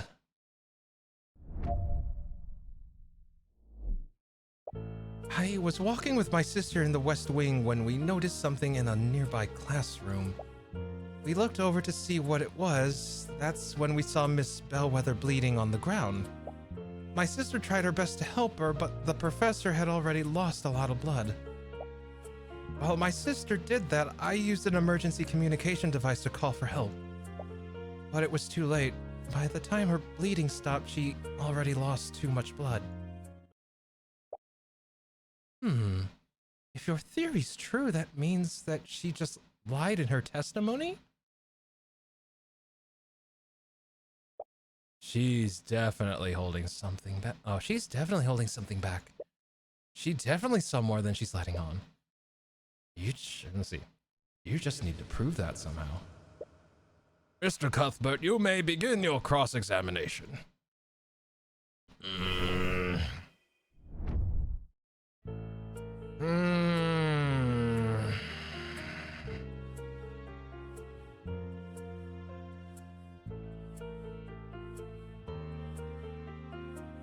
Maybe I just press everything?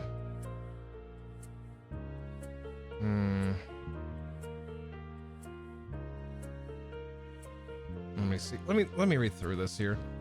I was walking with my sister in the West Wing when we noticed something in a nearby classroom. Okay. We looked over to see what it was when we saw Miss Bellwether bleeding on the ground. My sister tried our best to help her. The professor... She tried to help her? Miss Eunice, how exactly did your sister try to help Miss Bellwether? What? I slipped up. Oh, my sister used first aid to try to stop the bleeding. I see. Could you please add that detail to your testimony? Yeah, sure. She used first aid and applied pressure to the wound to stop the bleeding. Your sister knows how to use a first aid kit? Yeah, it was covered in our training when we first started working. With all the nobles around, I guess the headmaster wanted to make sure we were prepared. Okay. First aid spell. Yeah, sure, right? I cast first aid.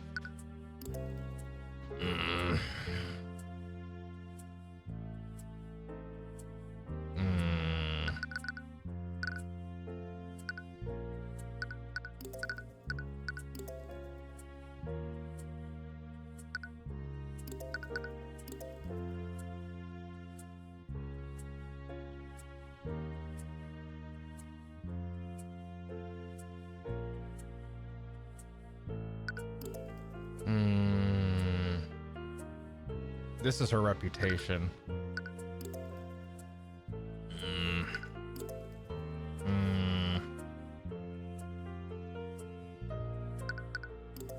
Died at 2:01 p.m. Body shows no signs of cuts or bruising. The alchemist report has verified the death was not cause of death not apparent. Yeah, there was no bruises or cuts on the body, right? So like how? No, that contradicts, right? Because if she was bleeding out, there would have been a cut that she was trying to slow the bleeding of. But when they found the body, there was no cuts. So yeah, that's the issue. There we go. See, it's giving technically not alive vibes. Yeah, right. You are technically correct. The best kind of correct. It's one of those bullshit things. Let's see. Witness, what is the meaning of this? What are you looking at? Like, why are you looking at me like that? Maybe I can elaborate, Miss Eunice. You weren't present in the galley earlier, were you? No, I was waiting in the lobby. Lady Steelwind told me to wait there. Well, I suppose I should consider myself lucky.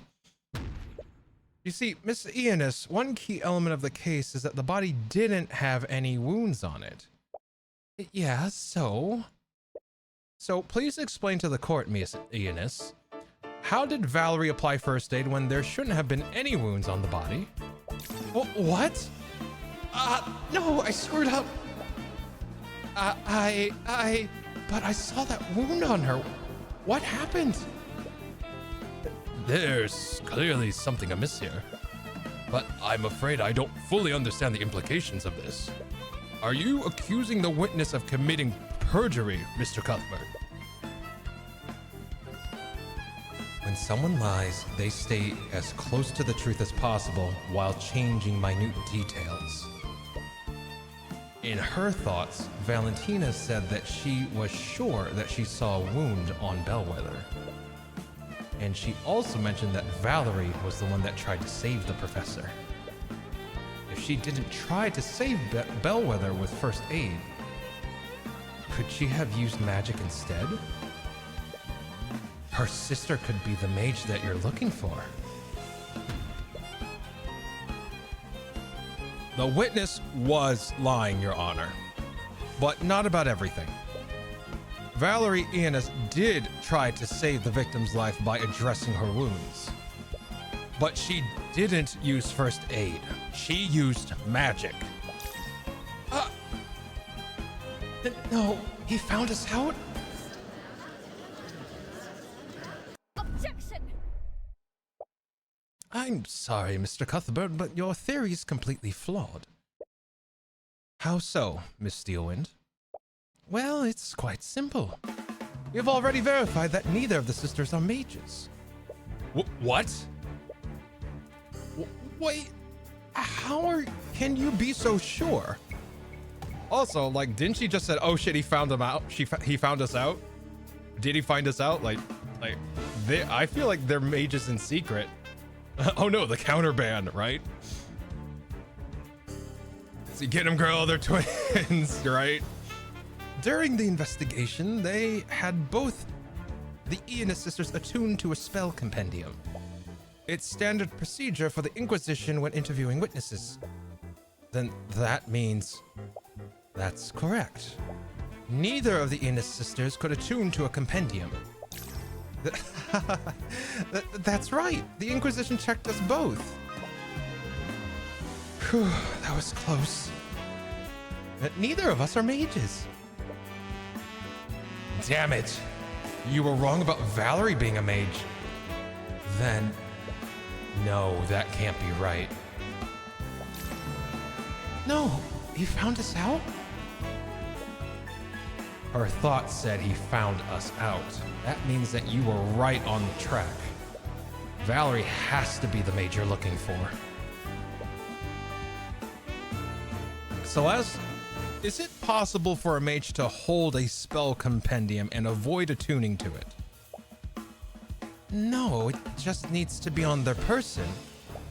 When I was arrested, the Inquisition also made me attune to one of their spell compendiums. They were really careful to make sure that I did the attunement correctly. There's no way a mage could avoid attuning to a compendium with them watching you. Right. Commander White may be negligent sometimes, but even he isn't that careless. Now, if you're done, I do believe that you've exhausted all your options. Wait, I'm still not done cross-examining this witness. What could you possibly hope to glean from her testimony? Valentina should be stressed out enough to see more of her thoughts. But you can't exactly say that you're planning to read her mind. There's one key element of her testimony that the court is overlooking.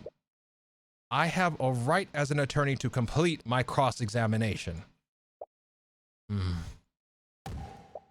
Your Honor, the defense is clearly trying to buy time. I might be compelled to agree with you. However, I also admit that some elements of the witness's testimony are quite peculiar. I will allow the defense to perform one more cross-examination. That was close. But know that this is your last chance, Mr. Cuthbert. If you produce nothing substantial, I will pass my verdict. Of course, Your Honor. All right, it's all or nothing. If you can't find anything by reading her mind, this whole case is finished. Witness, please give your testimony once more. Okay. Damn it, how long does he plan to keep me up here? Let's see, I'm back. Even the new director doesn't take me seriously. I was talking and she goes, oh, you're so cute, and left. God. Anyway, what happened? We're in the court section now. Yeah, basically you didn't miss too much. We found some additional clues that implicate that someone on the cooking staff may be capable of using healing magic, but other than that, you didn't miss too much, Ghosty. Let's see. Oh, there we go. Let's see. Like I said, my sister and I saw Miss Bellwether bleeding on the ground. We rushed over to her. I was definitely surprised when I saw her like that. Now that you mention it, I don't know if I saw any wounds on her, but I definitely saw blood. I can't go back on that now. I just need to play dumb. My sister tried to save her, but she didn't use any magic. Ugh, Valerie, you're too kind-hearted for your own good. Neither of us is a mage. Both of us held that book the knights gave us. I was caught off guard when they asked us. They almost found us out. The commander was watching us the whole time. He can confirm it. It's a good thing that we're twins, or else that trick wouldn't have worked. Ah ha ha ha ha ha, bitch.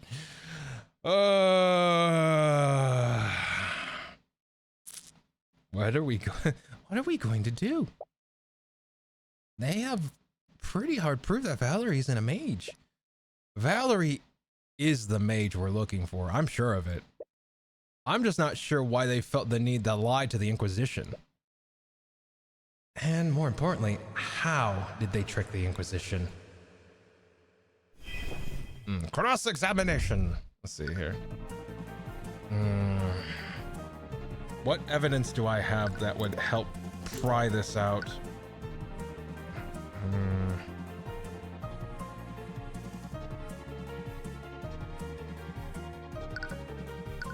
I don't have anything. I don't think I have anything at the moment, so I think I need to press. Oh wait, no, I have interpret. What's interpret? What? This is what? Hold up. Let me save. Let's see here. Wait, did they actually pull an Orient? Maybe. Like Orient Express? Maybe. Let's see here. We rushed over to her. Now that you mention it, see, I can't go back now. I just need to play dumb. Valerie, you're too kind-hearted for your own good. I was caught off guard when they asked us. They almost found us out. I forgot what interpret does. Have I used interpret before? The commander was watching us the whole time. He can confirm it. It's a good thing we're... That's the most important bit. So let me press this. Hold on. No. I'm pressing the statement. I'm not pressing her thought. Okay. So maybe that's what it is. Pressing is like you're pressing the verbal statement. Maybe interpret is like kind of like pressing the inner thought. Maybe that's what it is.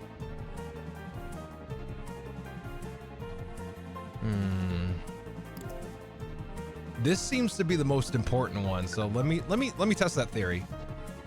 Objection! What the fuck just happened? Miss Eunice, your thoughts betray you. What?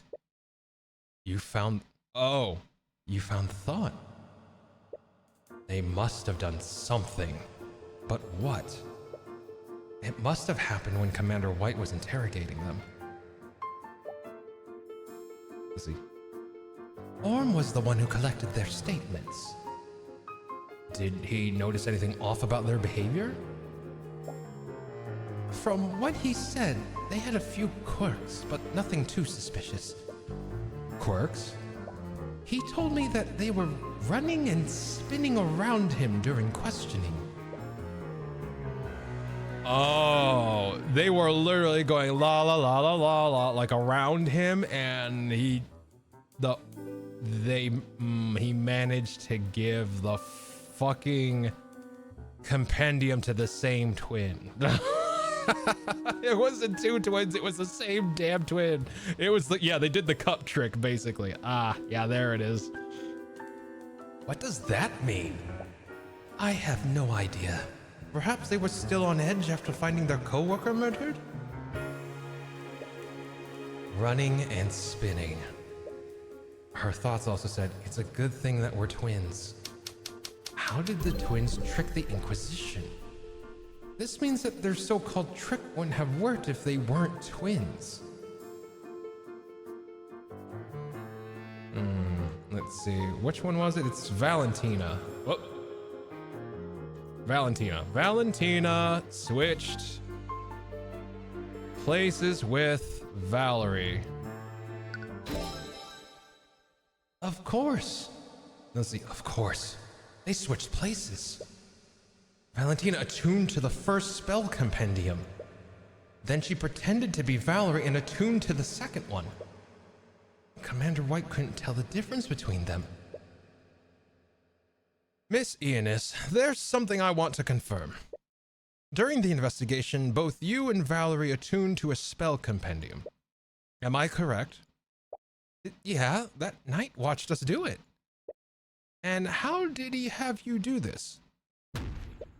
Did you both attune to those compendiums at the same time? Or did you attune one after the other? What? Oh, wait, does he know what we did? I fail to see how this makes any difference, Mr. Cuthbert. Yes, I agree. The spell compendiums could work regardless of what order they were in. You may not be aware of this, Your Honor, but Valentina and Valerie Ionis are identical twins, which means their physical appearances are nearly identical to each other. If Commander White didn't have them attune at the same time, what would stop the twins from switching places with each other? Objection! This clearly has nothing but baseless conjecture. Orm wouldn't fail at such a basic task. Really? Really, Prosecutor Steelwind? Do you find it hard to believe that Commander White would fail at a task like this? Wow, the fucking shade being thrown at the commander right now. God damn it. That's so stupid though. It's funny. Yeah, it's like literally this is dunk on the commander time. Fucking A. Literally literally they just went, he's that fucking dumb sometimes. Can we all agree in the court that he's fucking dumb sometimes? Jesus Christ. The gumshoeness of the thing is, he seems way more battered and grizzled, so you kind of expect not that bullshit from him, but he's just like Gumshoe. Fuck. He's like warrior. He has the warrior exterior, but he has the Gumshoe interior. Damn, sorry, prosecution. The investigators are incompetent, so they won't help you here. Oh my God. Two people spinning around a dude like fey tricking. Yeah, right. God damn. All right. Do you find it hard to believe that Commander like, I love how they italicize that. Do you find it hard to believe that Commander White would fail at a task like this? Wait a minute. This is crazy. We didn't trick the Inquisition. My sister and I are not mages. Then prove it, Miss Ionis. Bring your sister and we'll have you attuned to 2 spell compendiums at the same time. No, wait.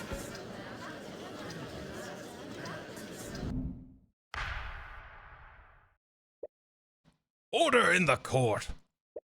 It's clear that we won't get anywhere unless we test the defense's theory.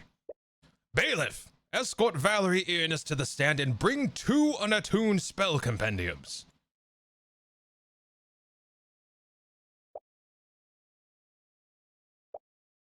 They've both had their hands on those compendiums for the last 10 minutes. There's no way they can fake it in front of this many people. All right, it's a moment of truth. You can only hope that your theory is correct. No, did he seriously? What is it, Prosecutor Steelwind? What do you see? What I see is Commander White seeking new employment in the future. It appears that the defense was correct. Valentina Ionis isn't a mage, but Valerie Ionis is. What's more, Valerie Eanis's compendium contains the mend wounds spell, which makes the defenses theory entirely plausible.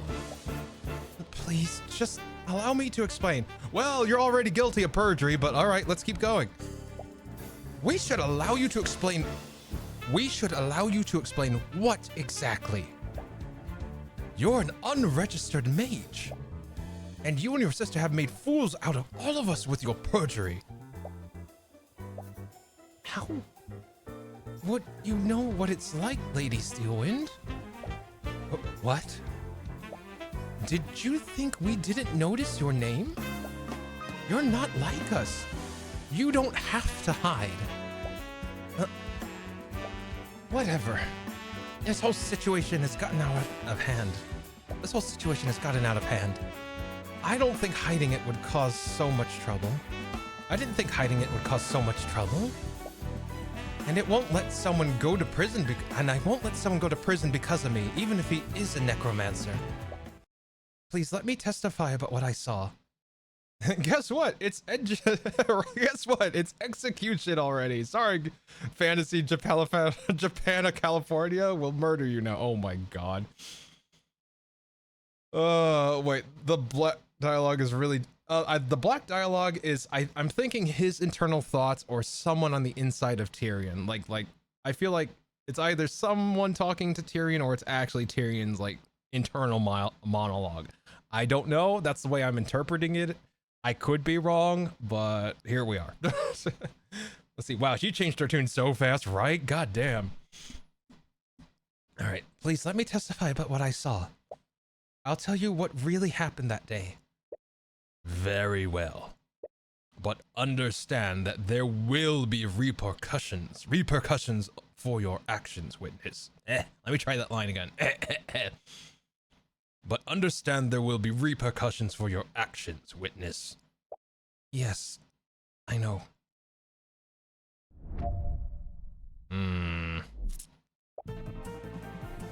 Okay. My sister and I were walking in the hallway from the kitchen to the foyer. Then I suddenly spotted the professor lying in a pool of blood in a nearby classroom. Valentina used a communication device to call for help while I tried to save her. I saw that she was bleeding, so I cast mend wounds on her to close her wounds. But it was too late. I closed the hole in her stomach, but she was already dead. There was a hole in her stomach? Your Honor, as you can clearly see from the witness's testimony, the trace of necromancy was left by the witness, not my client. What's more, it's clear that there was a physical wound on the body. I see. Well, his words trail off. He clearly doesn't want to pass a verdict when there's no clear culprit. But he has no choice. The case against Wallace is predicated on Bellwether being killed by necromancy. With Valerie's testimony, the prosecution doesn't have a shred of evidence implicating him.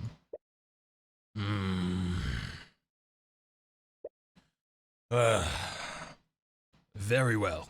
The court sees no reason to prolong this trial. With these new developments, the court has no choice but to find Wallace Nightgrave not... Objection!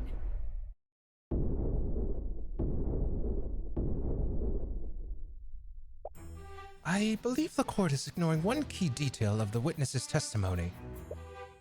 And what would that be, Miss Steelwind? Let's re-examine the witness's testimony. Valentina used a communication device to call for help while I... Oh, whoopsie. Wrong person. Valentina used a communication device to call for help while I tried to save her. I saw that she was bleeding, so I cast mend wounds on her to close her wounds. But it was too late. I closed the hole in her stomach, but she was already dead. The communication device that Valentina Ionis used logs the time of day during each use. From this log, we know that Valentina used this device at 3:04 p.m. Yeah, I was about to say, time of death was about 2 o'clock in the afternoon, so uh-oh. This was an hour after the time of death. Where are you going with this? Mr. Cuthbert, this was a witness who saw the victim before the body was found. There was a witness who saw the victim before the body was found, Jan Hughes. He, along with another witness, spotted Bellwether walking in the hallways before the body was found. I was cleaning the halls. Bellwether knocked over a vase. There were shards and dirt everywhere. It was probably 20, 30 minutes before the twins found the body. 20 to 30 minutes before the body was found. Do you see the discrepancy, Mr. Cuthbert? Wait, that can't be right. Bellwether died more than an hour before the body was found. So how did Jan see her half an hour after her death? I wonder, Mr. Cuthbert, how could one make a dead body move and walk around? No, you can't mean. There was more than one piece of evidence that pointed to a necromancer committing the crime. The defendant murdered the victim and used necromancy to animate her corpse. An undead created within the Imperial Academy? How reprehensible! That's ridiculous! She had a hole in her stomach when the twins found her. Jan Hughes would have noticed that. Animate corpse stops the flow of blood, so she wouldn't have tracked blood anywhere. The defendant is also proficient with illusion magic. He could have easily used an illusion spell to hide the undead Bellwether's... Let's see. He could have used... Line. He could have easily used an illusion spell to hide the undead Bellwether's wounds. But another party would have easily used illusion... Let's see. But another party could have easily used illusion magic to disguise themselves as the victim. If that were true, how did they move the body to the classroom?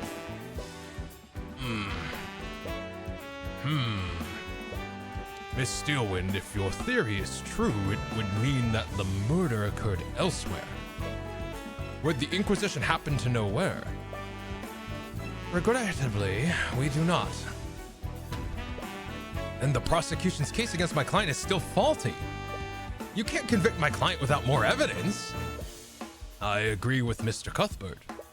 With these new developments, the court sees it fit to suspend the trial for the time being. We will give law enforcement time to investigate these unknowns. Court proceedings for this case will resume tomorrow morning. Court is adjourned.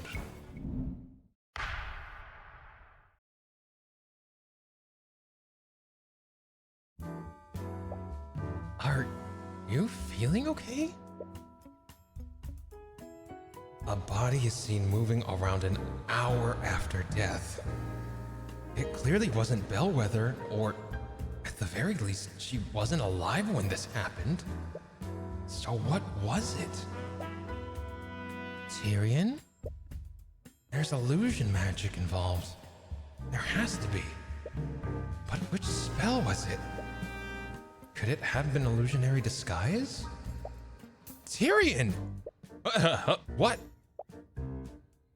You've been so quiet since the trial ended. You were making me worried. Sorry, I was just thinking about what Steelwind said. You mean about her theory? It's a little creepy when you think about it. Do you really think someone turned the professor into an undead? I don't think so. The prosecution's case is hinged on one clear fact. That Wallace was the only high-level necromancer nearby. We have to assume that he's the only person capable of using that type of magic. But then how was she walking around? I don't know. It doesn't make any sense. It's a given that Wallace didn't touch the body, so we can discount the use of high-level necromancy. So no matter what, someone used an illusion. But Aren't there 3 spells that can create freestanding illusions, not just disguises? Honestly, I don't know. We need to talk to someone who knows about that type of magic. Fuck. We're talking to Eris. We're talking...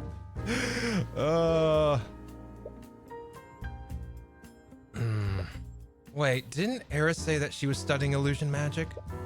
She might be able to tell us something like that is possible. Is that really a good idea? What do you mean? What if she's one of the ones who created the illusion? What? You're detecting fear from her again. Celeste, are you scared of Eris? What? No! I saw it this morning too. You always get really scared when she's around. Oh, I thought I was doing a better job of hiding it. Sorry, it's not based on anything real, but for years I've been working as a mercenary. And when you do that kind of work, you build up an instinct to sense danger. You kind of have to if you want to stay alive. Sorry, I never knew. Tyrion, I've fought literal monsters and barely escaped with my life. But when I'm near Eris, none of those creatures come even close.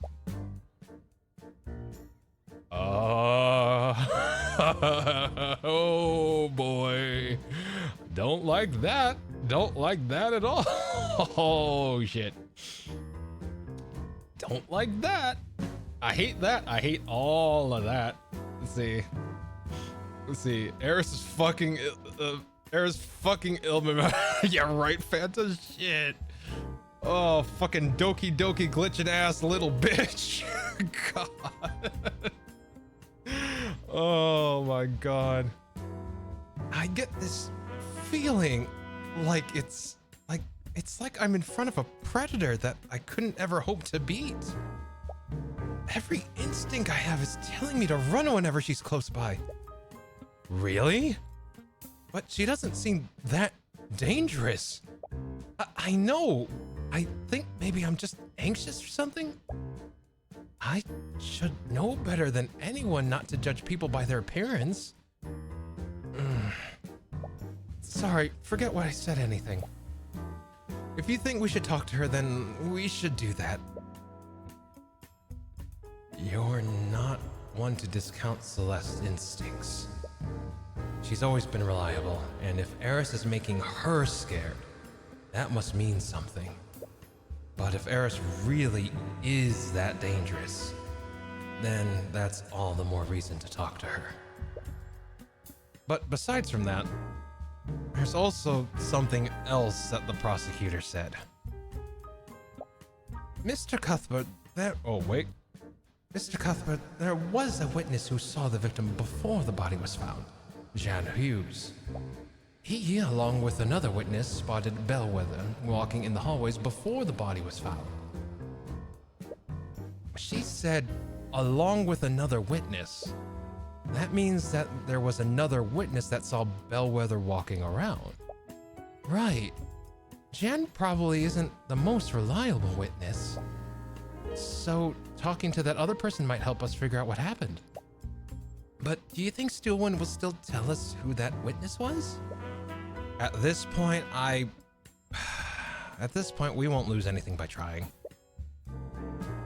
In any case, it looks like you have your work cut out for you.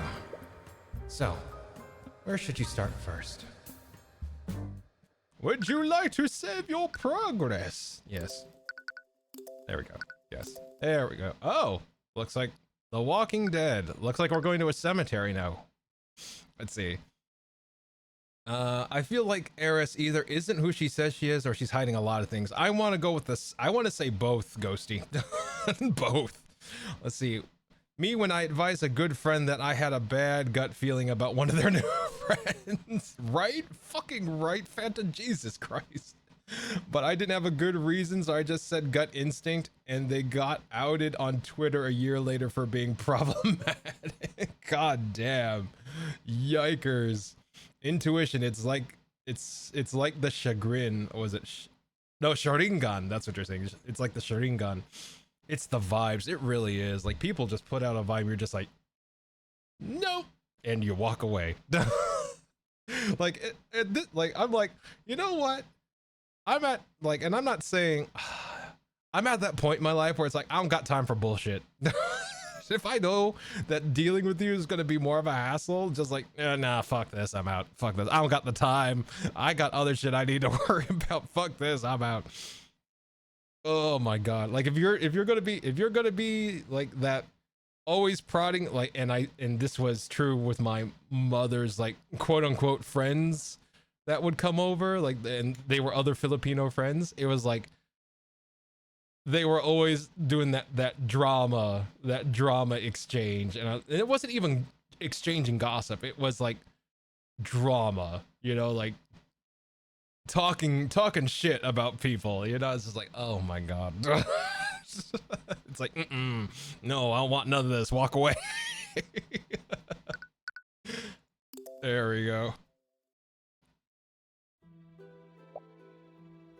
Tyrion? What are we doing here? Let's see, get slapped, spends 5 minutes falling dramatically to the floor. Yeah, right. Oh my god. Tyrion? What are we doing here? I'm not sure.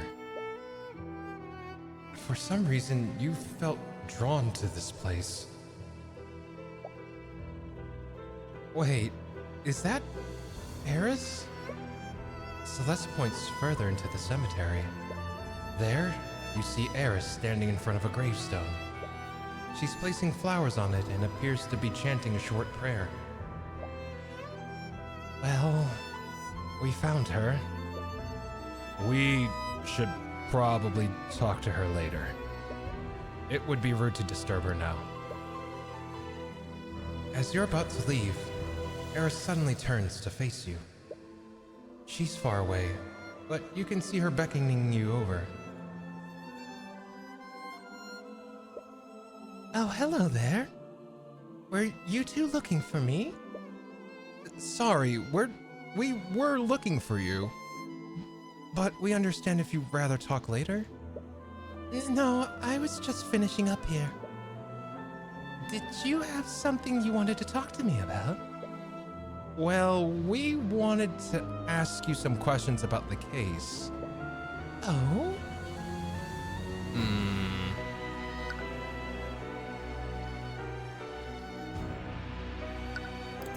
The trial. That was my first time watching a court trial. You were truly remarkable. Thank you. Were you in the gallery? Oh, excuse me. I've always enjoyed watching physical battles in the theater. But I see now that battles of wits can be just as entertaining to watch. Entertaining? Yeah, I know what you mean. You see, the odds are stacked against him, but then he suddenly pulls out this crazy deduction and steers the trial in his favor. I've never really thought of it like that. But I'm sure it's far more entertaining to be the one making the deductions. I'm not really sure what you mean. I practice law so that I can help those prosecuted by the justice system. I don't really do it to entertain myself.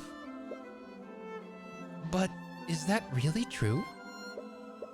Don't you find the experience even the least bit entertaining, Lastiel? Don't you find the experience even the least bit entertaining, Tyrion?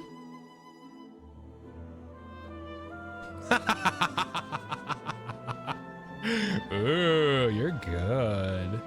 You're good. You pulled my Steam name, you little bitch. All right, we'll play your fucking game. You may be bad, but I'm worse.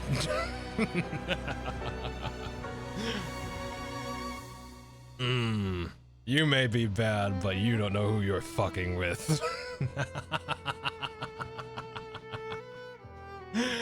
All right. Let's see. Don't you find the experience even the least bit entertaining, Tyrion?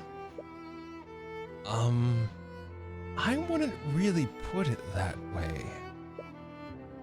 You're far, like, she's like, like Eris is speaking to the player at that point. Like, she's speaking to the, she was always speaking to the player, and then the click happened, and it's like, oh, I meant Tyrion. Absolutely getting doxxed. Yeah, fuck, right? Can you imagine you're a VTuber, but your stream account is under your IR? God, fuck that. Jesus Christ.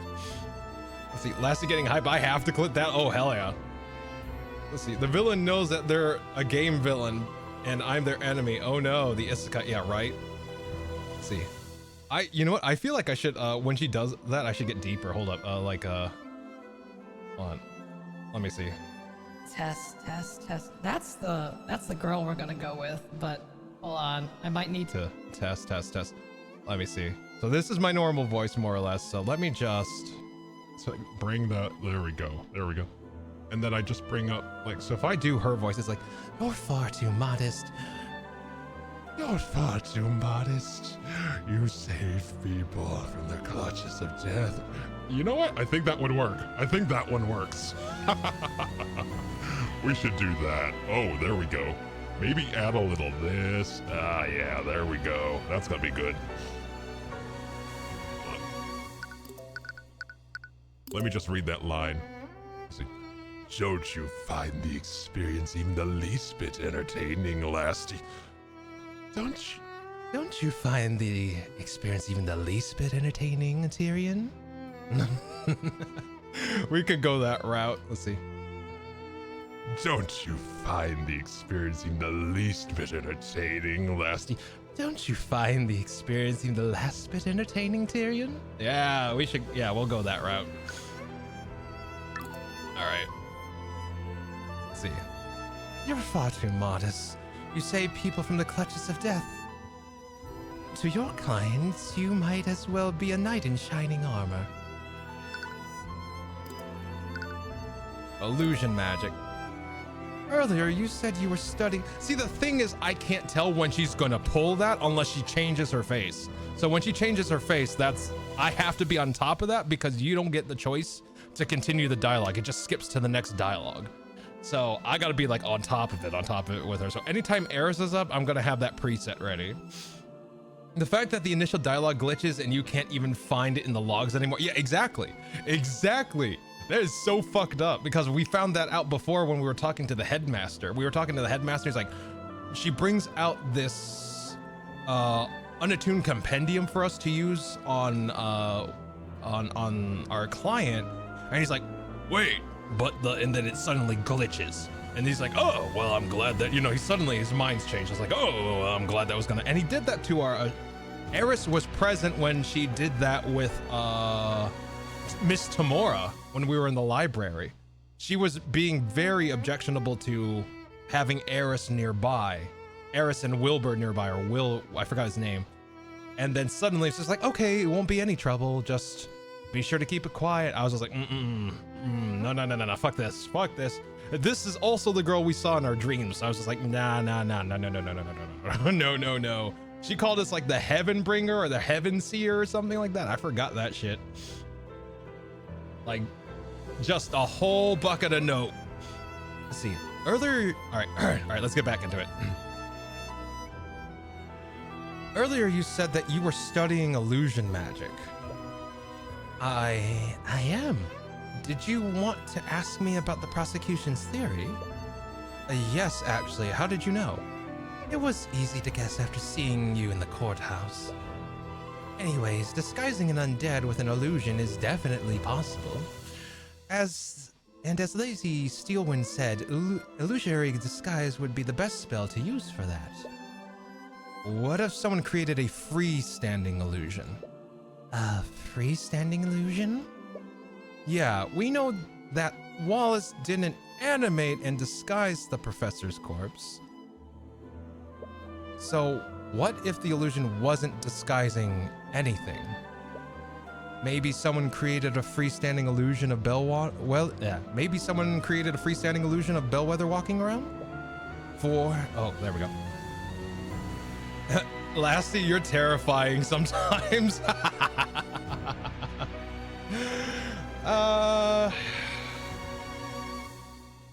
Look. Let's just get one thing straight. I have my moments. I have my moments in time where things... Let's just say that the sword is sharper than the pen, shall we? Anyway. Oh, God.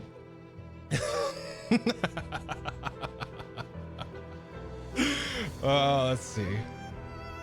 For something like that, one would probably use Major Illusion. Have you been hiding that toggle from me, sir?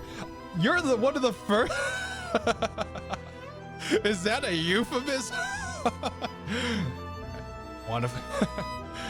Hold on.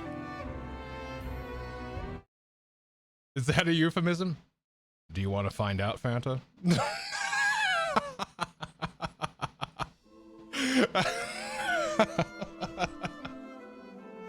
Oh my God. All right. I think you're one of the first people I showed that toggle to, Ghosty. I've had that toggle for a bit. Like, I don't know if you remember. Do it again? Do it again. Let's see here. Say so. Do it again. Do it again. All right. One more time. Okay. One more time. Let's see.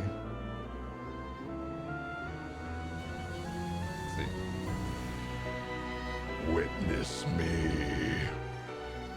Witness fantastical cosmic powers. Immediately space. There we go. Oh my God. There we go.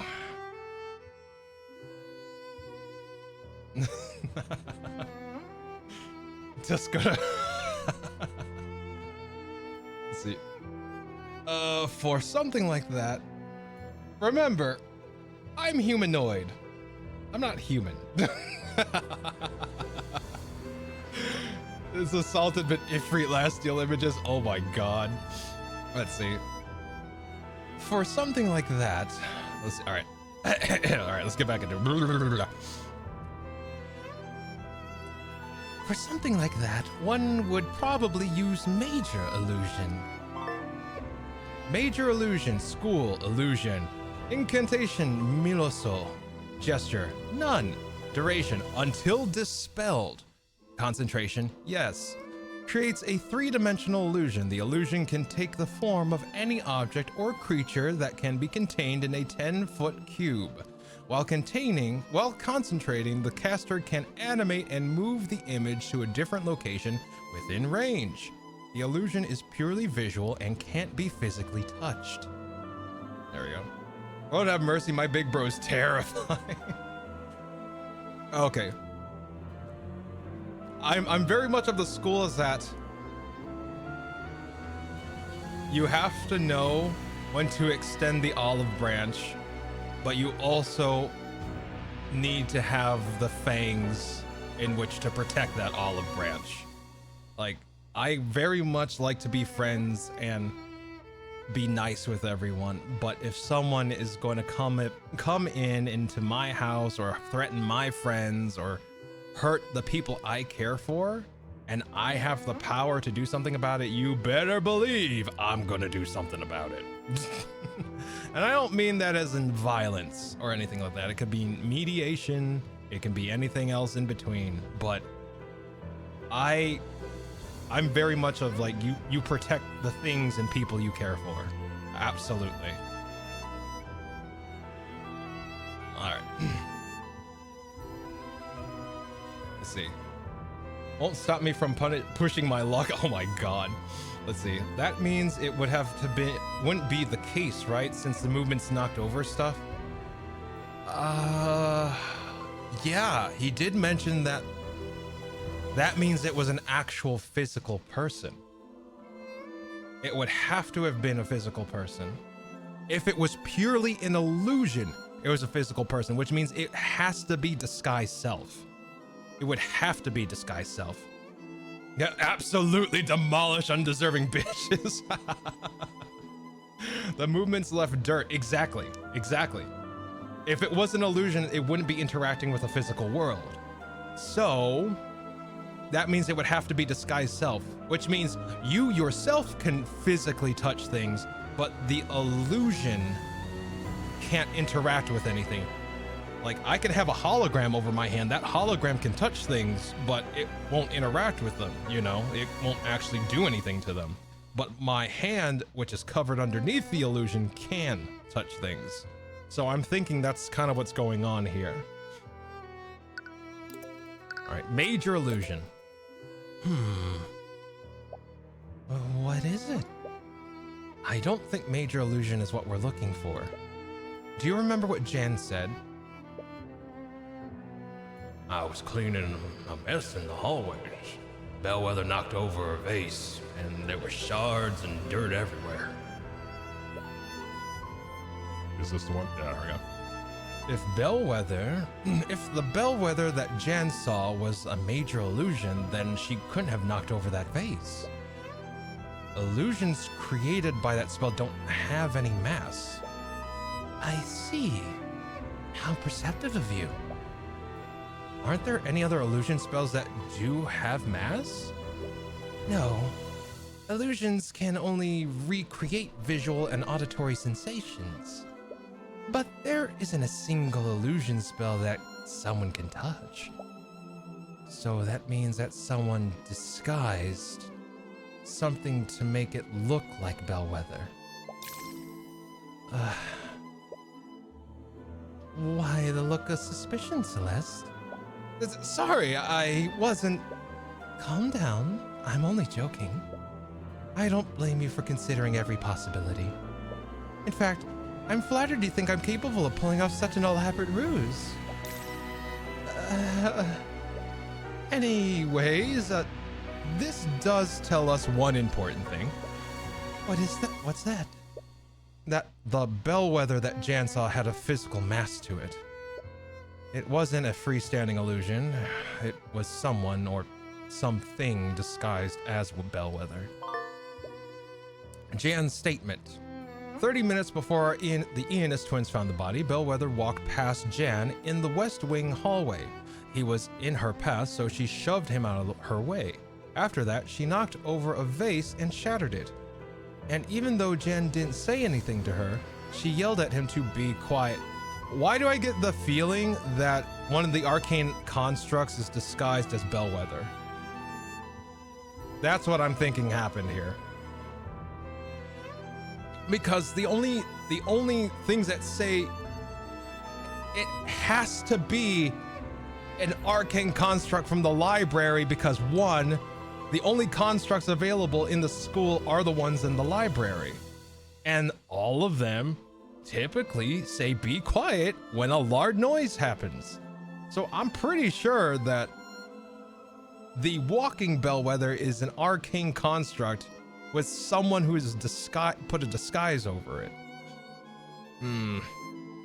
So all the glitches we saw earlier was meant for us, not the main character. I think it was for both, I feel. Because we are Tyrion, but she addresses the player, right? But I think, and also it makes sense that Tyrion's not reacting to it, but we are. So it's kind of that kind of play as well. She's someone, and like, think of it this way. We are peering into another world.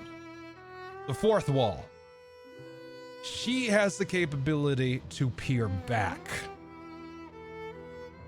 I feel like whatever she said, the heaven seer or whatever, I think we're the one. I think we're the one she's talking about, not Tyrion. We're just inside Tyrion. That's it. I think that's what she's getting at. After that little fucking outburst from her, calling me by my friggin', like, calling me Lastiel, like, I'm like, bitch, all right, I know where you're coming from, fuck you. This bitch. All right, let's see here. Jan didn't say anything to her. She yelled at him to be quiet. And remember that the arcane constructs all have her voice. They all have her voice, and the only one that can change that is the headmaster. And at the time of the murder, the headmaster was confined to his room because of the emergency. At least as far as we know at the moment. All right. After this interaction, she walked into lecture hall 2B. The bellwether witnessed by Jan Hughes must have been disguised with an illusion. In addition to that, whoever he saw that day was physically there. Casually saves the clip.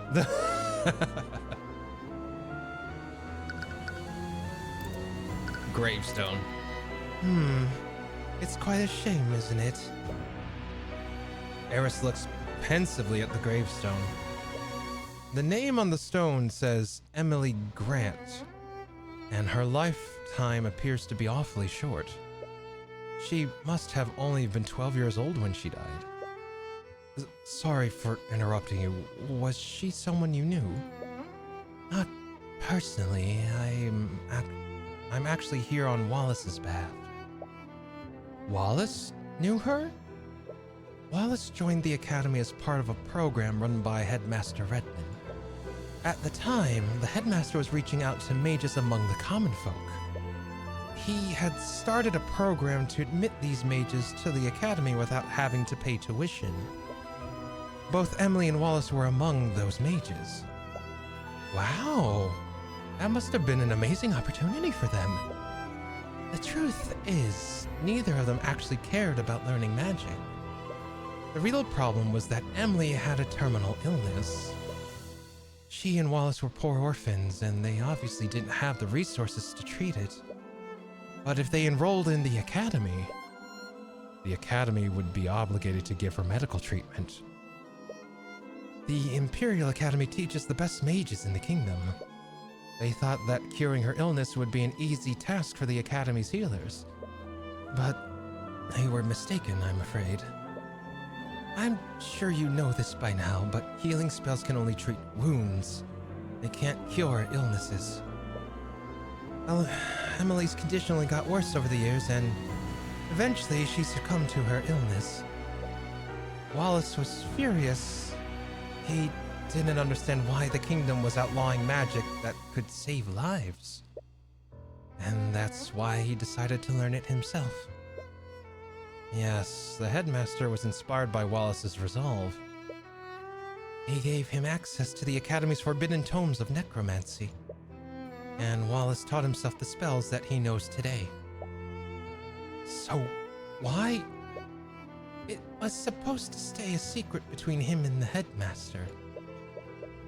But I'm sure you know now how that turned out. But I'm sure you know how that turned out.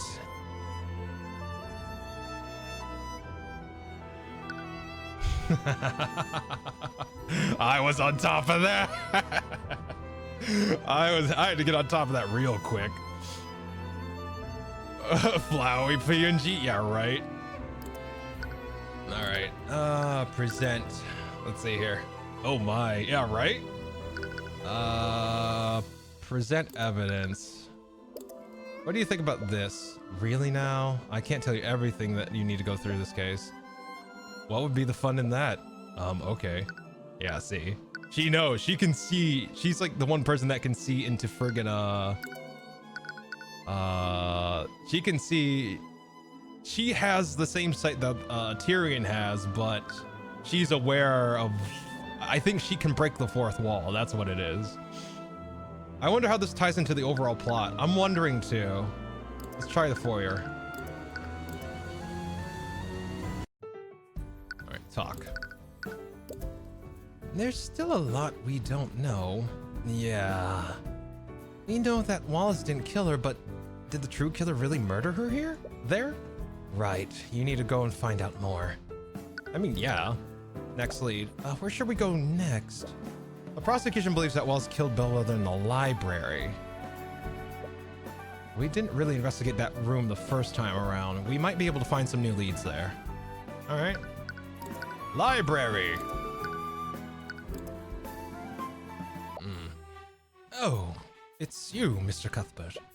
Steelwind, what are you doing here? After what happened at the trial yesterday, I decided it would be best to start my investigation here. Right. Wallace was in the library for the entire morning, so it would make sense that she'd start her search here. Actually, since I have you here, have you seen Eris Ilmater anywhere? It was my understanding that you're both acquainted with each other? Eris? What do you want with her? It's not for anything serious, mind you. It's just that oaf of a commander lost her spell compendium.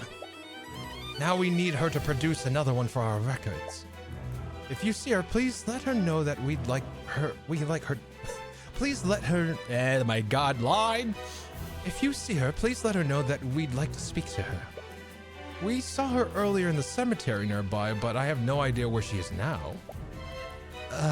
Once again, I have to compensate for that idiot's mistakes. Anyways, I was wondering if I could ask you some questions about the case.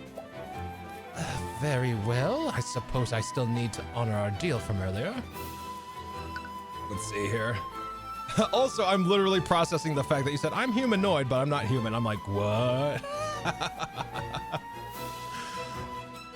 Ghosty, I'm an interdimensional traveling bard. Do with that information what you will. With a sentient guitar. Like, what do you... Come on now. Like, there we go. See, well, humanoid looking doesn't mean human. I hope this helps. How to Train Your Dragon, thumbs up, meet me, yeah, right? Oh no, I know what it means, just implications are not. What do you mean? That's all the information I have. Oh my god.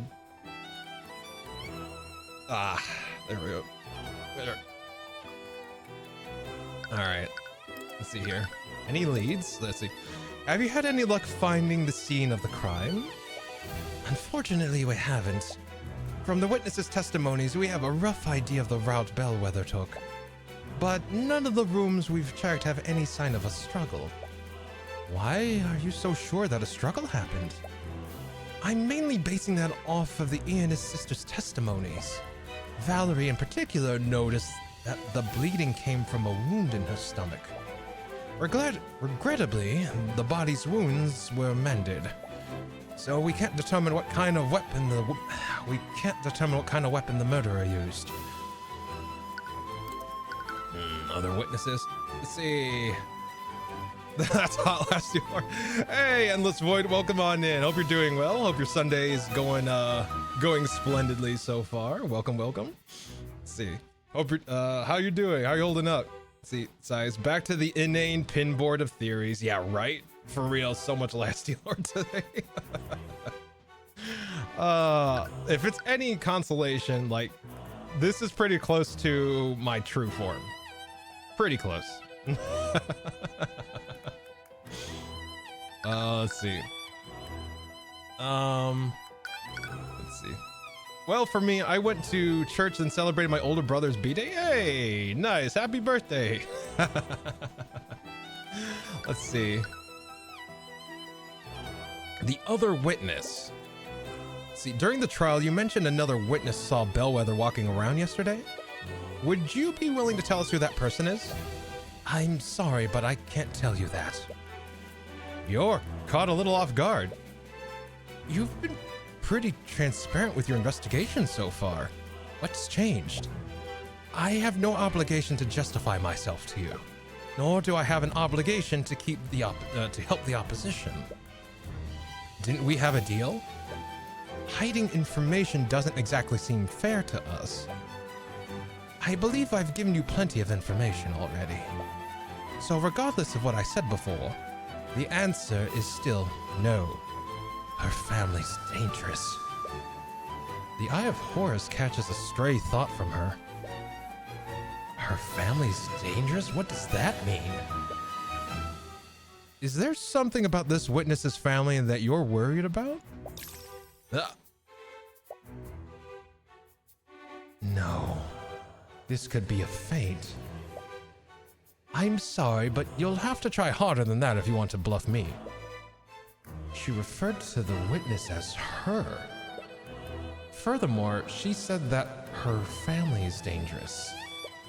Why would she go to such lengths to hide the witness's identity? In any case, it looks like she's not willing to share more information at the moment. Maybe you should try looking somewhere else.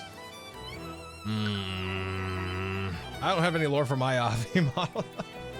I have a robust skeleton. That's about it. Let's see. Give me a break, Lassie. I don't know your lore aside from Zoe and that I rolled up one day and you're like, you're giving cowboy, and been pestering you ever since. Time to commit Lassie lore to memory. Oh God. Let's see here.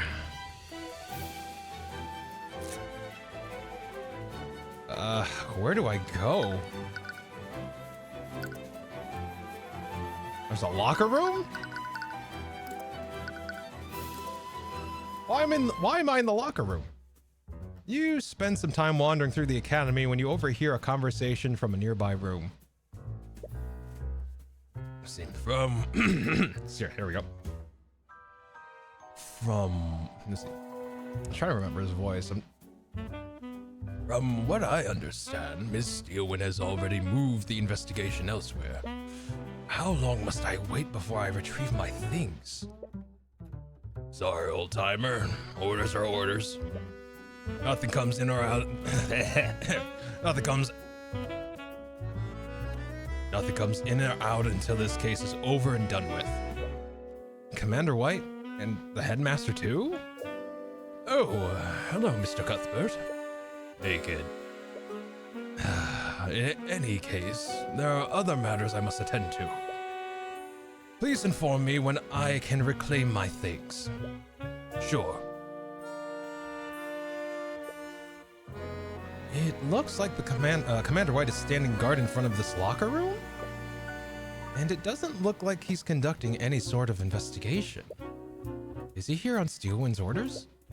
He might be able to tell you who this secret witness is. Seek fluid intake. Hey, Ash! Thanks for the hydrate. Appreciate it. Welcome in. Hope you're doing well, Ash. There we go. Yeah.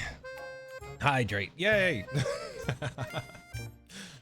Oh, and the other fact that Lassie's model can go down to underwater for some reason, and what underwater? Oh, go down to underwear. Oh my God, I misread that so hard.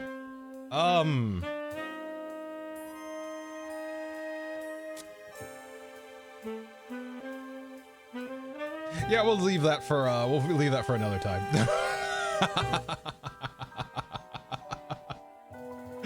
Let's see. Hey, Fred. Hey, Ash. That literally startled me. Let's see. Lassie, have your eyes checked. Actually, I'm not wearing my glasses. I should put those on. I usually can read fine without them, but I think I'm tired. Let's see. I figured between stripping you and quenching your thirst, quenching thirst comes first. Appreciate it. Let's see. Put them on, dude. I have them on already. I have them on. Actually, like, I could switch to contacts. Like, I don't need them. Like, if I remove them, like, everything's just slightly fuzzy. It's not even, like, I can still read things. Like, see. What is the headmaster talking to you about? What's the headmaster talking to you about? Supposedly, he has some items stored in one of the faculty's lockers. The problem is, Steelwind said no one gets in or out of this room. Yeah, see, like, I can still read without the glasses. Let's see, can Lasty read chat now? Lasty has always been reading chat. Like yesterday's stream, I didn't have glasses on. Let's see, I have something to tell you. Oh, what's going on? Let's see. Except for her and you two, apparently. No one in or out except for him or you two, apparently. She won't even let the other knights in here. Really? Is that normal? Nope. But things rarely are when she's calling the shots.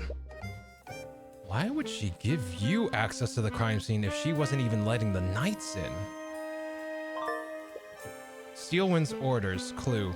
With the exception of you and Celeste McCoy, Prosecutor Steelwind isn't allowing anyone inside key areas of the Academy. She isn't even allowing the Knights of the Inquisition within these areas. She appears to be conducting the investigation single-handedly. Wow. Wow. That's a power move.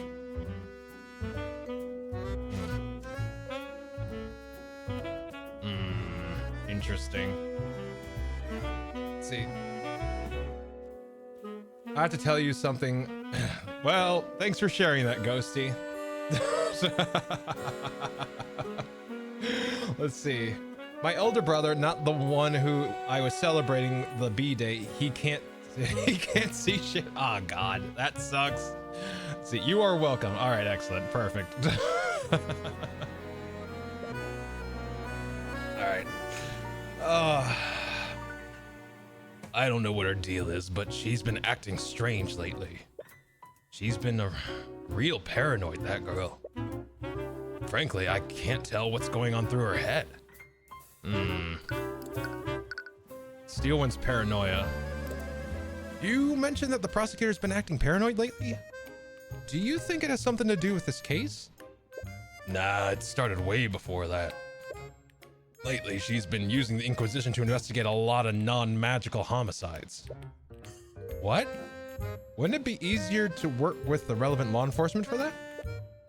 I don't know why, but she's convinced that these cases have magic involved. But we scanned each and every one of those crime scenes. Nothing turned up. I gotta say though, if it weren't for the scans, I might actually agree with her. Why do you say that? Those homicides, I haven't ever seen anything like them. They're probably some of the most screwed up cases I've ever handled. For one of those cases, we had ourselves a disgruntled spouse. She found out that her man was going around with the barkeep. And you know what the spouse does? She stalks the poor woman. She starts leaving threatening notes all around where she worked. The barkeep told the city watch all about what was happening. But no matter how much they stalked out the tavern, they could never catch the perp. And one day, the barkeep arrived home. But little did she know, the spouse was waiting there for her. The poor lady never had a chance. Then, to tie the whole thing together, the spouse waits for her husband to get home. She cooks him a big roast using the barkeep's remains.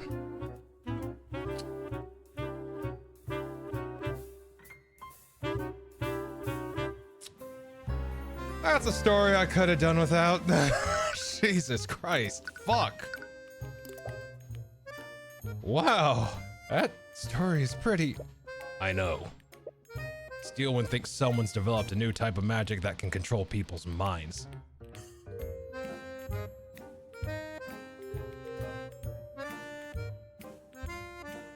Looks over at Eris 3 screens away. God damn it.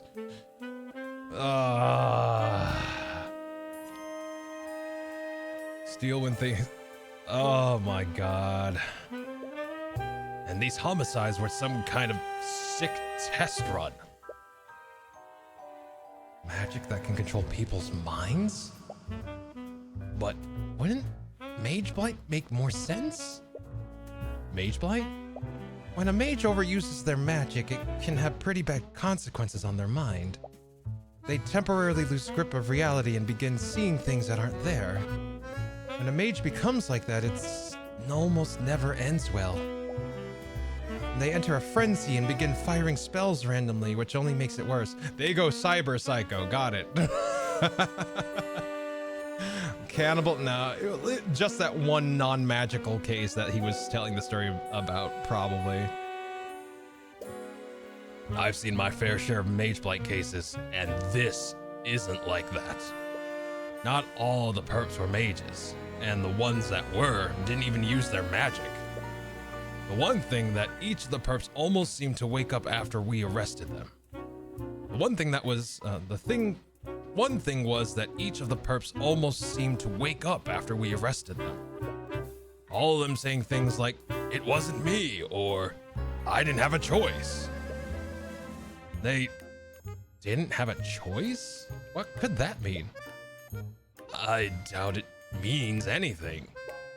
Sometimes people can't face the things they've done. It's easier to say that you had no control than to take responsibility. You wonder if you can mislead the commander into revealing who the secret witness is. During the trial, Miss Steelwind mentioned that someone other than Jenny who saw Bellwether walking around. Have you seen them around lately? We wanted to speak with them. Nice try, kid. Well, it was worth a shot. Honestly, I couldn't tell you even if I wanted to. I don't think anyone other than Steelwind knows who this witness is.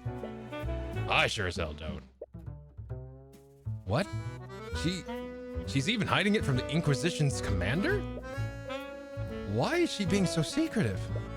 It looks like the commander doesn't know who the secret witness is either. This isn't getting us anywhere. Steelwind's behavior is strange, though. Perhaps you could try analyzing her behavior. If you do that, you might be able to find a way to convince her to help you. Okay. Steelwind's behavior has been strange this time around. She's hiding elements of the case, even from the commander.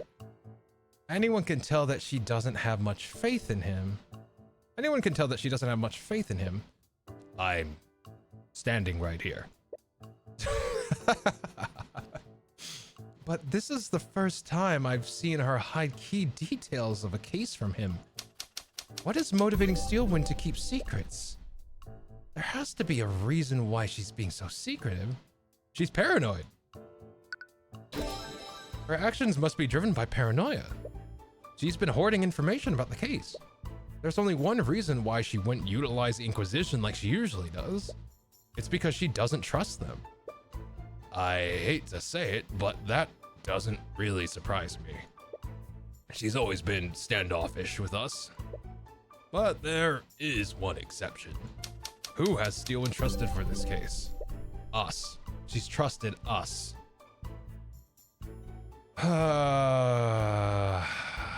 Fuck. There are individuals who she's trusted more than the Inquisition during this case. She's trusting us. Tyrion and Celeste, because we're the only ones that can access this room. She let us investigate the crime scenes without any restrictions. Yeah, I never really thought about that. Does she trust us that much? I don't think personal trust is the reason. Why does Steelwind trust us this time? We don't usually interact with her, and she worked with the Inquisition on plenty of cases that we weren't even involved in. Let's see. Steelwind is...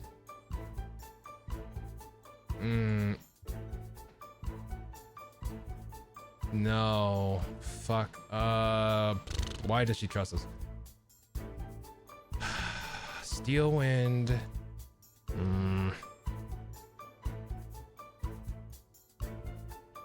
What are the options at the end here? The nobility, the Inquisition, the faculty.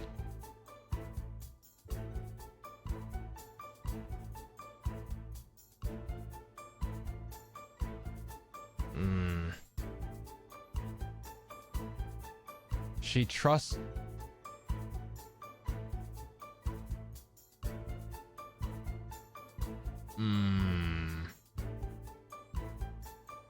I have three choices here. Is, isn't... No, isn't.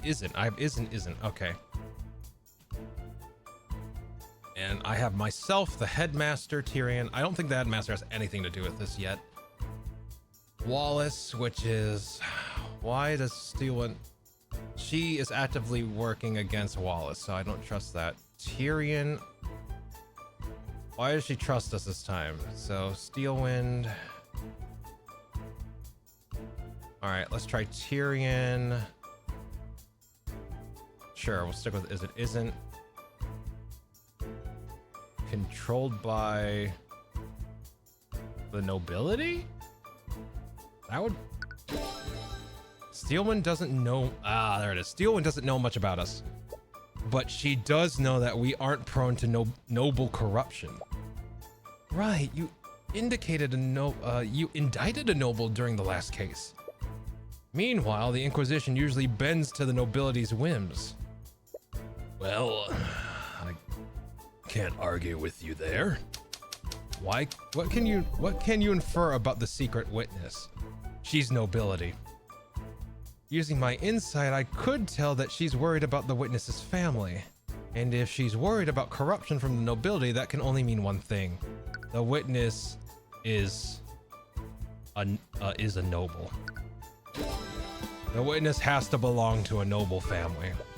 That's why she's so wary of interference. But we're obviously not going to do anything corrupt. Why is she hiding the witness's identity from us? You recall seeing a thought through the eye. So regardless of what I said before, the answer is still no. Her family's dangerous. I think she's worried about our safety. Yeah, let's see. Yeah, I guess harassing a noble could put you in danger. But I'm the protege of the infamous Ruby Tamora. Yeah, it's not as if we aren't already on the nobility's bad side. I'm sure the Pierce family still has it out for us. This can only mean that the family we're dealing with is even more powerful than House Pierce. If the prosecutor is wary of them, they could even be as powerful as the Steelwinds. Wait. Don't tell me you think we're dealing with one of the four pillars. 4 pillars? It's the name people use for the top 4 noble houses. These families stand at the top of the kingdom's aristocracy. If I recall correctly, the 4 pillars are House Freyga, House Von Sanctus, House Sybil, and House Steelwind. Steelwind? Is a part of one of them? Yeah, which makes it so much weirder that she's serving as a prosecutor. The 4 pillar families. The 4 pillars refer to the 4 most powerful noble houses. These houses are House Steelwind, House Freyga, House Von Sanctus, and House Sybil.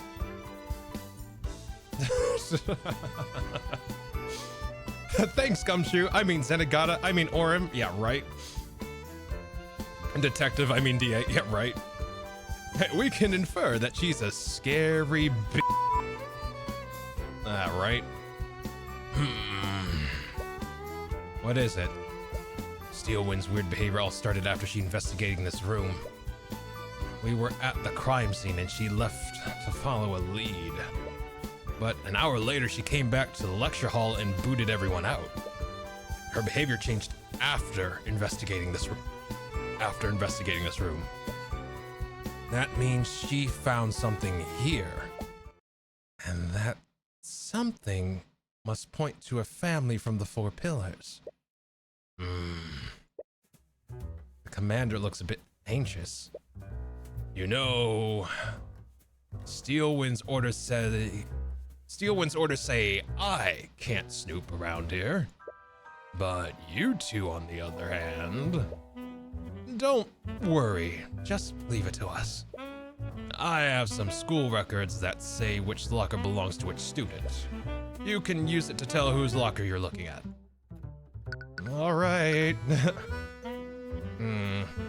me see. Is there anything else I can talk to him about? No. Examine. Oh, there's an arcane construct in the back here. Ha ha ha ha ha ha! Arcane construct. It's probably here to aid the students. Anyways, I don't think it's relevant to our investigation. But perhaps you should make a small note of it anyway. Construct in the locker room. There appears to be an inactive arcane construct in the academy locker room. Let's see. You used the legend that the commander gave you. You look carefully across the list and find some notable student names. Let's see. There we go. Wallace Nightgrave. So we know Nightgrave. We know Freyga. We know Jaden Von Sanctus and Warren Sybil. Okay, Wallace Nightgrave. Why not? You open Wallace's locker. Inside, you find a bottle of fragrant liquid and something that looks like a makeup kit. Huh. I didn't expect Wallace to use stuff like this. It does seem strange, but it's not your place to judge. Anyways, you should try looking through the other lockers. You used your legend the commander gave you, and you look across the list and find some notable student names. Okay, so there we go again. Lasty smugness. Oh, they swapped the name tags again. Oh yeah, they could have swapped the name tags. I think, yeah, you're right. I think that's what happened. Let's see.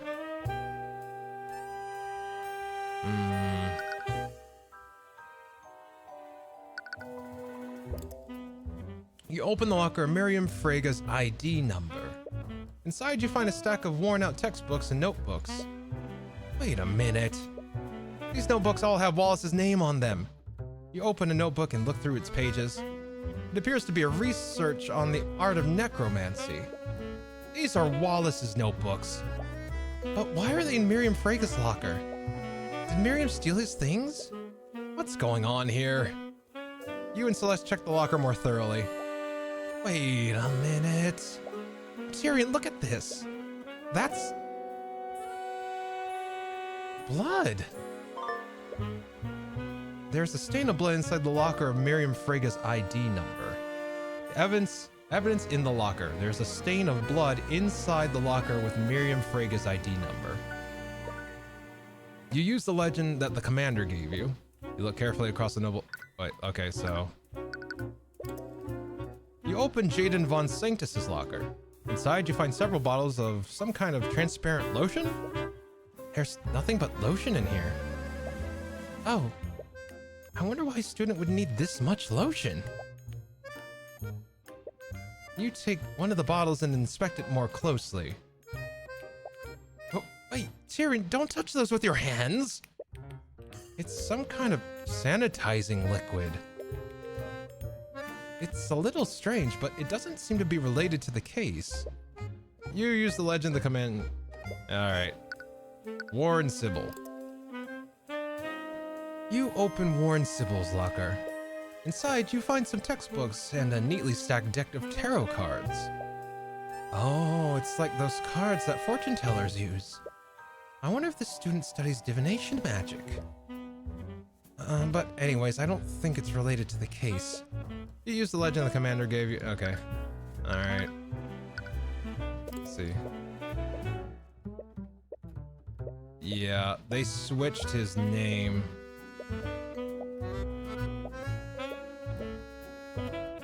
Alright, back. You found a few things, but I can't really make sense of any of it. We should look at this from the prosecutor's perspective. Steelwind found something in one of the lockers. Which locker had the most suspicious evidence? And whatever that was, it made her extremely paranoid. Freyga. No matter how we look at it, we found some insanely suspicious things inside Freyga's locker. It had Wallace's notebooks and even some blood. But that blood is certainly strange. It implies that something bloody was stored there. Do you think someone stole it? No, actually. I think it was Steelwind who took it. Oh, right. Orm mentioned that she investigated this room. She must have taken the bloody item as evidence. But with that said, there's something else strange about Miriam Freyga's locker. It had a lot of Wallace's possessions. It's possible that she really did steal these items from him. But it's more likely that this locker isn't actually hers. Remember what Wallace told us before? Oh. Sometimes other students would steal the ID number off my locker. Then they'd switch it with the number of another locker. They thought it was funny whenever the student who owned that locker got angry with me. So someone switched the nameplates. This means that this isn't Miriam Frega's locker. It's Wallace's. But that would mean that the bloody object came from Wallace's locker. It appears so. There's a stain of blood inside the locker with Miriam Frega's ID number. This locker actually belongs to Wallace Nightgrave. Someone must have switched the ID numbers with Miriam's locker. Let's see here. But if that's true, why did Steelwind present the bloody item during the trial? Let's see. But if that's true, why didn't Steelwind present the bloody item during the trial? I proved that Bellwether was wounded before Valerie healed her. Wouldn't that have been the perfect time to present what she found? It was a bloody item found in the defendant's locker, after all. She could have easily proved that the nameplates were switched too. Right, that is weird. There's something more to this that you're not seeing, but what? I think we'll just have to ask Steelwind ourselves. Let's see, talk, examine. Oh, okay, so I can't search for magic, apparently. All right, fine. Let's see. I guess we talk to Steelwind? That's probably the best bet. Steelwind, library, right? Oh, you're back. We've uncovered a few things during our investigation. Miss Steelwind, are you acquainted with a student named Miriam Frega? I underestimated him. I said it before, Mr. Cuthbert, I won't fall for such an obvious bluff. It's not a bluff, Miss Steelwind. And I'll prove it using the evidence we've gathered. Ah, psychological profile. Oh, wait. Okay, it's gonna be one of those things. Arya Steelwind's psychological profile is complete. All right, talk. All right, hold up. We're gonna save just in case. There we go. And let's see, talk. Steelwind is paranoid, and for whatever reason, it's due to the involvement of Miriam Frega. Okay. If you could convince her to reveal why she's being so secretive, she might give you more information. Are you... Start an argument. Argument. You've been behaving strangely, Steelwind. Let me read her profile again. Let me see here. All right. Steelwind is extremely logical and won't accept arguments that aren't supported by evidence. However, she has become secretive lately, and her actions seem to stem from paranoia. She's uneasy about case elements that relate to Miriam Frega, and she's very inclined to hide Frega's involvement from the court at all costs. You've been behaving strangely, Steelwind. Even the Knights of the Inquisition have noticed. Please, just tell me, why are you being so paranoid? I'm not sure what you're trying to imply, Mr. Cuthbert. Nothing about my behavior has changed. What did she just say there? Whoopsie. Nothing about my behavior just changed. I've approached this case objectively, just like I have with every other case. Really? Your orders say otherwise. Where is it? Evidence in locker, construct in locker room. 4 pillar families. There it is, Steelwind's orders. With the exception of you and Celeste McCoy, Prosecutor Steelwind isn't allowing inside the key areas of the Academy. She isn't even allowing the Knights of the Inquisition within these areas. She appears to be conducting the investigation. Yep, there we go. You've ordered the Knights to stay away from the crime scene, and you've even taken it upon yourself to conduct the investigation yourself. That is not normal behavior for a prosecutor. I took those actions because the Inquisition is incompetent. How could I possibly trust them with anything? The Knights are incompetent, but even you can see the value of delegation. During Celeste's case, you still delegated tasks to the Inquisition, and you could have easily investigated the McCoy Tavern yourself. This academy is huge. You wouldn't conduct your investigation this way unless you had a good reason.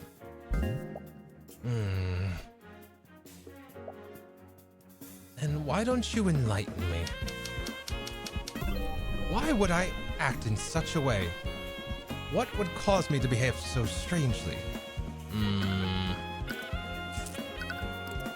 Evidence in the locker. Let's see here. I'm pretty sure it's this one. Wait. No.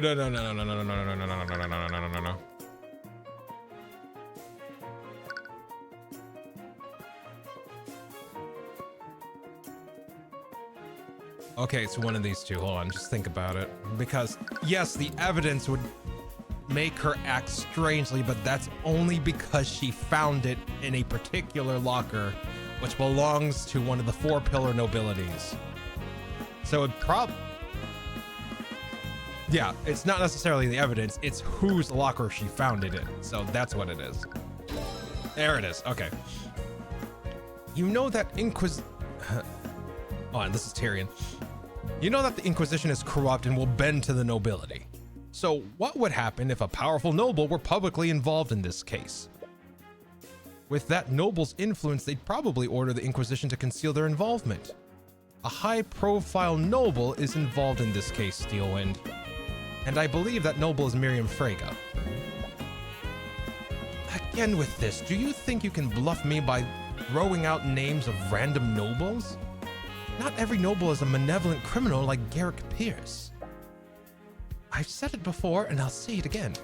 My investigation does not involve the Freges. Nothing about this case has anything to do with House Frege. Come on now.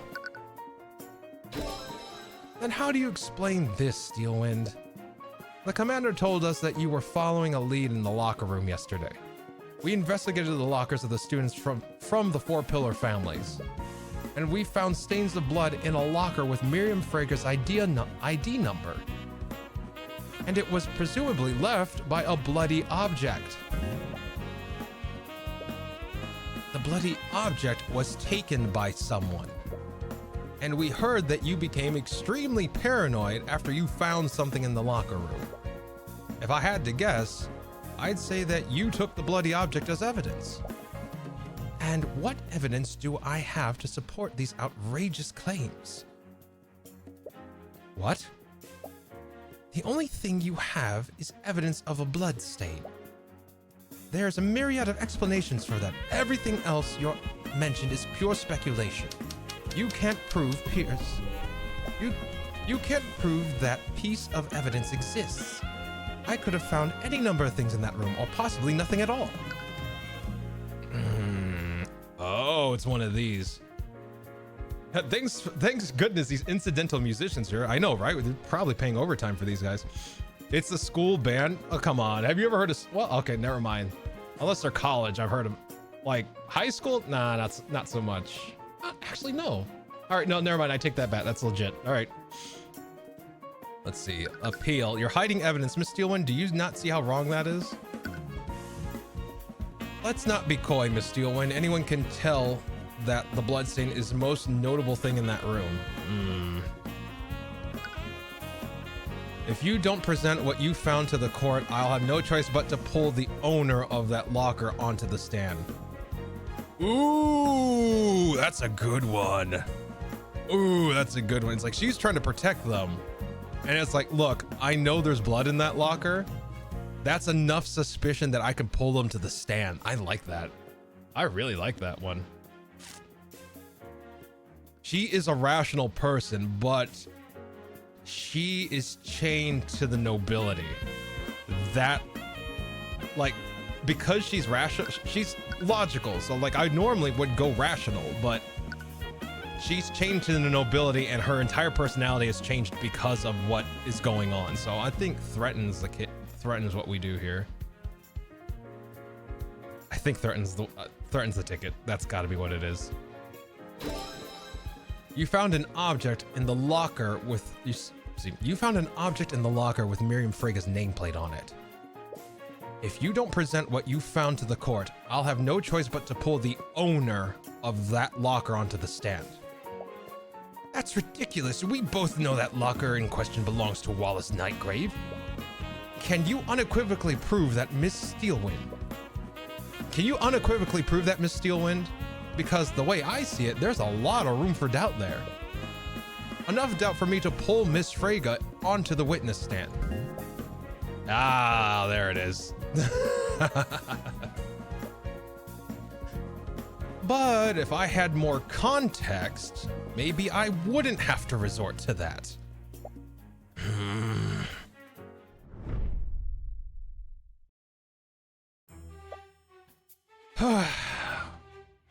Well played, Mr. Cuthbert. I suppose I don't have a choice, do I? You successfully persuaded Arya Steelwind. The truth. Just so we're clear, I wasn't acting to protect the nobility. But I'll admit that Miriam Frega was the other witness that saw Bellwether that day. I see. I had some suspicions, but there's also another matter. Steelwind looks uneasy. When I was investigating the body, I found this. Evidence of academic dishonesty. A tightly packed folder containing several documents. The documents contained evidence detailing multiple instances of plagiarism, fraud, bribery of school officials, and various other offenses committed by Miriam Frega. What the? It looks like Miriam's been cheating at school? But why would Bellwether have something like this? From the way it's arranged, I think it might have been blackmail. Miriam Frega is considered a prodigy in the practice of conjuration magic. She won a litany of awards, and she will most definitely graduate with honors. If these files were to reach the public, it would absolutely ruin her reputation. Do you think that the professor was trying to threaten her? It appears so. When I discovered that several elements of the case were still unknown, I decided to look through her belongings, and I mistakenly looked through the locker with her ID. I found this in that locker. Bloody rapier. A rapier covered in blood. It was found in Wallace's Nightgrave's locker. Apparently, it's a valuable family heirloom of House Frega. It was reported stolen by Miriam Frega weeks before the murder.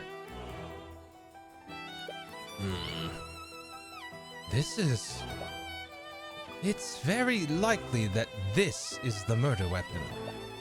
This rapier is a valuable family heirloom for House Frega. And a few weeks ago, Miriam reported that the rapier was stolen from her room. And it was found in Wallace's locker. Not that I'm complaining, but why didn't you present this in court? To be honest, I'd like to avoid involving House Frega by any means necessary. I knew it! You're just protecting her, aren't you? Miss McCoy, do you recall how Wyverngard's justice system works? To acquit a defendant, you need to unequivocally prove that they didn't commit the crime. To do that, they either need a solid alibi, or we need to prove that someone else committed the crime. What do you suppose will happen if you bring Miriam Frega onto the stand? House Frega won't allow one of its members to be indicted in a court of law. They'll plant and forge evidence to implicate your defendant, and they'll use the Inquisition to do so. So that's what you've been keeping them away from the... Hold on. So that's why you've been keeping them away from the investigation? Can't you do anything? The Steelwinds are powerful too, aren't they? I don't have the support of my house. Right now, I'm just a prosecutor, nothing more. Steelwind, you know that this isn't fair for us. Just do nothing. Do nothing and let us win. Celeste, if we can't go after Miriam, then you can at least help us save Wallace. I'm not going to do that. Why? What if Miriam Frege is the real killer? Her sword is the murder weapon, and Bellwether was trying to blackmail her. I seem to recall another case where an innocent person's sword was used to frame them. As a prosecutor, it is not my place to decide who's guilty and who's not. I won't engage in corruption, even if it's to counter corruption from another noble house. I'm sorry. Do you know where Miriam is right now? Didn't you just hear what I said? I can't let her think that there's even the slightest possibility you'll indict her. She'll bring the entire wrath of House Frege down on you. Regardless, I can't do anything for Wallace unless I know everything that happened. Frege has the last piece. I need to put everything together. I suppose I don't have much of a choice, do I? Her dormitory is room 107. I imagine she'll be there considering that classes are suspended. Thank you, Steelwind. If I don't tell you, I'm sure you'll probably just find out using some other means. But please, Mr. Cuthbert, be careful. Let's see. All right.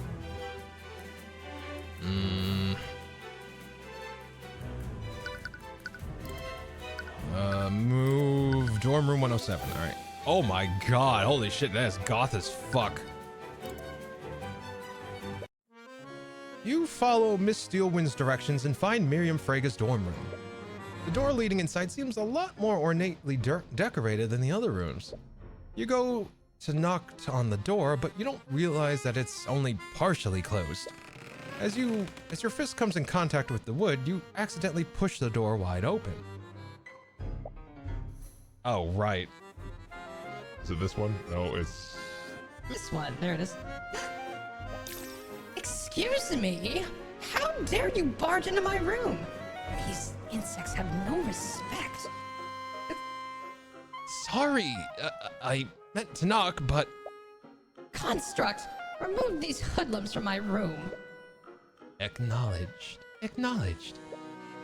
From the corner of the room, the Arcane construct stands up and starts making its way towards you. Before you can protest, it raises a fist to hit you. Oh, Celeste's going... Oh, uh-oh.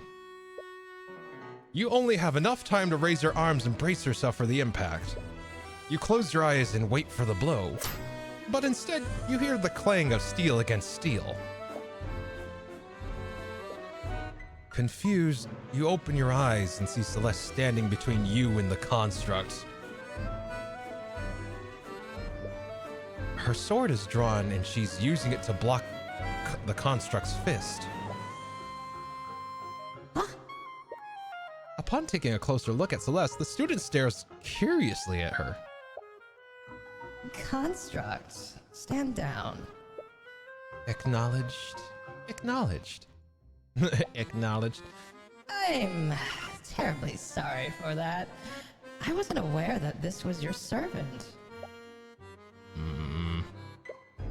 Celeste looks angry, but puts away her sword without a word. I haven't noticed you around campus. Are you a new student? If she has a personal attendant, she must be important. What? Oh, she thinks Celeste is nobility. Got it. Oh, she thinks that Celeste is nobility, so she's treating her with respect. That's what it is.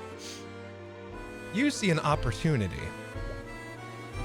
Yes, my master just enrolled here recently. What? Celeste gives you a puzzled look, but you make a slight gesture back. After a moment, she seems to realize what you're doing. Yes, I just started here. I take it you're Miriam Frege? Yes, I'm honored that you recognize me. Miriam Frega.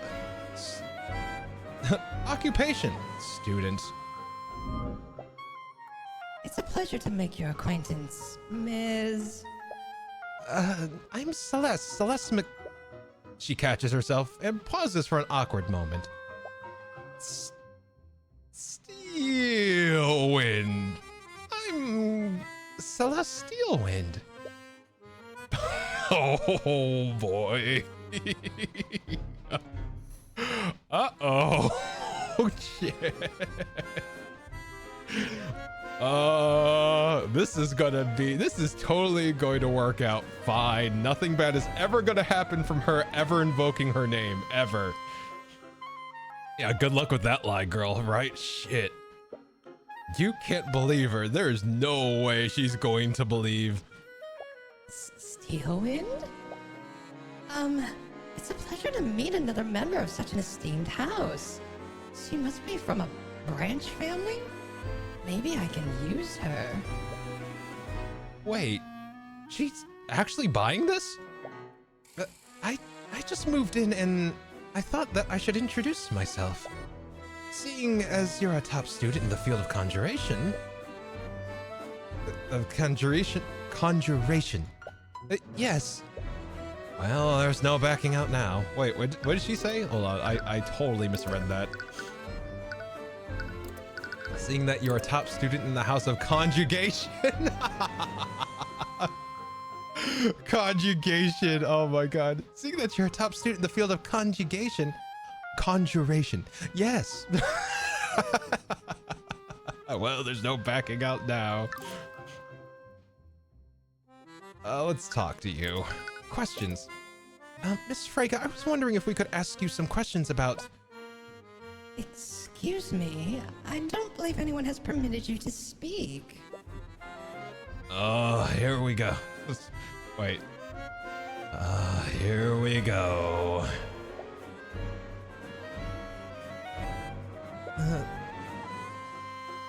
Celeste is smiling, but you can faintly hear her grinding her teeth together. So, we heard about what happened to Professor Bellwether. I can't believe it. Yes, it's quite tragic what happened to her. She has always been an acquaintance of House Frega. She appears to be more receptive to Celeste. It might be better to let her take the lead on the questioning. Let's see. We heard that you saw her on the day of the murder. Could you tell us more about what happened? Oh, you heard about that from your relative, did you? If you don't mind me asking, why are you so interested? She's not like Arya, is she? Oh, you know, I'm just curious is all. You know how uneventful life can be sometimes? Being a noble and all. All right, tone it down. Oh, is that all? I was worried you were going down the same path as that poor, confused Arya. What does she mean by that? But I'm in the middle of a study break anyways. I suppose I have some time to sate your curiosity. Construct, please prepare us some tea. Use that lotus tea we imported from the Eastern Kingdoms. She should be useful if I can win her favor. Acknowledged. Lotus tea? You have lotus juice? You feel like you're slowly losing control of this situation. What did you see? I heard that you saw the professor on the day of the murder. Where did this happen? I was in the hallways when I saw her coming out of the headmaster's office. She was heading towards the library. Do you remember what time this happened? I'm not really sure, honestly. It's a little embarrassing, but I have a bad habit of getting too absorbed in my work. Sometimes I'll let entire hours pass by without noticing. Do you have a rough idea, at least?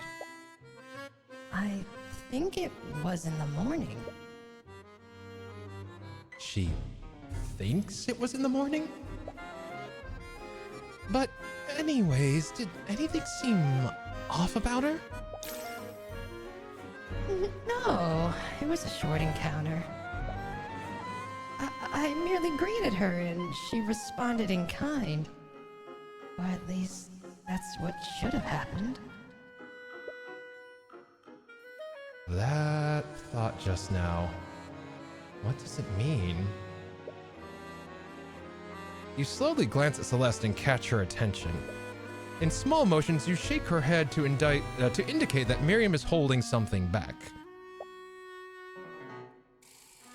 Were you and the professor really on good terms? I hear she was pretty mean towards the other students. Towards the riffraff, maybe, but not to students like us. She was a great ally to House Frege. Or at least, she used to be.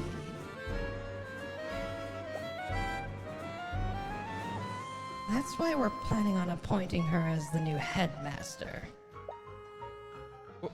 Wait, what did you just say?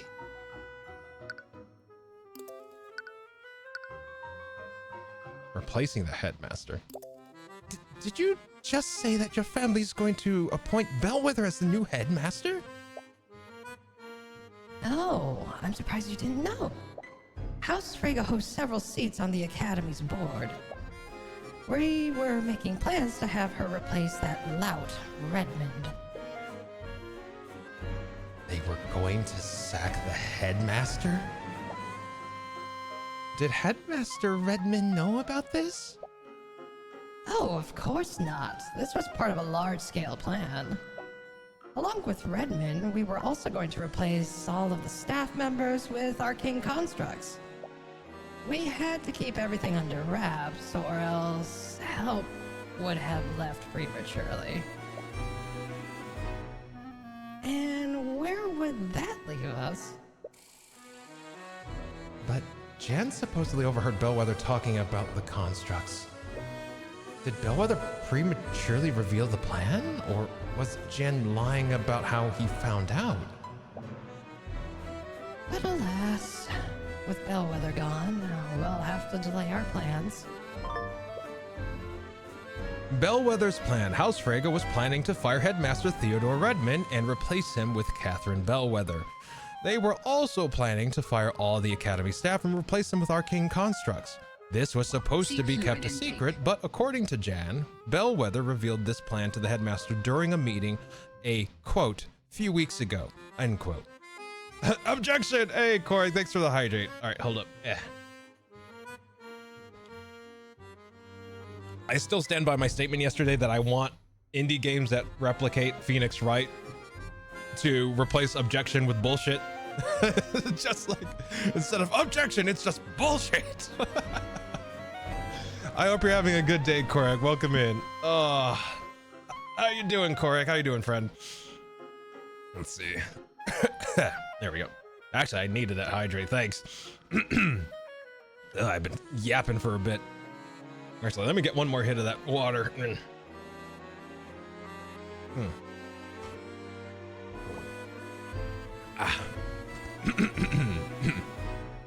Mommy, there we go. Doing all right, just winding down for the night. Nice, man, nice. Well, thanks for joining us during your wind down. I appreciate you, man.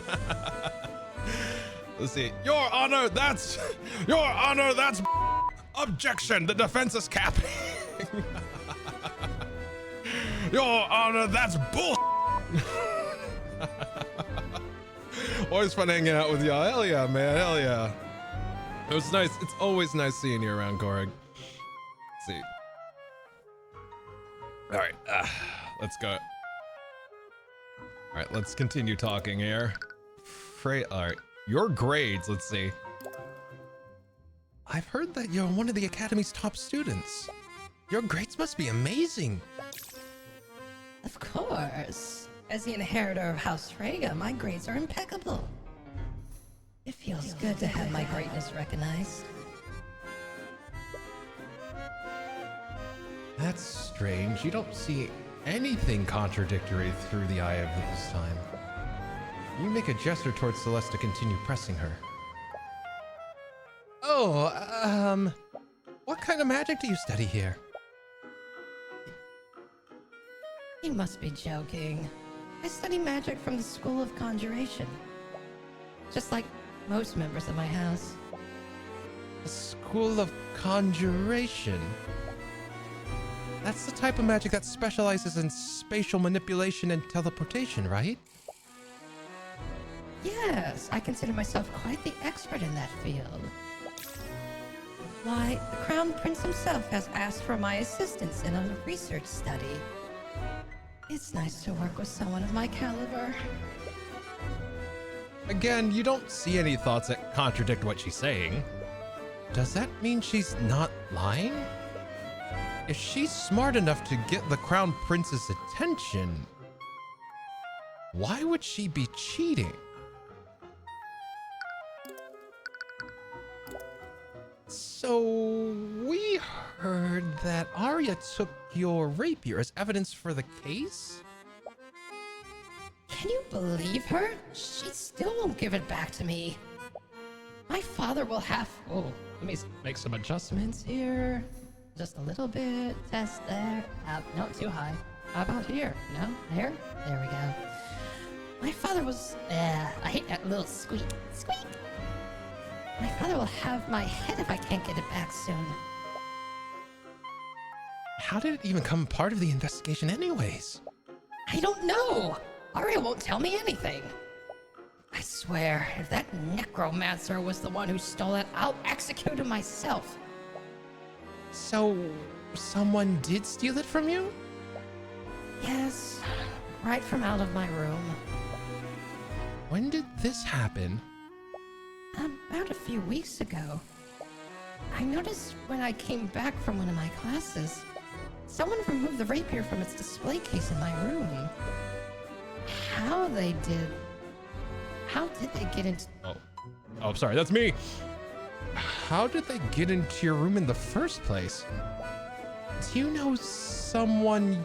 Do you think someone used magic to teleport past the door? Please, I'm a master of conjuration magic. If someone attempted that, my enchantments would have shunted them out. This means the thief came through one of the doors or windows. I bet it was that necromancer. I'm sure a street child like him just knows how to pick a lock. Oh God. Something strange here. This is becoming an interesting case. Yeah, right? I've heard of students cheating so as to not waste time. Something more time for cram school, something co-curricular activities. Yeah, some of these schools are ridiculous where it's literally like a potential student needs to have a lifetime worth of experiences to even begin to get their foot in the door. And a lot of these kids have to make up for loss to get that lifetime of experiences, literally cram all that other shit. So they take shortcuts elsewhere. So yeah, like I've heard the same thing too. What's a cram school? A cram school is pretty popular in mostly kind of all right, so think about it like this. A cram school is where you go to be tutored. And basically you are trying to learn a large amount of information in a short amount of time, usually months. And it covers many subjects. And the reason you're doing this is because there is an entrance exam to the university or college you're trying to go to. Cram schools aren't usually a thing in the States, but they exist. They are usually more common typically in Asian countries and parts of Europe. But yeah, it's basically, imagine learning like algebra, geometry, advanced calculus, chemistry. You know, it's like learning like very, very... Basically, you're trying to get as much knowledge as you can in your hands so that you pass the exams to get into whatever college you want to get into. And the better you are at those exams, the higher you'll rank, which means you might pass class, you might, you know, cut out of classes that you don't need because the exam shows that you don't need them, that type of shit. Holy shit, that must be an absolute pain. It is. In fact, it has been known to break people. Not even kidding. It has been known to break people mentally, to the point where they do terrible things. So, and that really depends on the school though. Some schools are just like, look, this isn't working. Maybe you choose a different school or you choose a different profession or something like that. They'll actually like sit down with the student and be honest. But there are some schools that are like really ruthless. And it's like, literally you're spending all day studying, you have no excuse. When it's literally, maybe you just don't learn that way. Or maybe, like, you learn differently. You know, like maybe you're a visual learner, or maybe that you learn by actually reading or actually doing, you know, something.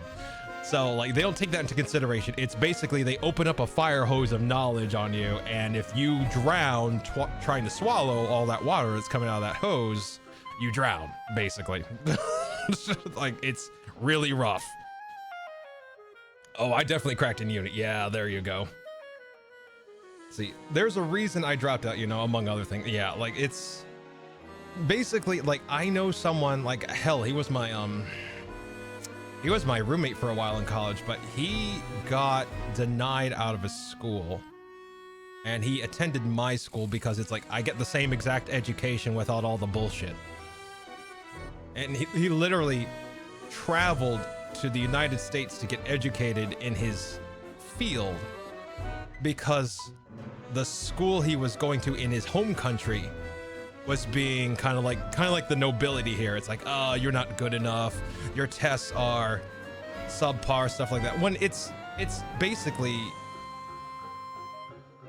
all he was just as good. Like he was my roommate. I've seen his art. Like I've seen his art. I've seen his animation. It's like he knows what the fuck he's doing and he's good at it. He's really good at it. But because the school's kind of up its own asshole and kind of like one of those elitist schools like the nobility in this game, it's kind of, why go through that pain when I can spend the money elsewhere and get the same degree of education? So it really depends where the school is, where the school's located, if they're up their own ass about it, stuff like that. It really varies. See, yeah, I dropped out of college the first time when I went, and I ended up finding out what it meant to actually decide what to do for myself without people telling me what to do. Yeah, exactly. And look what happened. I'm mentally in the trenches once more, but I'm happier, so... Oh, God. All right, let's get back to it. Aria Steelwind. Yeah, but that's what a cram school is. Let's see, you say something about my wayward relative before. Were you talking about Aria? Oh, I'm terribly sorry if I offended you. But I'm sure it must pain you to see the way that she's been acting lately. Yes, it's been extremely hard. Hang in there, Celeste. Did you know that she even interrogated me about the murder yesterday? Can you believe it? A Steelwind, running around a crime scene like a common knight. Why, if I tried something like that, my father would disown me. Does the nobility not approve of Steelwind becoming a prosecutor? You always thought that it's strange. Why is it motivating? What is motivating her to do this? Honestly, she probably thinks she can do anything just because of her betrothed. Master deserves better.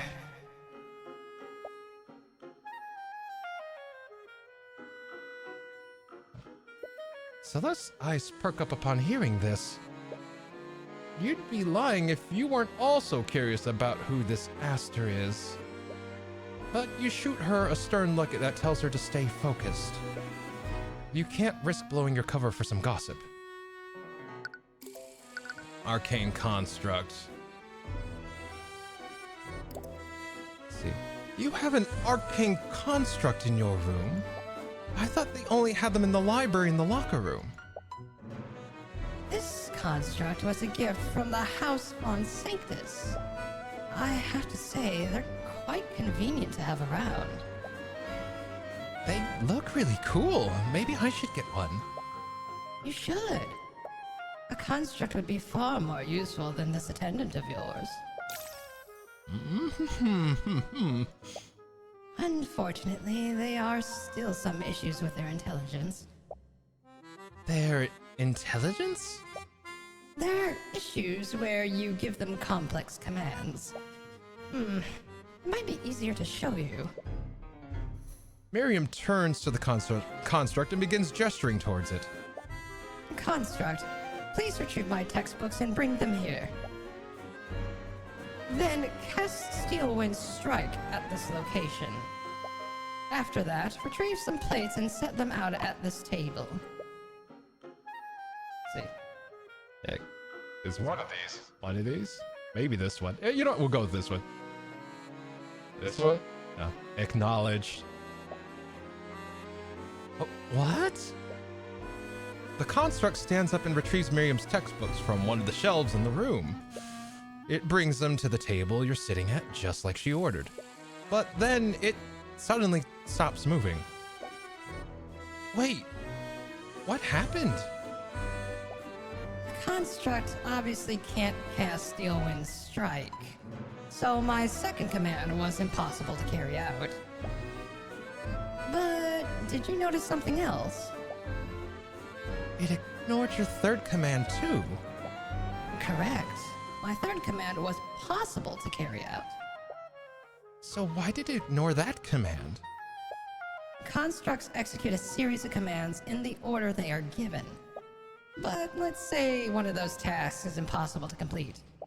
Then the construct gets stuck at that task. It will deem the entire series impossible to complete. As a result, it stops executing the series altogether. So if a task in a series of commands is impossible, then that command will interrupt the sequence of commands. Exactly. Goddamn magical programming. Yeah, right. Let's see. Arcane constructs process tasks in the order they are given. If a construct is ordered to complete a task A, B, and C, it will process each of those tasks individually. If task B is impossible, the construct won't realize this until it reaches task B. When it reaches task B, it will deem the entire series of commands as impossible and stop what it's doing, without even attempting to complete task C. See, Lady Steelwind, I'm afraid we must leave now if we want to make our next engagement. Oh, right. Let's go, servant. Oh, leaving already?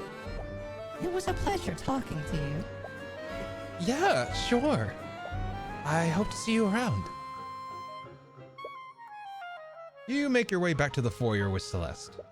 With all the time you've spent, you've only have a brief amount of time before night falls. Are you sure you didn't want to talk to her more? We're getting a lot out of her. We already got a lot of useful information out of her. The more time we spend with her, the more likely she's going to see through our ruse. Right. See, this is why you shouldn't train arcane constructs complex things. This is how you get arcane Arcane Skynet. Do you want to mess with arcane terminators? Right? Jesus Christ. So, why Steelwind? I don't know. I panicked. Harvey's just like the only noble I know. What about Pierce? I'm not using that creep's name. Well, hopefully Steelwind doesn't mind us borrowing her name. And we got her statement on what she saw that day. then there's also what she said about her rapier. I bet she was lying when she said it was stolen. She was probably trying to establish an alibi. I'm not so sure. Why do you say that? Doesn't it feel too obvious? If she was lying about the rapier being stolen, that would imply that she planned all of this in advance. But if she had to choose a murder weapon, why would she choose something like... Why would she choose something that literally has her name on it? I understand if the murder was a spur-of-the-moment decision, but she might have just used something nearby in that case. But if this was a premeditated murder committed by Miriam, that rapier would be the last weapon she would choose. Right. I guess that makes sense. There's also the evidence of the academic dishonesty. That doesn't match up with what we heard from Miriam. You mean all that stuff about working with the Crown Prince? She was probably just making things up to look good in front of me. I have an insight when it comes to things like this. Under normal circumstances, I can usually tell when someone's lying. And a lie as grandiose as that would have been something I definitely could see through. People can subconsciously shield themselves from the Eye of Horus, even if they don't know about it. But when they do that, they usually can see... They can't see... I can't... Line! But when they do, you usually can't see any thoughts from them.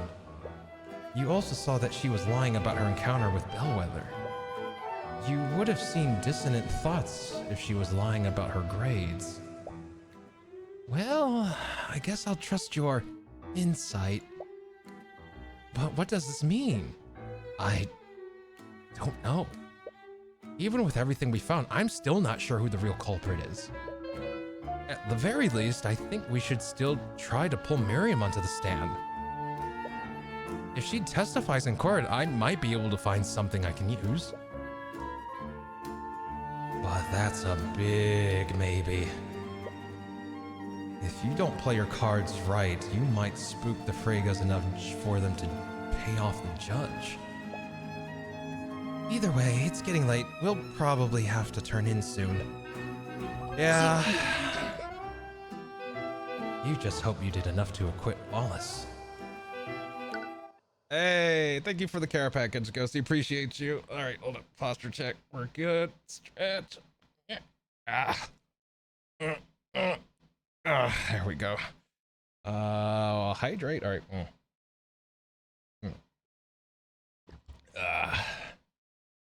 You know what? If we don't get through this case tonight, I might actually just move Dragon's Dogma to next week and continue this case. Like, I'm sorry, we're like I don't know if we're halfway through this case. It feels like we are, but hell, with Eris, we could not even have scratched the surface because she's like manipulating people's memories and shit like that. So I have no idea how deep we're in, but I kind of want to see this to its conclusion. Let's see. Save. Yeah, we'll save here. Why not? All right.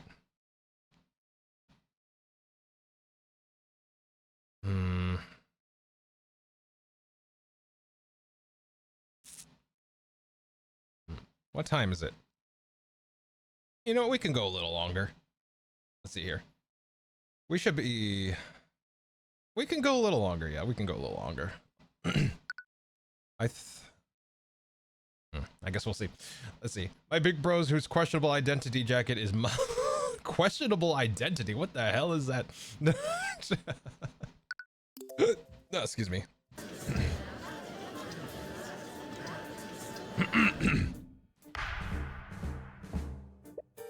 Court is now resumed for the trial of Wallace Nightgrave. Let us review the proceedings from yesterday. It was revealed that the trace of necromancy may not have been left by the defendant.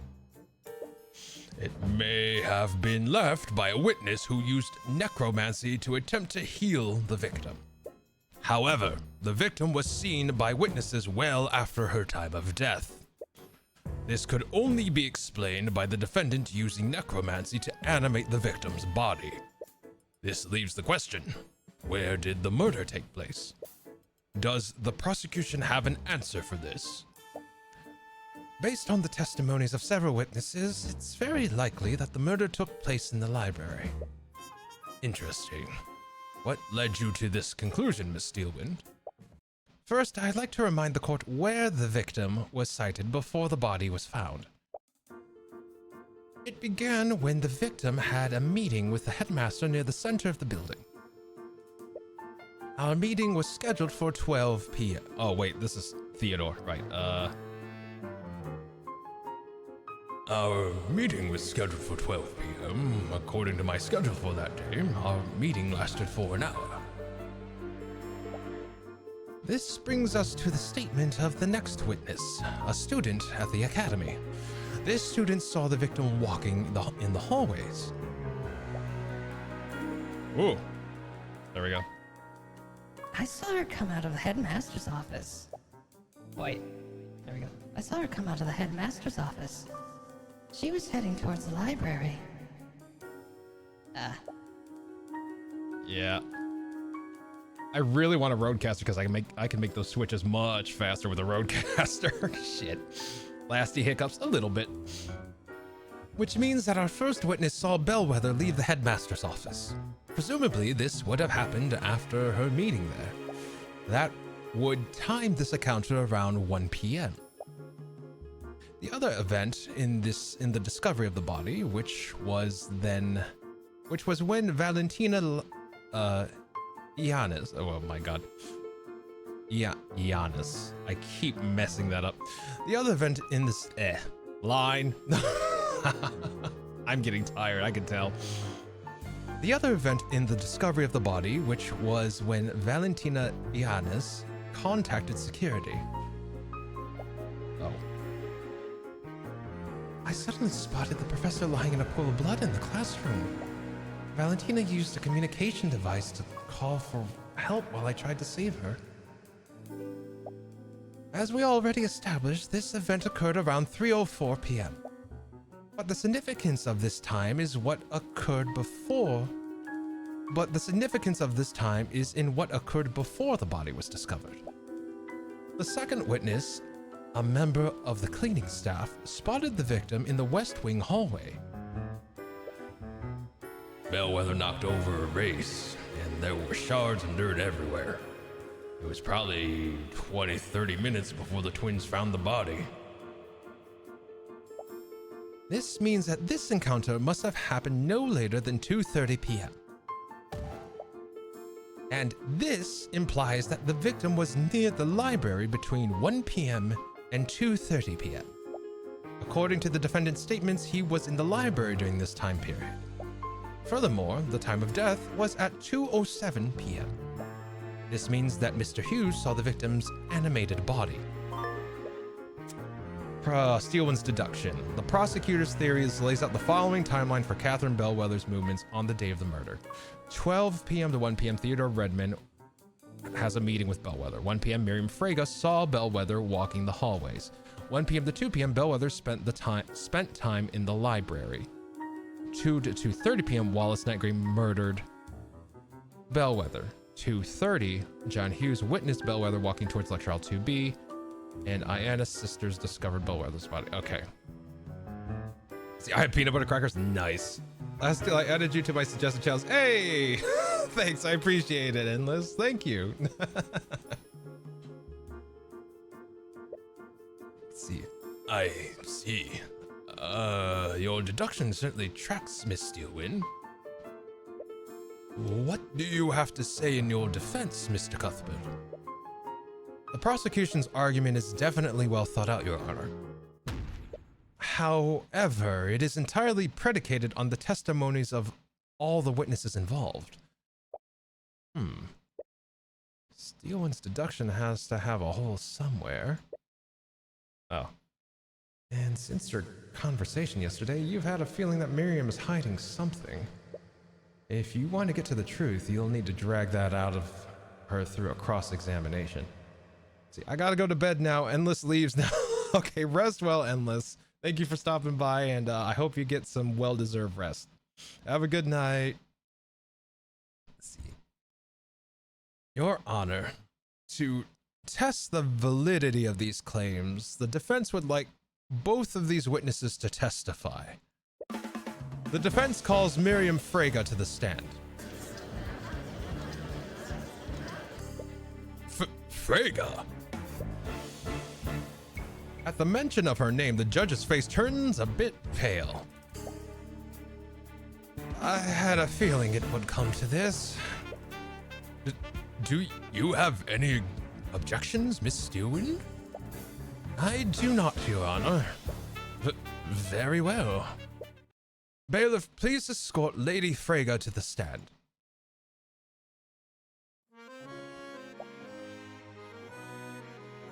Witness, please state your name and occupation for the... You little snakes! How dare you deceive me? Oh, it looks like she found out. I had the opportunity to debrief the witness beforehand. Miss McCoy, for the record, I told you to exercise discretion. I did not mean that you should impersonate a member of my family. Yeah, sorry about that. I gave you all the tea I imported from the Eastern Kingdoms. I demand that you return it to me. No, you gave them to me. They're legally mine now. Oh my god. They're my drinks, bitch. Fuck you.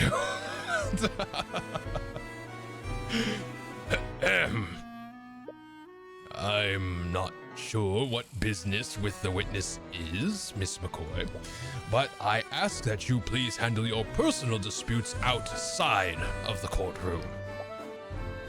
Anyways, Miriam, would you please testify to the court about your encounter with the victim? Very well.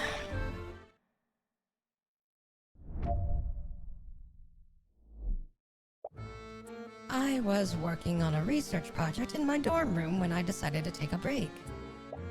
I left my room and went on a walk. Then, when I saw Professor Bellwether exiting the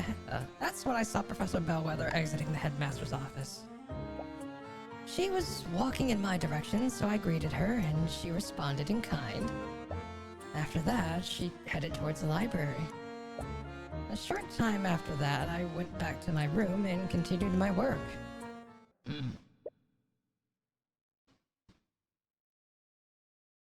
See. I see, so it was only a brief encounter. However brief it was, the witness testimony verifies two things. One, that Miss Frege saw the professor exiting the headmaster's office.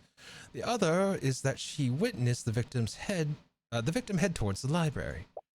This gives us a rough timeline of where the victim was before her death. That does seem consistent. Did Bellwether really enter the library that day? I feel like you would have seen her if she did. I feel like you would have seen her if she did. Mr. Cuthbert, you may begin your cross-examination.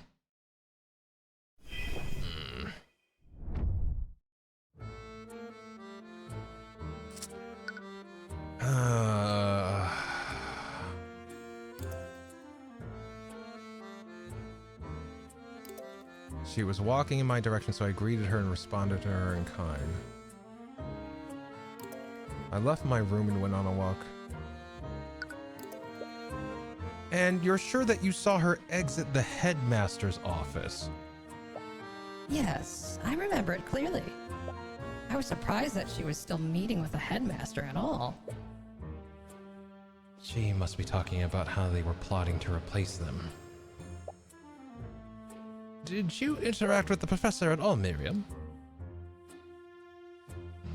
She was walking in my direction, so I greeted her and responded to her in kind. Did anything seem off about her? No, but it was a very short encounter. It's not as if we stopped to have a conversation. You say that you greeted her and she responded. What words did she use? Why is that important? Miss Frege, it's impossible that someone used Miss Frege, it's possible that someone used illusion magic that day. Every detail about the victim's interactions could be important. Well, I bid her good morning, and she said good morning in response.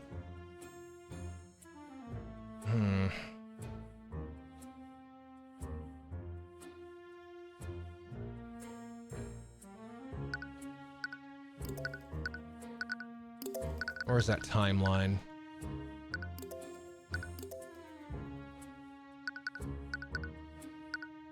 Here it is.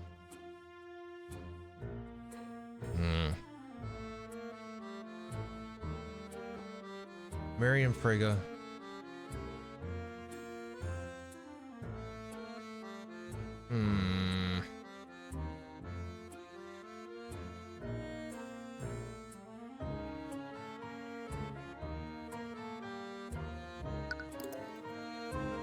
After that, she headed to the library.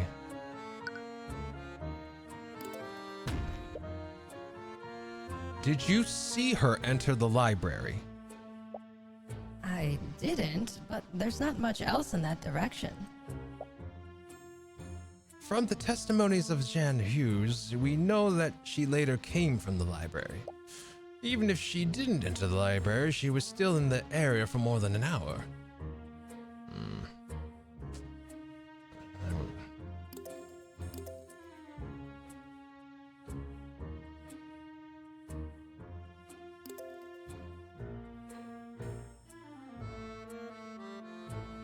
All right.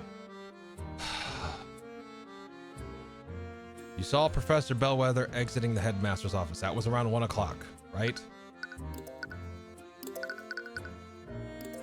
That would be around 1 o'clock. Okay, you bid her good morning, whatever, etc., etc. That means she got to the library around that time.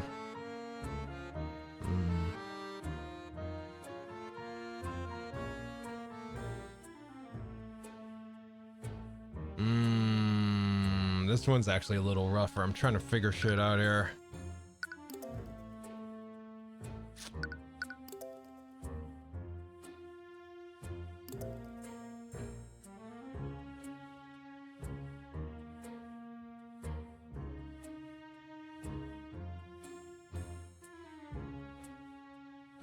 This feels weird. Good morning at 1 o'clock. I mean, it's not uncommon. Like, okay, that's a little wishy-washy because it's not uncommon. Shit, I've done that. But it is a game. That's a good point. Good morning at 1 in the afternoon. It's a very good point.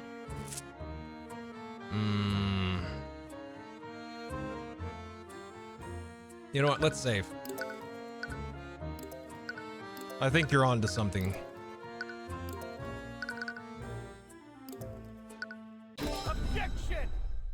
Oh, that was it. Oh, fuck yeah. There we go. I think you're onto something, Ghosty. Nail on the head. Like, I didn't think too much about it, but I was just like, it is a game.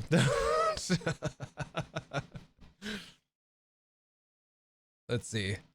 Miss Frege, if I recall correctly, see, I'm just an assistant DA. Miss Frege, if I recall correctly, you have a habit of getting absorbed in your work. So much so that you'll even lose track of the time of day. Yes, but what does that have to do with my testimony? Earlier in today's proceedings, the prosecutor made the following argument. Our first witness saw Bellwether leave the meeting with the headmaster. That would time this encounter around 1 p.m. Miss Frege, if you said good morning to the professor, you would have been mistaken, because that encounter could have only happened during the afternoon. And your point is, you said it yourself, Mr. Cuthbert, the witness simply lost track of time. What the witness said isn't what is important here. The significance is what the professor said in response. She had just come out of a meeting that was scheduled for noon. She would be well aware that it was no longer morning. Okay, that's a little flimsy. I'm sorry, that's a little flimsy for me. But all right, you know what? I'll give it to you. That feels a little flimsy. Because people could remember incorrectly, right? Yeah, we're grasping at straws. Yeah, same. Like, I think we're grasping at straws at this one. So why would she respond, good morning? Wouldn't she have corrected the witness? The encounter was extremely short, and the victim's mind may have been preoccupied. She could have easily responded to the witness without thinking. I'm gonna be honest, I kind of agree with her. Okay, so at least they're entertaining that idea too. It's like, yeah, that could have been anything, essentially. At least they're entertaining that. I'll give them credit then. It's not hard to believe that they were both confused about the time. It's definitely a stretch, but you can't shake the feeling that she's hiding something. Every time you ask her about how Bellwether acted that day, the eyes pick up something. There has to be something there. Miss Frege, you haven't been entirely truthful in your testimony, have you? Oh. That's absurd. What reason would I have to lie? It's such a small detail. Why does he even care? See. Every detail about how she acted is important, Miss Frege. What aren't you telling us? Mr. Cuthbert, you have no basis to accuse the witness of perjury. Yes, you will stop this at once. Miss Frege, you're lying about how Bellwether responded to your greeting, aren't you? It doesn't make a difference. All she said was, it doesn't make a difference. All she did was yell at me.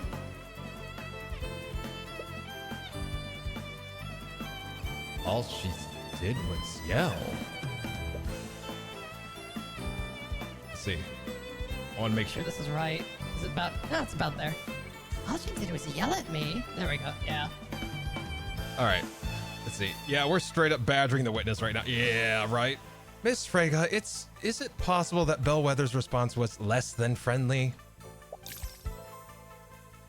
What do you care? What difference does it make? Why is he being so persistent? Let's see. My job is to make sure every part of your testimony is truthful. Every detail matters, no matter how seemingly insignificant. Mr. Cuthbert, you will stop this or I will find you in contempt. The professor yelled at you, didn't she, Miss Freya? So what if she did?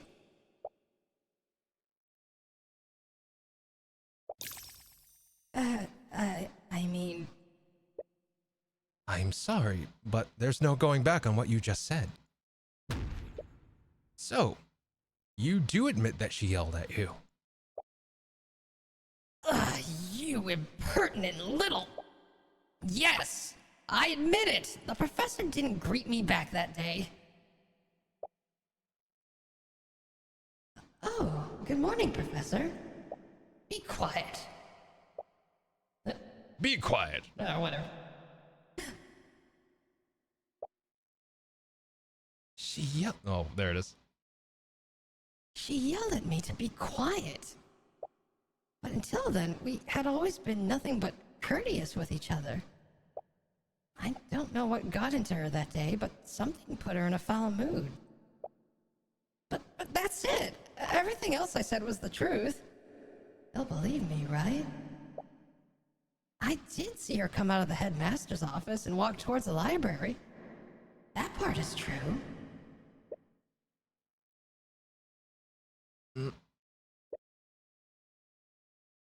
So she wasn't lying about that. So, is that all, Mr. Cuthbert? What do you mean, is that all? You badgered this witness. All you could prove... Also that you could prove... Oh, wait. You badgered this witness also that you could prove what, exactly? The witness committed perjury. The witness changed a small detail of her testimony. A detail that is inconsequential to the case. It was clearly an act with no malicious intent.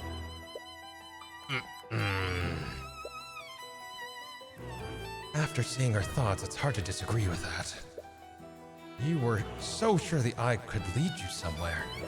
But Freyga was only lying to save face. The witness saw the victim leave the headmaster's office and head towards the library. Do you have any concrete evidence to refute that, Mr. Cuthbert? No, I suppose I don't. Wait, is this really okay? At this rate, this will be the only chance you have to cross-examine her. I don't think she's lying anymore. And I was really pushing my luck earlier. If I continue pressing her, the judge might actually charge me with contempt.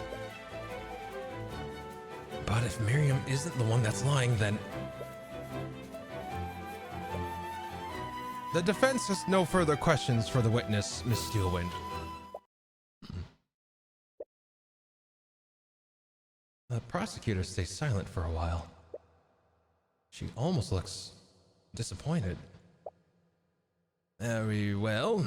Miriam, you are dismissed.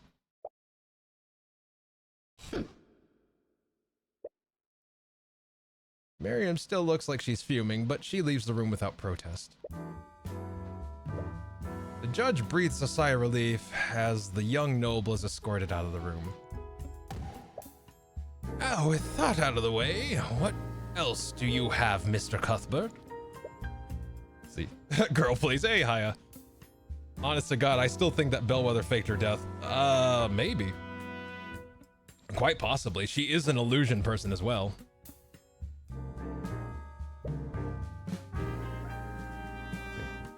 The only way to refute the prosecutor's theory is to cast doubt on one of the witnesses. If it wasn't Miriam, then... Steelwind, to test your theory, we must question every witness that saw the victim that day. So, with that said, the defense would like to call Jenny Hughes to the stand. I hope you understand, Mr. Cuthbert. Your entire case rests on the assumption that one of the witnesses' accounts is incorrect. If your cross-examination of Mr. Hughes leads nowhere, then I hope you're ready to concede. You don't like the sound of it, but she's right. Unless you can find something in Jan's testimony, you won't really have anything to disprove her theory. Bailiff, please bring in Mr. Hughes.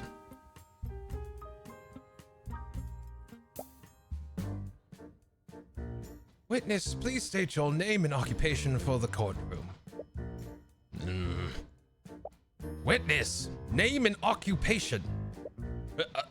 Right.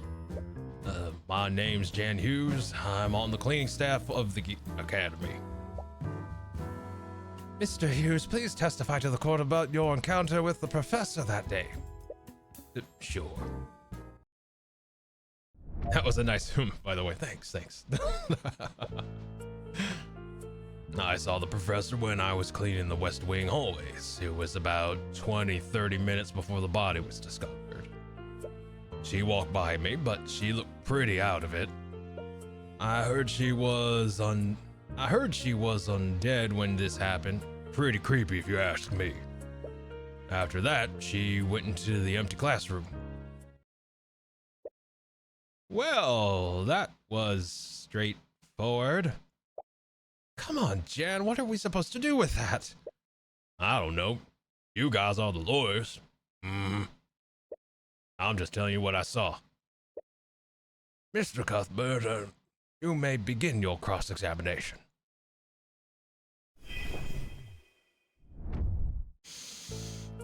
How did you know she was undead? I'm kind of curious on that. Let me press you on that. I believe you've forgotten a few details about what the professors did. Yeah? Sorry, it's hard to remember these things sometimes. What details should you ask him for? Did she do anything to you? He would have said that in his testimony. Did she touch anything? We know for a fact she did. Did she make any sound? You know what? Let's go with that. Did you hear her make any sounds? Oh, yeah.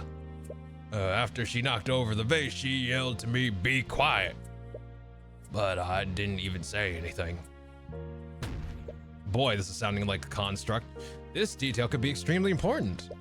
Please add it to your testimony, Mr. Hughes. Whatever you say, man. See, after that, she went into the empty classroom. Where was that added? I heard she was undead, which was pretty creepy because she yelled at me. She looked at me pretty out of it. I heard she was undead. Wait, did I just press him on that? I believe you forgot a few details about what oh, okay, that is what I just said. We know she touched something because she knocked a vase down. Did she do anything to you? She yelled at him. And if there was anything additional, I'm sure he would have said it in this. No, he could have lied. Did she do anything to you? Did she interact with you at all? Oh, yeah. I didn't notice it at first, but I accidentally got in her way. She shoved me to the side and kept walking forward. We know that.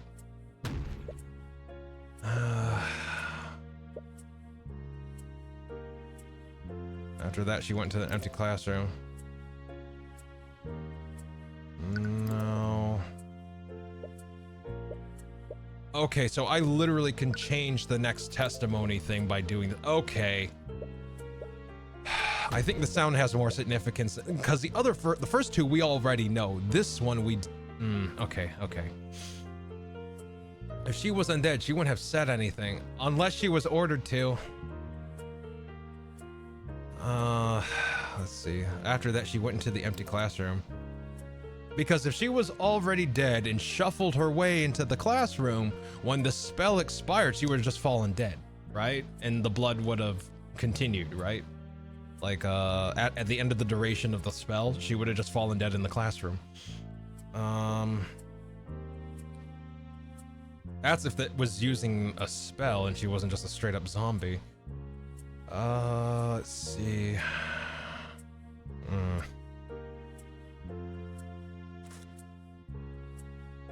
Wait a minute. Speaking of, let me check how that spell works. Let me check the spell. Where is it? Animate corpse. Necros. Reanimates a target using life energy, creating an undead minion for the duration. The minion follows the caster's orders, but its intelligence is limited and it cannot speak. So she's not undead. She can't. She said be quiet. Yeah, I'm really starting to believe that a what's it called? Construct was disguised as her. Had to be. I heard she was undead, which is pretty creepy because she yelled at me. Present. That contradicts the spell that makes undead, so let's try that. Objection! Mr. Hughes, you said that Bellwether yelled at you. What were her exact words? I think she yelled at me to be quiet. What? I thought it was weird. I didn't even say anything. But I know better than to talk back to her. That's the thing, Hughes. The prosecution's theory is as such. The professor was murdered in the library and then was reanimated using animate corpse. With a quick illusion spell, no one would have noticed that she was undead. However, if what you saw was truly the undead Bellwether, how did she speak to you? Huh? This doesn't make any sense. Mr. Hughes, undead can follow simple orders, but they don't have the intelligence to speak. Perhaps the witness was mistaken. No, I'm sure I heard her yell at me. I remembered because what she said didn't make any sense. Exactly. He didn't say anything, but she yelled at him to be quiet. Wait a minute. I'm afraid I don't understand. We've already established that the victim was dead long before her encounter with Mr. Hughes. But if what he saw wasn't an undead, what was it? It had to be an undead. What other explanation is there?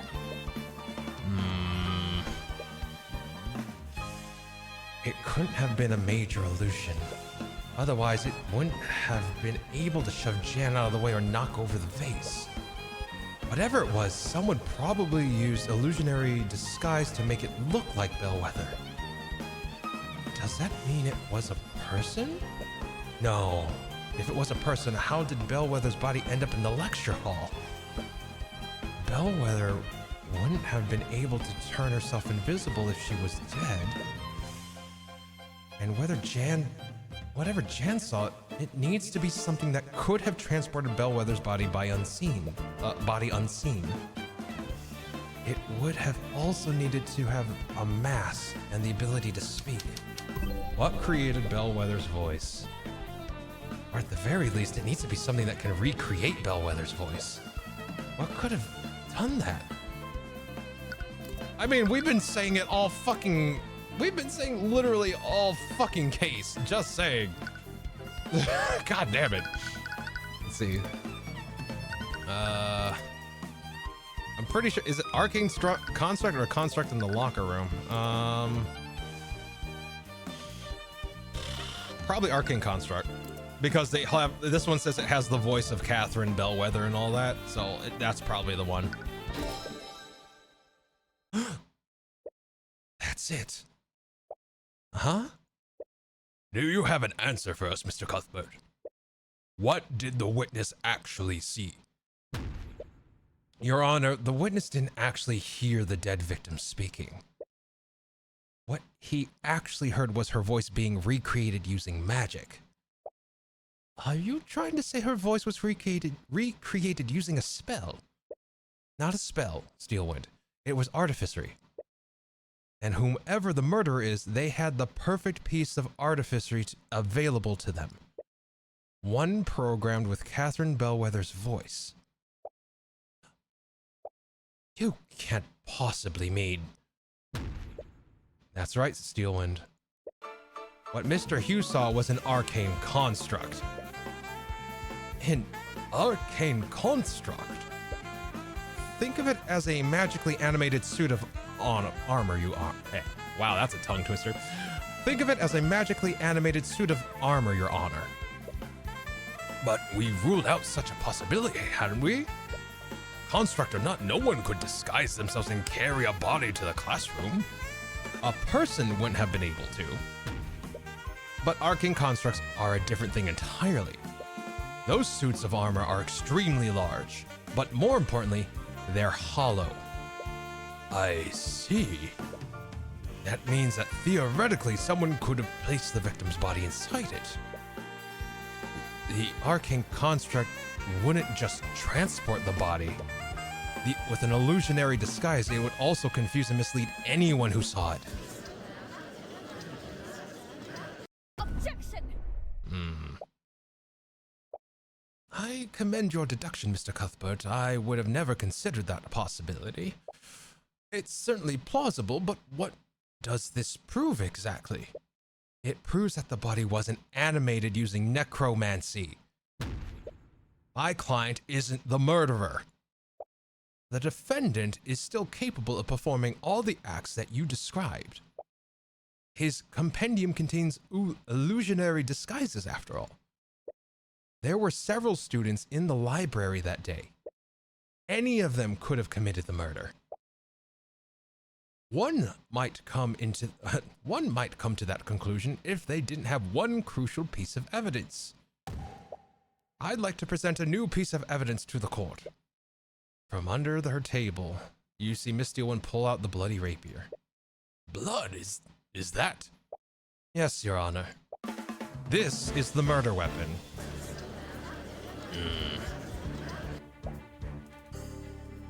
It's not looking good here. Let's see her. She was saving that for the perfect moment, wasn't she? This rapier was reported stolen by Miriam Frago weeks before the murder. And during the investigation, it was finally found in the defendant's locker. Wait. He was clearly trying to use one of her possessions in a paltry attempt to frame her. Why, he even stole her locker's nameplate and placed it over his. Damn it, that's not what happened. Damn it, that's not what happened. But honestly, it sounds more plausible than what really took place. We're basically back to square one, aren't we? Anyone could have told that construct to do those things. Wait. Anyone? Is that really true? The construct transported the professor's body and somebody used an illusion to make it look like her. They even used a pre-recorded voice to make the illusion more convincing. Who ordered the construct to hide the body? Could anyone have done that? No, only the headmaster can do that. We know that, we read that. Only the headmaster can do that. Like if you look at Arcane constructs, these voice lines can only be changed or adjusted by the Academy headmaster. So, oh boy.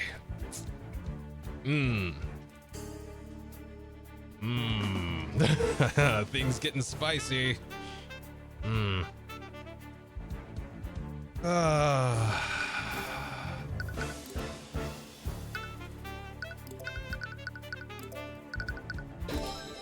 Several memories flood back to you. I knew we couldn't trust Dumbledore. God damn it. Was no damn Dumbledore. But he was a headmaster. Mr. Hughes, you said that Bellwether yelled at you. What were her exact words? I think she yelled at me to be quiet. She yelled at me to be quiet. But until then, we had always been nothing but courteous with one another. I don't know what got into her that day, but something put her in a foul mood.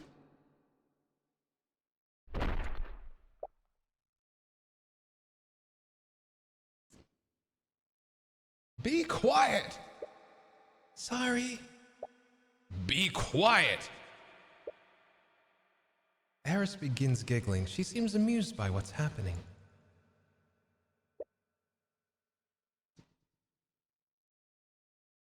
The construct's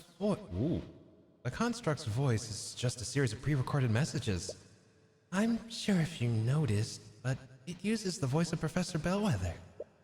Unfortunately, you can't make them say anything other than what's recorded. Only the head. Is he? What? Only the headmaster can change those settings. No. It can't be him. What is it, Tyrion? Did you figure something out? I did. But is he seriously the one behind all of this? Miss Steelwind, earlier you said my client could have orchestrated this entire ruse. But that's simply not true. Hold on, let me find out something here. He's the headmaster. He's also I forgot. We did point out that his specialization is illusion as well. But that's simply not true. How so? Anyone could have ordered the construct to carry the victim's body? Yes, but not everyone can change what the constructs are able to say. Only one individual has the credentials for that. Theodore Redmond, headmaster of the Imperial Academy.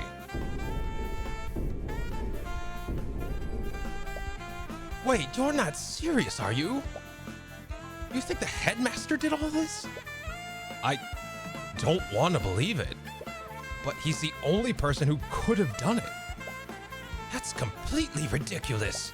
Headmaster Redmond would never do something like this. Miss Steelwind, there's one common element between each of the witnesses' encounters with Bellwether. It's what Bellwether said to them. She yelled at them both to be quiet. Madam Miriam Frege was particularly surprised. She had a good relationship with the professor, but when greeted by the professor, Bellwether just shouted at her, almost as if the professor was responding indiscriminately. And recall her encounter with Jan Hughes? The professor knocked over a vase and shouted at him to be quiet immediately after, even though he hadn't said anything. She was responding to the sound of the vase breaking. Now let me ask you this, Steelwind. Where did Bellwether come from before she encountered Miss Frege and Mr. Hughes? Her meeting with the headmaster.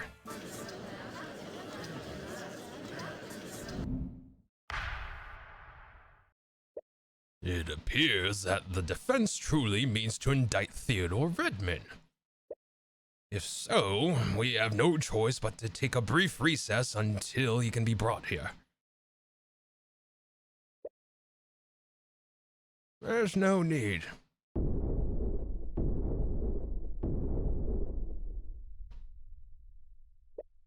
Fortunately for you, I'm already in the gallery. The headmaster stood up from the gallery seats behind you and slowly walked onto the witness stand. Has he been there the entire time? Oh, please correct me if I'm wrong, Mr. Cuthbert. Do you think I'm the one who committed this crime?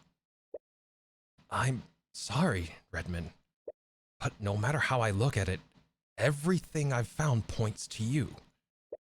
Oh, there's no need to apologize. In fact, I would commend you on the lengths that you are going to defend dear Wallace. The court appreciates your understanding, Mr. Redmond. He angry. Now then, to clear the air, I suppose I should give my testimony on what happened on that day.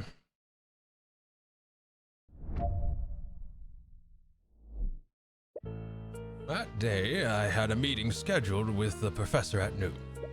She showed up at the expected time, and we discussed various administrative matters. Our meeting went for an hour, after which she left to prepare for her next class. Despite my many disagreements, we still knew how to be civil with one another. After all, I had no reason to bear a personal grudge against her. Bullshit. We know that's bullshit. All right. I just can't see it. He seems like such a nice person. Is he really the person we're looking for? He has to be. No one else could have orchestrated this entire plot. You just need to find out how and why.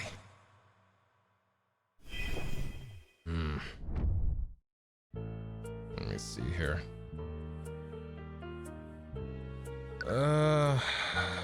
Where was that one where he's like, I had no reason, blah, blah, blah. After all, I had no reason to bear a personal grudge against her. Bullfucking shit. Press. Really? Even after the way she acted towards the students and faculty? No, make no mistake. I've heard many complaints regarding her actions. And I've had many conversations with her to try to correct her behavior. But at the end of the day, she was a remarkable professor, regardless of her lack of people skills. His testimony pretty much matches what we know so far. I'm not entirely sure if he's lying or not, but at the very least, we know that he was involved in the professor's murder. But why?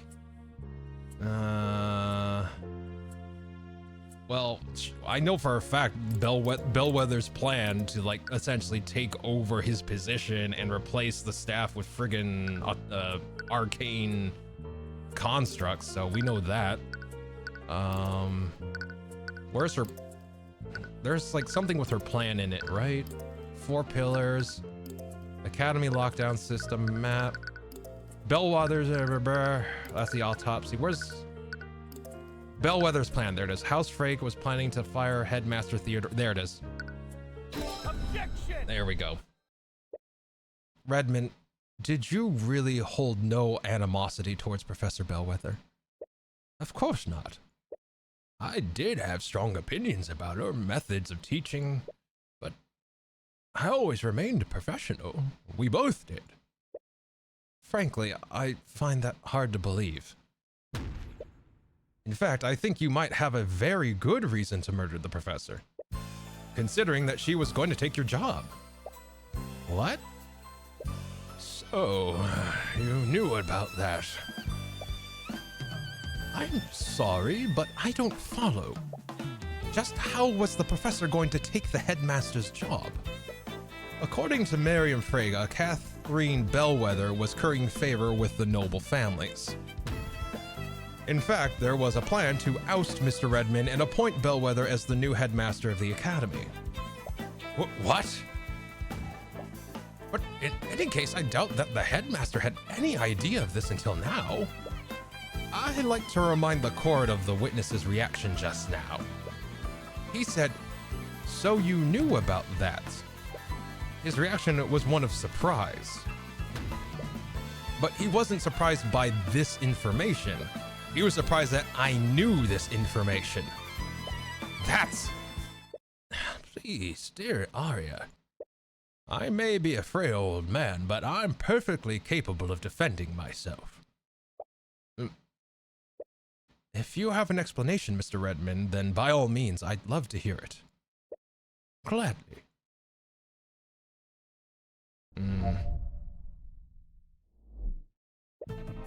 Let's see. It is true that I knew about the Frege's plot beforehand, but I had only just learned about it. On the day of the murder, the professor told me about her plan. She was going to replace me as headmaster and replace the staff with her arcane constructs. Now, you might say that this would have given me the perfect motive to murder the professor. However, the supposed murder weapon was stolen from Miss Frege.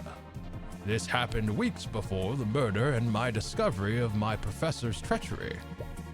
I had no knowledge of the plan before she told me, and therefore, I wouldn't have known to steal Miss Frege's weapon in an attempt to frame her. Are you satisfied now, Mr. Cuthbert? There's no way that the headmaster could have come up with this plan.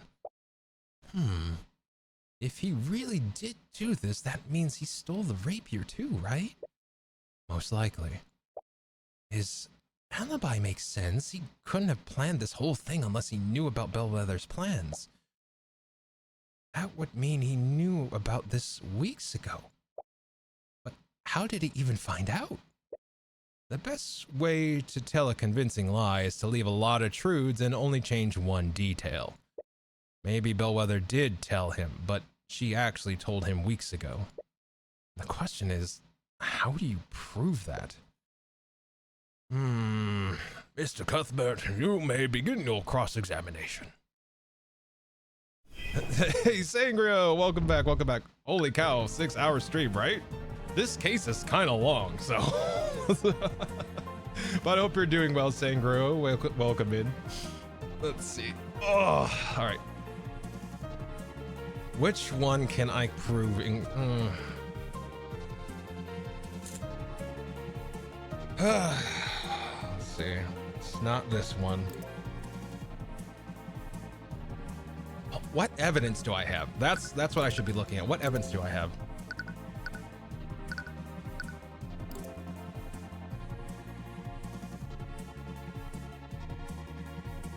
The command log must be cleared regularly.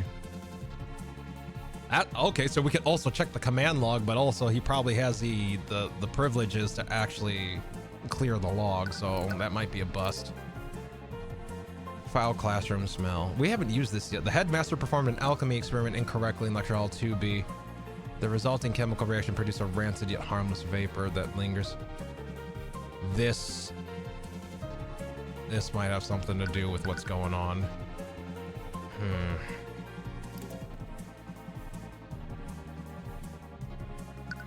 Wait, what if he intentionally did this to hide the smell of decay from the body? What if the body was in this room the entire time? Well, no, it couldn't have been. I'm thinking that he used this foul classroom smell to cover up the smell. I'm wondering if Bellwether was dead a long time ago. Actually, I was thinking of something else. We'll see. We'll get there.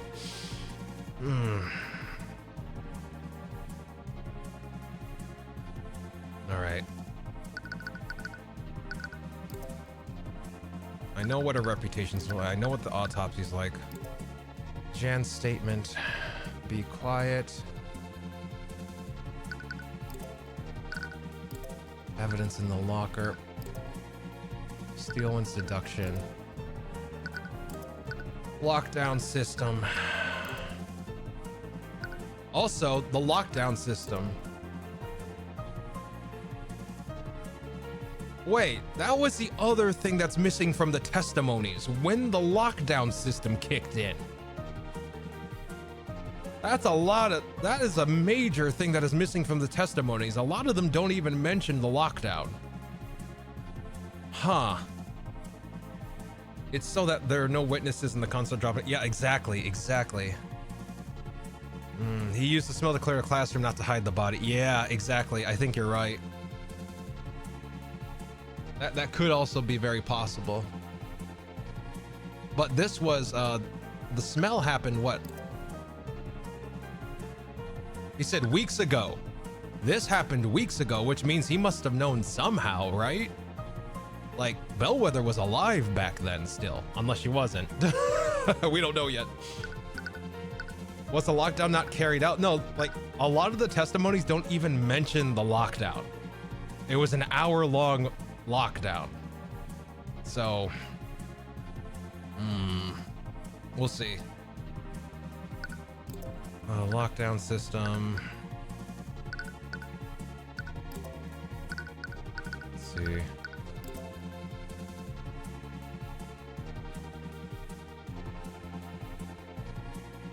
It was supposed to be kept a secret, but according to Jan, Bellwether revealed this plan to the headmaster during the meeting a few weeks ago. He overheard their meeting. Remember that? The janitor overheard their meeting while he was cleaning in the hallway. Yeah, Bellwether was alive. Bellwether was absolutely alive, because how else could have Jan heard the argument, heard the meeting? How long can undead spell last? 8 hours. It can only last 8 hours. And I think you have to concentrate? No, doesn't require concentration, but it's 8 hours, so you couldn't, like, this was weeks ago. There's no way. On the day of the murder, the professor told me about her plan. She was going to... Wait a minute, did you just... I only just learned about... Bullshit, press. So you only learned about it recently? Doesn't that seem a bit too convenient for you? It may appear that way, yes, but... On the day of the murder, okay, let me press him on this. That must have infuriated you. Your colleague betrayed you and attempted to steal your job. I'm only human. Of course I was taken aback. I've been headmaster of the Imperial Academy for decades. And to think the professor and the board would go around my back like that.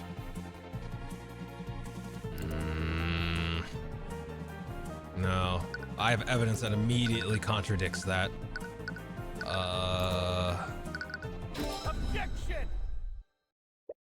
Redmond, you keep saying that you didn't know about Bellwether's plot before yesterday. Do you still plan on standing behind that claim? Of course I am, because it's the truth.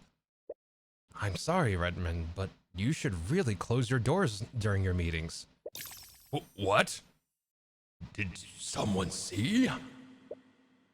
It is true that Bellwether revealed her plan to you during one of your meetings. In fact, Jan Hughes happened to overhear the same meeting. But he only overheard the part where the staff would be replaced. And that's the strangest part, Redmond. According to Mr. Hughes, this meeting occurred weeks ago. You can't accuse the headmaster of perjury based on a rumor. Everything you've just said is based on secondhand information. Mr. Hughes distinctly overheard that the staff would be replaced with arcane constructs. That is too specific and too accurate to assume that he misheard a different conversation. The professor probably only revealed her plan for the arcane constructs. That still doesn't prove that he knew about her treachery beforehand. Professor Bellwether had no authority over the cleaning staff's employment. It wouldn't make sense for her to just reveal her plan for the arcane constructs. That would only make sense if he knew that Bellwether would be taking his job.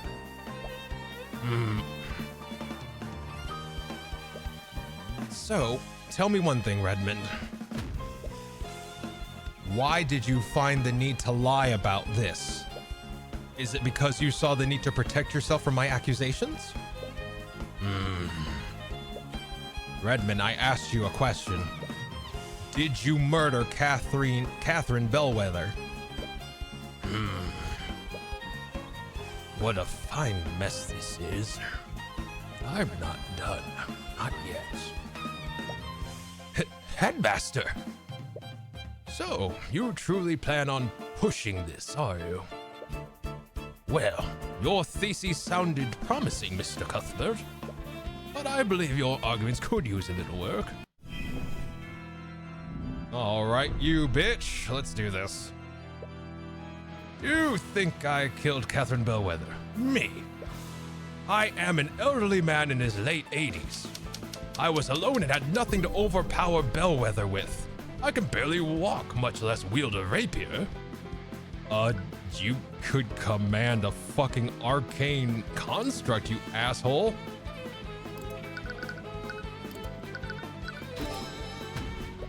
But you and Bellwether weren't the only people in that room, were you? You needed the arcane construct to carry Bellwether's body. That means that the construct would have already been in your office. And with your privileges, you could have easily programmed the construct to stab Bellwether for you.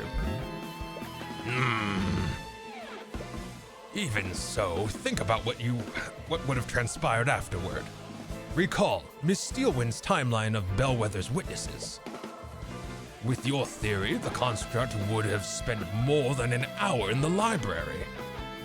Having it there would have risked my so-called ruse from being discovered. Luckily, Lady Frigga can't tell night from day. Okay. I wouldn't have had the construct linger around the library.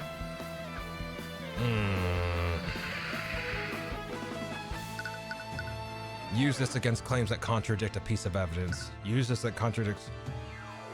This contradicts what's going through the eye. Displayed emotion, intuition. The timing deduced from Miss Fraga's testimony is predicated on one thing. She saw Miss Bellwether exit your office after your meeting. However, if we assume that you're lying about when this meeting ended, your entire argument falls apart. Miss Frigga would have encountered Bellwether after her death at 2:01 p.m. Miss Frigga wouldn't have made a mistake like that. Miss Frigga thought it was morning when she saw Bellwether. She can't reliably tell the time. Then what about where the rapier was placed? If I really was the murderer, then that would mean I planted the weapon in a young Wallace's locker. Several of the students had lockers there and that I had access to. I wouldn't have placed incriminating evidence in that locker. Wallace is one of my prized students. If I had to frame anyone, it would be that he would be the last person I chose.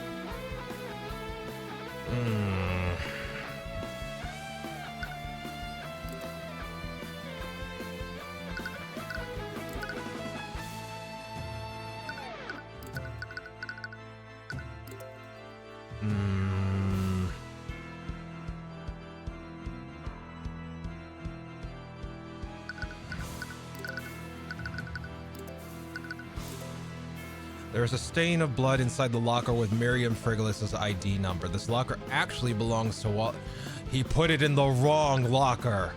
He put it in the wrong locker because the plates were changed. That's right. You're right, Mr. Redmond. You wouldn't try to frame Wallace, but you would try to frame Miriam Frege. It would have been the perfect act of revenge, wouldn't it? You murder your treacherous co-worker and frame the daughter of the family that helped her. But something went wrong, didn't it, Redmond? Labels on Wallace's locker and Miriam's locker were switched. Anyone who saw that would have easily mixed them up. I am the headmaster of the Imperial Academy. I have records of all the students' lockers and where they're located. There's no reason I would make a mistake like that. If I truly planned this, I would have known where Wallace's locker was. A simple change of labels wouldn't have led me to make a careless mistake like that.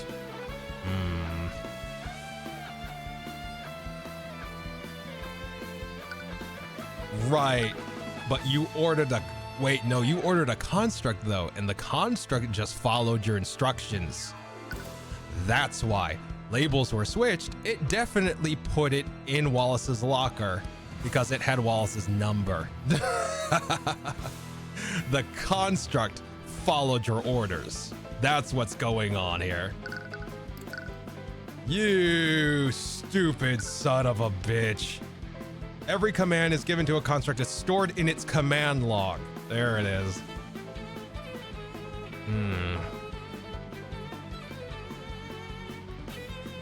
Yeah, this is it. Smug Lastie's awesome. Oh my god. But it wasn't you, was it? Your Arcane construct was the one who planted the rapier in the locker. I bet you commanded it to place this rapier in the locker of Miriam Frege. But it saw the ID number on Wallace's locker and assumed it was Miriam's. This is... Miriam begins to desperately stammering, looking for something to say. Miss Steelwind, say something! What?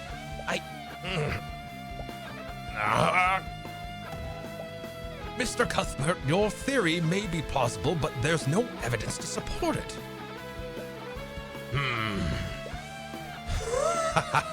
That's right. You don't have any proof, do you? There's no evidence of my orders. You stupid son of a bitch. Saying that I have committed the murder isn't the same as proving I did it. They always fall on, that's a great theory, but now prove it. And then I whip out my freaking evidence dick and go like, big enough for you? God damn. Shit. All right. He's got the bad guy smile going on here, right? Every command given to a construct is stored in its command log. However, the command log... There's another one, though. Like, because this would have been... They put it in the locker room, right? So the construct in the locker room, guess which one it was? It's the one that's supposed to be there. Perfect, right? Duh. That's like... There appears to be an inactive Arcane construct in the... Yeah, that's gotta be it. See, turns around in slummy raincoat with a cigar. That may be true, but I talked about these robots with everyone, and they're handy things. Record orders and all that. Yeah, right? Jesus Christ, go full Columbo. God damn. Your Arcane construct is still in the locker room where it planted the rapier. All we have to do is take a look inside and we'll see the blood inside. Let's see. All we have to do is take a look inside it, and we'll see the blood inside. Is that so, Mr. Cuthbert? Why does he still look so confident? No, Mr. Cuthbert, I already checked the inside of the construct during my investigation. The interior was completely clean. What? I was talking about the log. But okay, that works too. The construct's primary function is to assist and clean, dear Tyrion. They have a function that allows them to clean themselves, inside and out. Well, we can still look at its command history, right? They have to be cleared regularly. That's right. Fuck. Think about it, Mr. Cuthbert. Do you honestly think that the murderer would leave behind evidence like that? I'm sure that whoever orchestrated this plot, they ordered the construct to wipe its logs when it finished. Yep.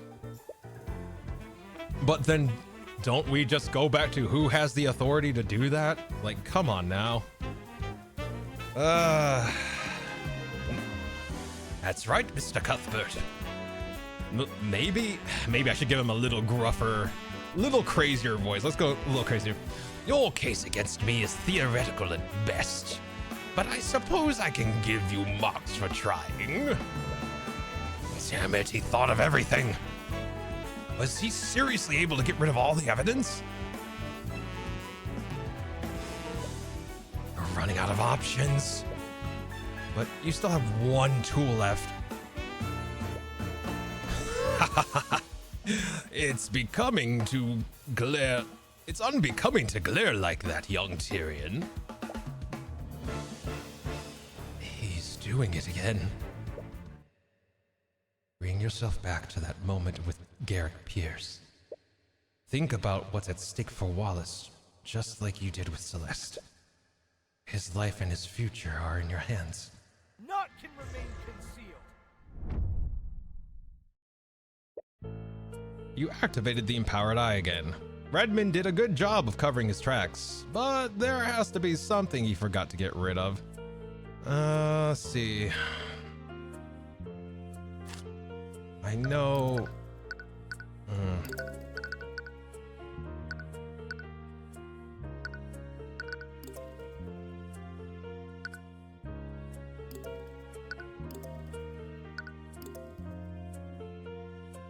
Constructs logic limitation. Arcane constructs process the tasks in the order that they are given. But the construct is ordered A, B, and C. Is this the one where I'm invoking him to think about something? This is. Yeah, I'm projecting something into him. Okay. So this is the thing where I invoke him to think of something and then try to get something from it. What do I send over? No. We were talking about, oh, it's clean, and he must, like, if the construct is the murder weapon, then, or at least part of the murder. Yeah, that might be it. There appears, yeah, wait, it's inactive. The one in the locker room's inactive, which means it probably shut down. When it reaches task B, it will deem the entire series of commands impossible and stop what it's doing without even attempting to complete task C. Which means that if he gave the construct a complex order, it wouldn't continue executing. We're gonna send this over. We'll send this over. Because it shut down. It shut down. That means it couldn't, unless it was absolutely ordered to shut down. It shut down because it couldn't finish the rest of the commands. So let's see. Project. The construct's orders were clear. Plant the body in lecture hall 2B, and then plant the evidence in Frega's locker. It was supposed to head to the storage room afterward. What happened? Aha! Okay. Interesting. The construct wasn't supposed to be in the locker room. It shut down. So it placed it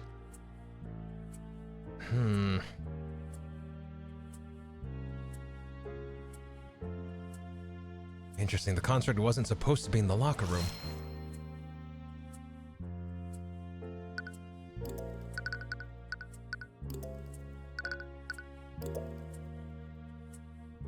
Why was the construct in the locker room, though? It shouldn't have been there if it had just followed my orders. No matter. It wiped its logs. They have nothing on me. So, he did order it to wipe its logs. In order to cover all of its tracks, probably would have done this last. The logs are intact. The logs are intact. Oh my god, excellent. Wait, he ordered, let's see. Wait, he ordered the construct to go to the storage room. It would have done that after it was finishing planting the evidence in the locker room. But we found it in the locker room. What stopped the construct from leaving the locker room? The lockdown! He couldn't execute it because of the lockdown. It couldn't leave the locker room, so it considered it impossible and canceled everything else. That's what's going on here. Because he activated the fucking lockdown, it was like, well, I can't do it, and then shut down. So, he fucked himself over.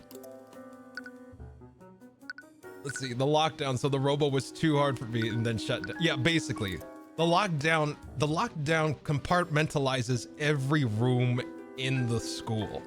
So basically, barriers go up and you can't leave the school. You can't leave that room. And you can't leave that room until after an hour has passed. So this occurred during the lockdown, and when the robot was going to the storage room, the lockdown occurred. It realized it was impossible because nothing can get through those force fields, and shut down because now the task is impossible. Yeah, guess I'll just shut down. Exactly, Koreg. Let's see. So where is it? Right, the body was probably reported earlier than Redmond expected. This means he probably started the lockdown before the construct was finished in the locker room.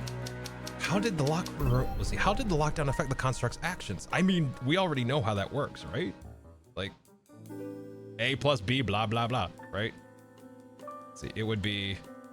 Let's see, how did the lockdown affect the construct's actions? Redmond's series of commands was interrupted by the lockdown. Right. Let's see. Right. The series of commands would have been interrupted. Wait a minute. Constructs execute a series of Constructs execute a series of commands in order that they are given.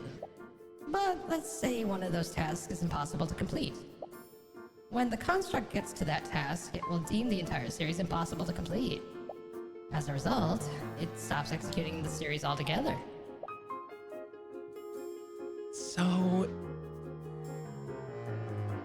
So if a task in a series of commands is impossible, then that command will interrupt the entire series. The construct's final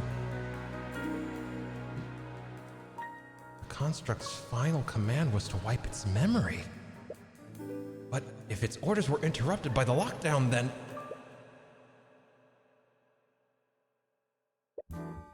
Miss Steelwen, I have nothing more to ask this witness. I say with a fucking grin. What?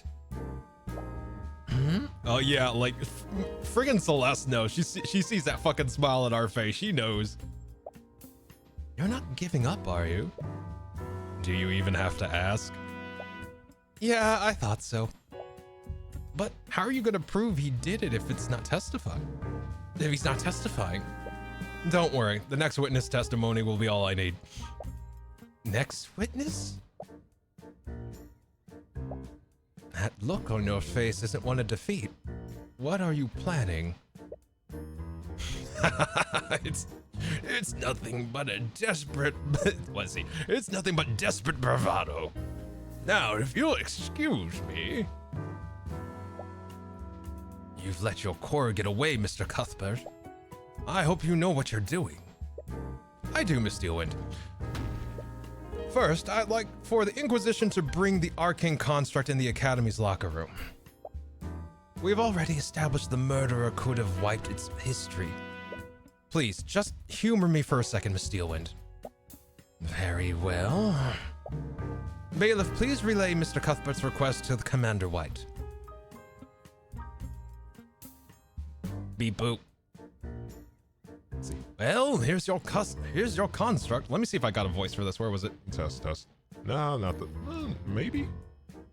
Maybe. Was it this one? This one? This one? This one? No. This one? No. No? Well, we'll go with this one. We'll go with this one just in case the construct actually talks. Let's see. Well, here's your construct. I hope you know what you're doing, Mr. Cuthbert. Construct. What are your orders?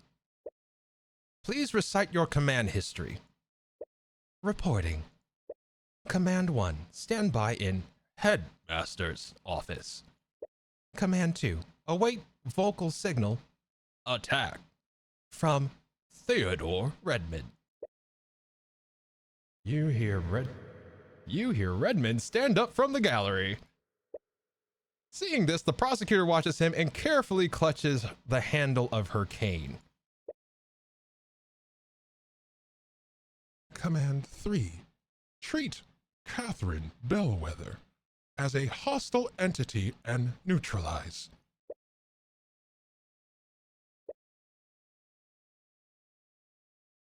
Construct, wipe your... Hold it. Before he can finish his sentence, the prosecutor points her cane at the headmaster. Magic energy shoots from it and collides directly with him. The magic reads around his body and stops him from moving. He is clearly trying to struggle against it, but it looks like he can't even move his mouth. Miss Steelwind! Excuse the interruption. Please continue. Command 4. Await vocal signal. Leave from Theodore Redmond. Command 5. Move to classroom 2B. Reply to any inquiries with voice line number 3. Command 6. Remove Catherine Bellwether from interior frame and place on floor. Thank you, Construct. You can now stop. I think we all know the rest. Just to be clear, who gave you this series of commands? Commands were provided by Headmaster Theodore Redmond.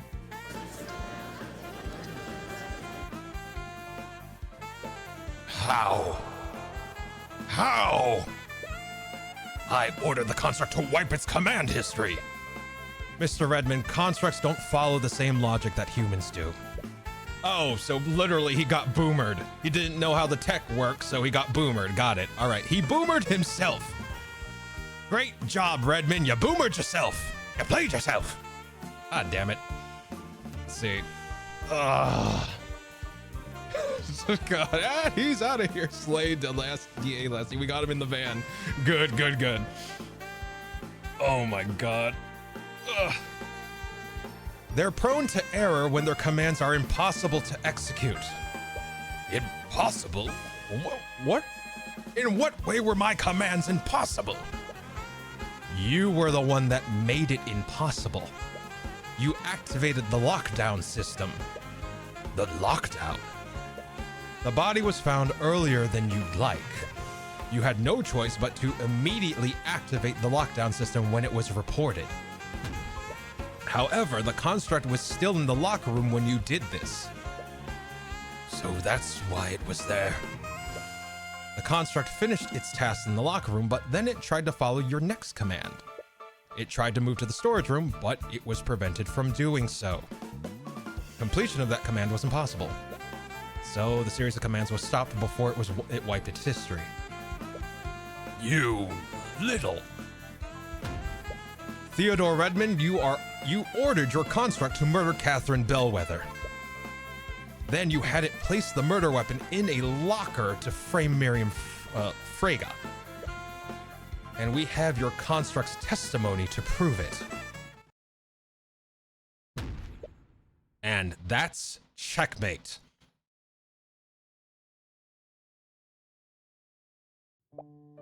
I can't believe it. How could you do something like this, Headmaster? She was going to take everything from me. My position, my academy, my students. Everything would have been gone. It was going to be stolen by her and the Freges. Why didn't you say anything to me? I could have... Don't you dare stand there and act ignorant, Lady Steelwind. Do you think the Freges acted alone? Your father was part of this plot too. What? I have nothing to say to you. I thought you were different. I listened to your lies about societal reform. In the end, you were just like the rest of the aristocracy. By the scale, Lord, what have I done? I was even willing to sacrifice poor Wallace. I can't believe Why did I listen to... Why did I do this? It appears we have a full confession. Everyone else saw that, right? She's orchestrating some shit. It appears we have a full confession. The court sees no reason to prolong this any further. Bailiff, please escort the witness to a holding cell. He was nudged. Oh, fuck, yep. Mr. Cuthbert, you really did it. It feels amazing, right? Like a big weight being lifted off from your shoulders? It does, but I can't believe the headmaster was the one who did this. Right. Despite everything Redmond did, he was the one that allowed Wallace to pursue his dreams. I'm sorry. I'm sure this is bittersweet for you. What am I gonna do now? Headmaster Redmond was the only reason I could even attend the academy. With him gone... Oh, come on, don't think like that. You got acquitted. I'm sure it'll all work out. You want to agree, but necromancy is basically taboo. Without Redmond's support, there aren't many places he could learn it legitimately. And then there's the Imperial Academy. Hey, don't you get all sad on me too. Sorry, I was just thinking. With Redmond gone, the Freges will probably just appoint another sycophant as a headmaster. Valentina, Valerie, Jan, they're all gonna lose their jobs. Come on, you found the truth and you put a murderer behind bars. You saved Wallace. She's right. As you start to exit the courtroom, you're greeted by Miss Tamora. Was she in the gallery the entire time? At the end of the day, you saved Wallace from a wrongful conviction. You should be proud of yourself for that. I suppose you're right. Maybe I am just overthinking things. But the doubt still lingers in your mind. Now come on. I'm taking Wallace to that restaurant we went to last time. Do you remember how much that place cost? Don't worry, I got plenty of gold. Am I the only one on this team not making any gold? Yes. You have literally did 2 big name investigations and court cases and did it for free, Tyrion. Yes, you're poor for a reason. Jesus Christ. The breadsticks. Yeah, at least you got the breadsticks. Take Redmond to the... Well, what was that? Sangro? Let's see. I'll take Redmond to town. Fuck yes. Excellent. see. Hey, someone clip that confession. Yeah, right. You're broke, buddy. We're on that pigeon diet. Yeah, right. Breadsticks and water. See, am I the only one on this team not making any gold? Why don't you meet us there, Celeste? I need to talk with Tyrion for a moment. All right. Let's go, Wallace. Okay. You activated the Empower Eye again, didn't you? She doesn't appear to be praising you. I did. I didn't really have a choice. The Eye of Horus is a powerful tool, Tyrion. But that's twice now that you've used the Empower Eye to get out of a tough spot. You can't keep relying on it if you want to grow as an attorney. Grow as an attorney. Yeah, English. One day, you'll find a witness that the Empowered Eye won't work on. It's worked for me this far, though. But I suppose you're right. I'll try to rely on it less next time.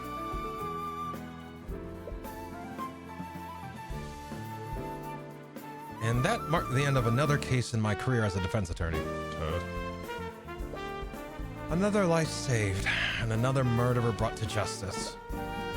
But I still couldn't shake this feeling of uneasiness. Was it guilt for what would happen to the faculty staff? Or was it something else?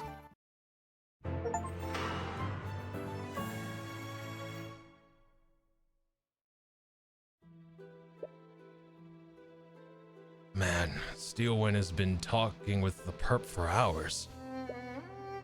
What's there even to ask at this point? Turns out she doesn't trust his testimony.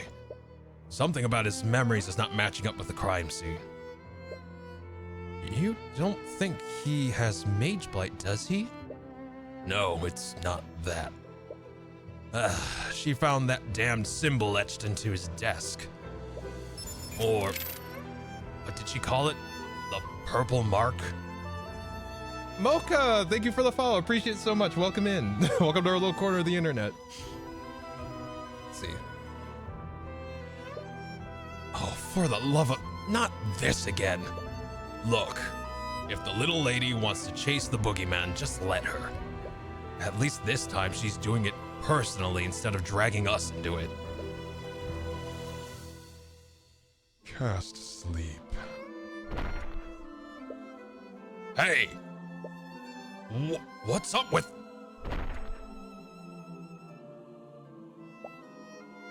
Who did this to your desk? What has gotten into you? What has gotten into you? I've already admitted to everything. What more could you possibly want from me? Where did this graffiti come from? What is a symbol? What is the purple mark? I don't know. A student must have done it at some point. Think very hard, Headmaster. When did you receive this purple symbol? Focus on the moment you received this.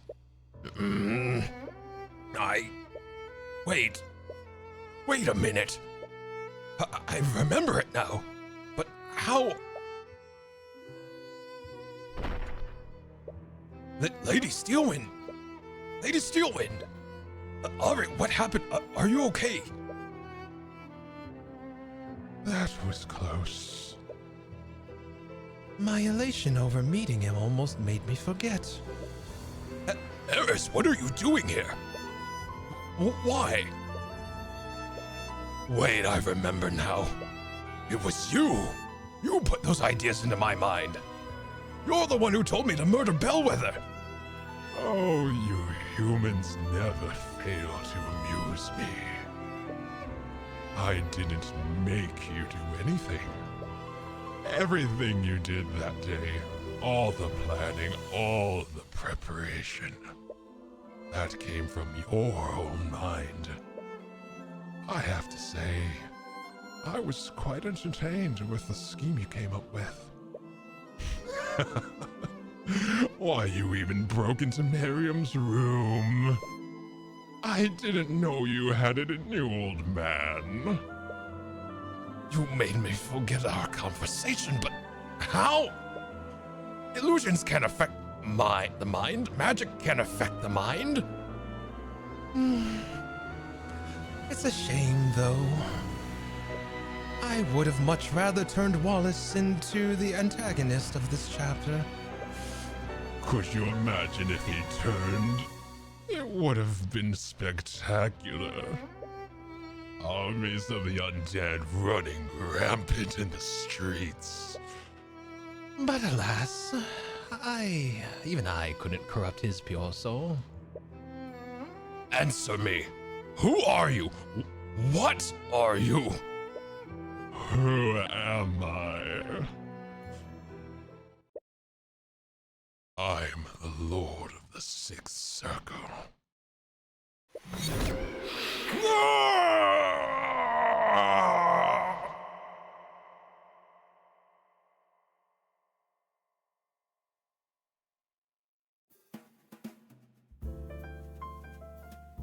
So,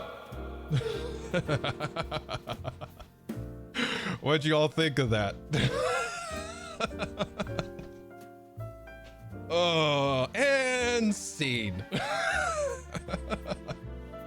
That was great. I really enjoyed that case. Oh, that was really good. Oh. So I have to ask chat tomorrow. Do we continue with the third case because it's getting good? Or do we do Dragon's Dogma? I love that. Oh, nice.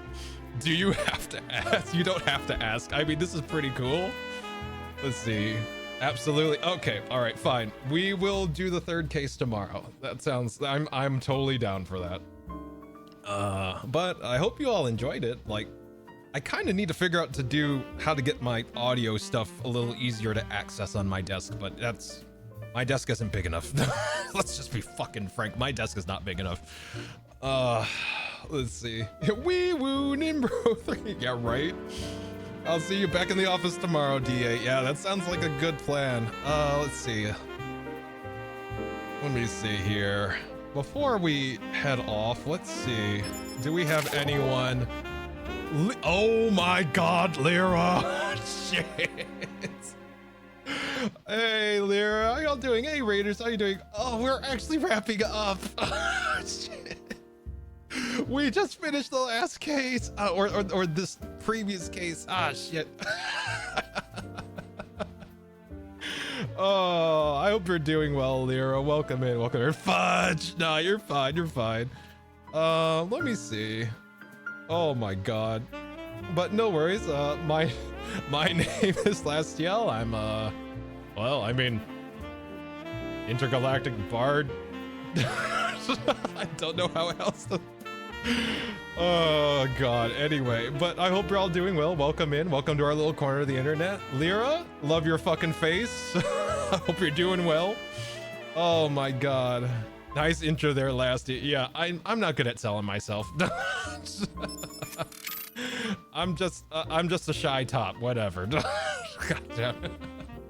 Lastiel's really cool. Hey, I'm glad you think so, Lyra. Hey, Higher Peanut, welcome to our little corner of the internet. Thanks again thank you for the follow. Appreciate you. Oh my God, ignoring that second bit. What? I'm just living my truth. Let me live my truth. Ghosty, let me live my truth. Anyway. God. Sorry about that. Lassie's the coolest, raddest cowboy ever got. They keep calling me cowboy. I'm not sure why. Yeehaw.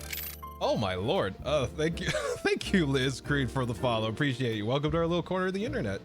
At least let me look away first, damn it. You know what? Fair. That's a very fair cop. It's funny because I think I had my button on the raid. I had my finger on the raid button for Lyra, so he beat me to it. Shit.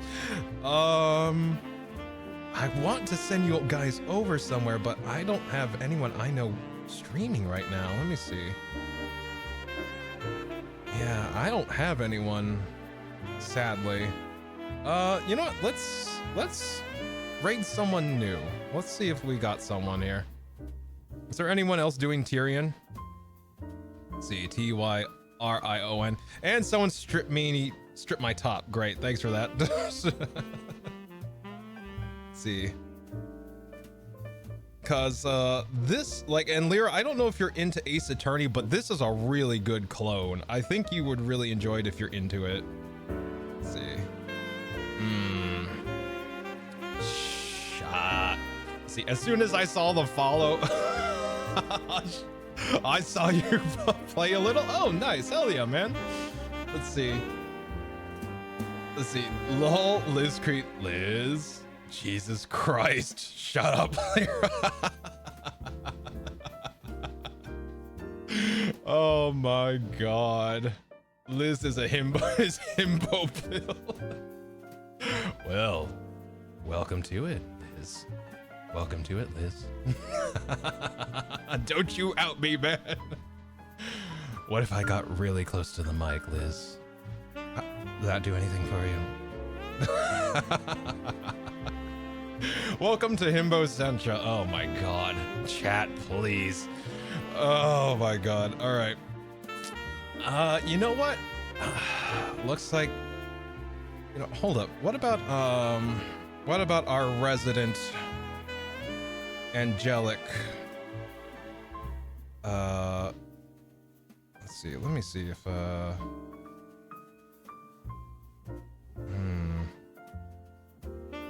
there's one more person I can take a look at. No, they're offline. Shit, fine. Let's see, call me later. Excellent. I'm here for the himbo content. Sangra's not wrong. Lasty, your bass is vibrating my ears. Stop. Why?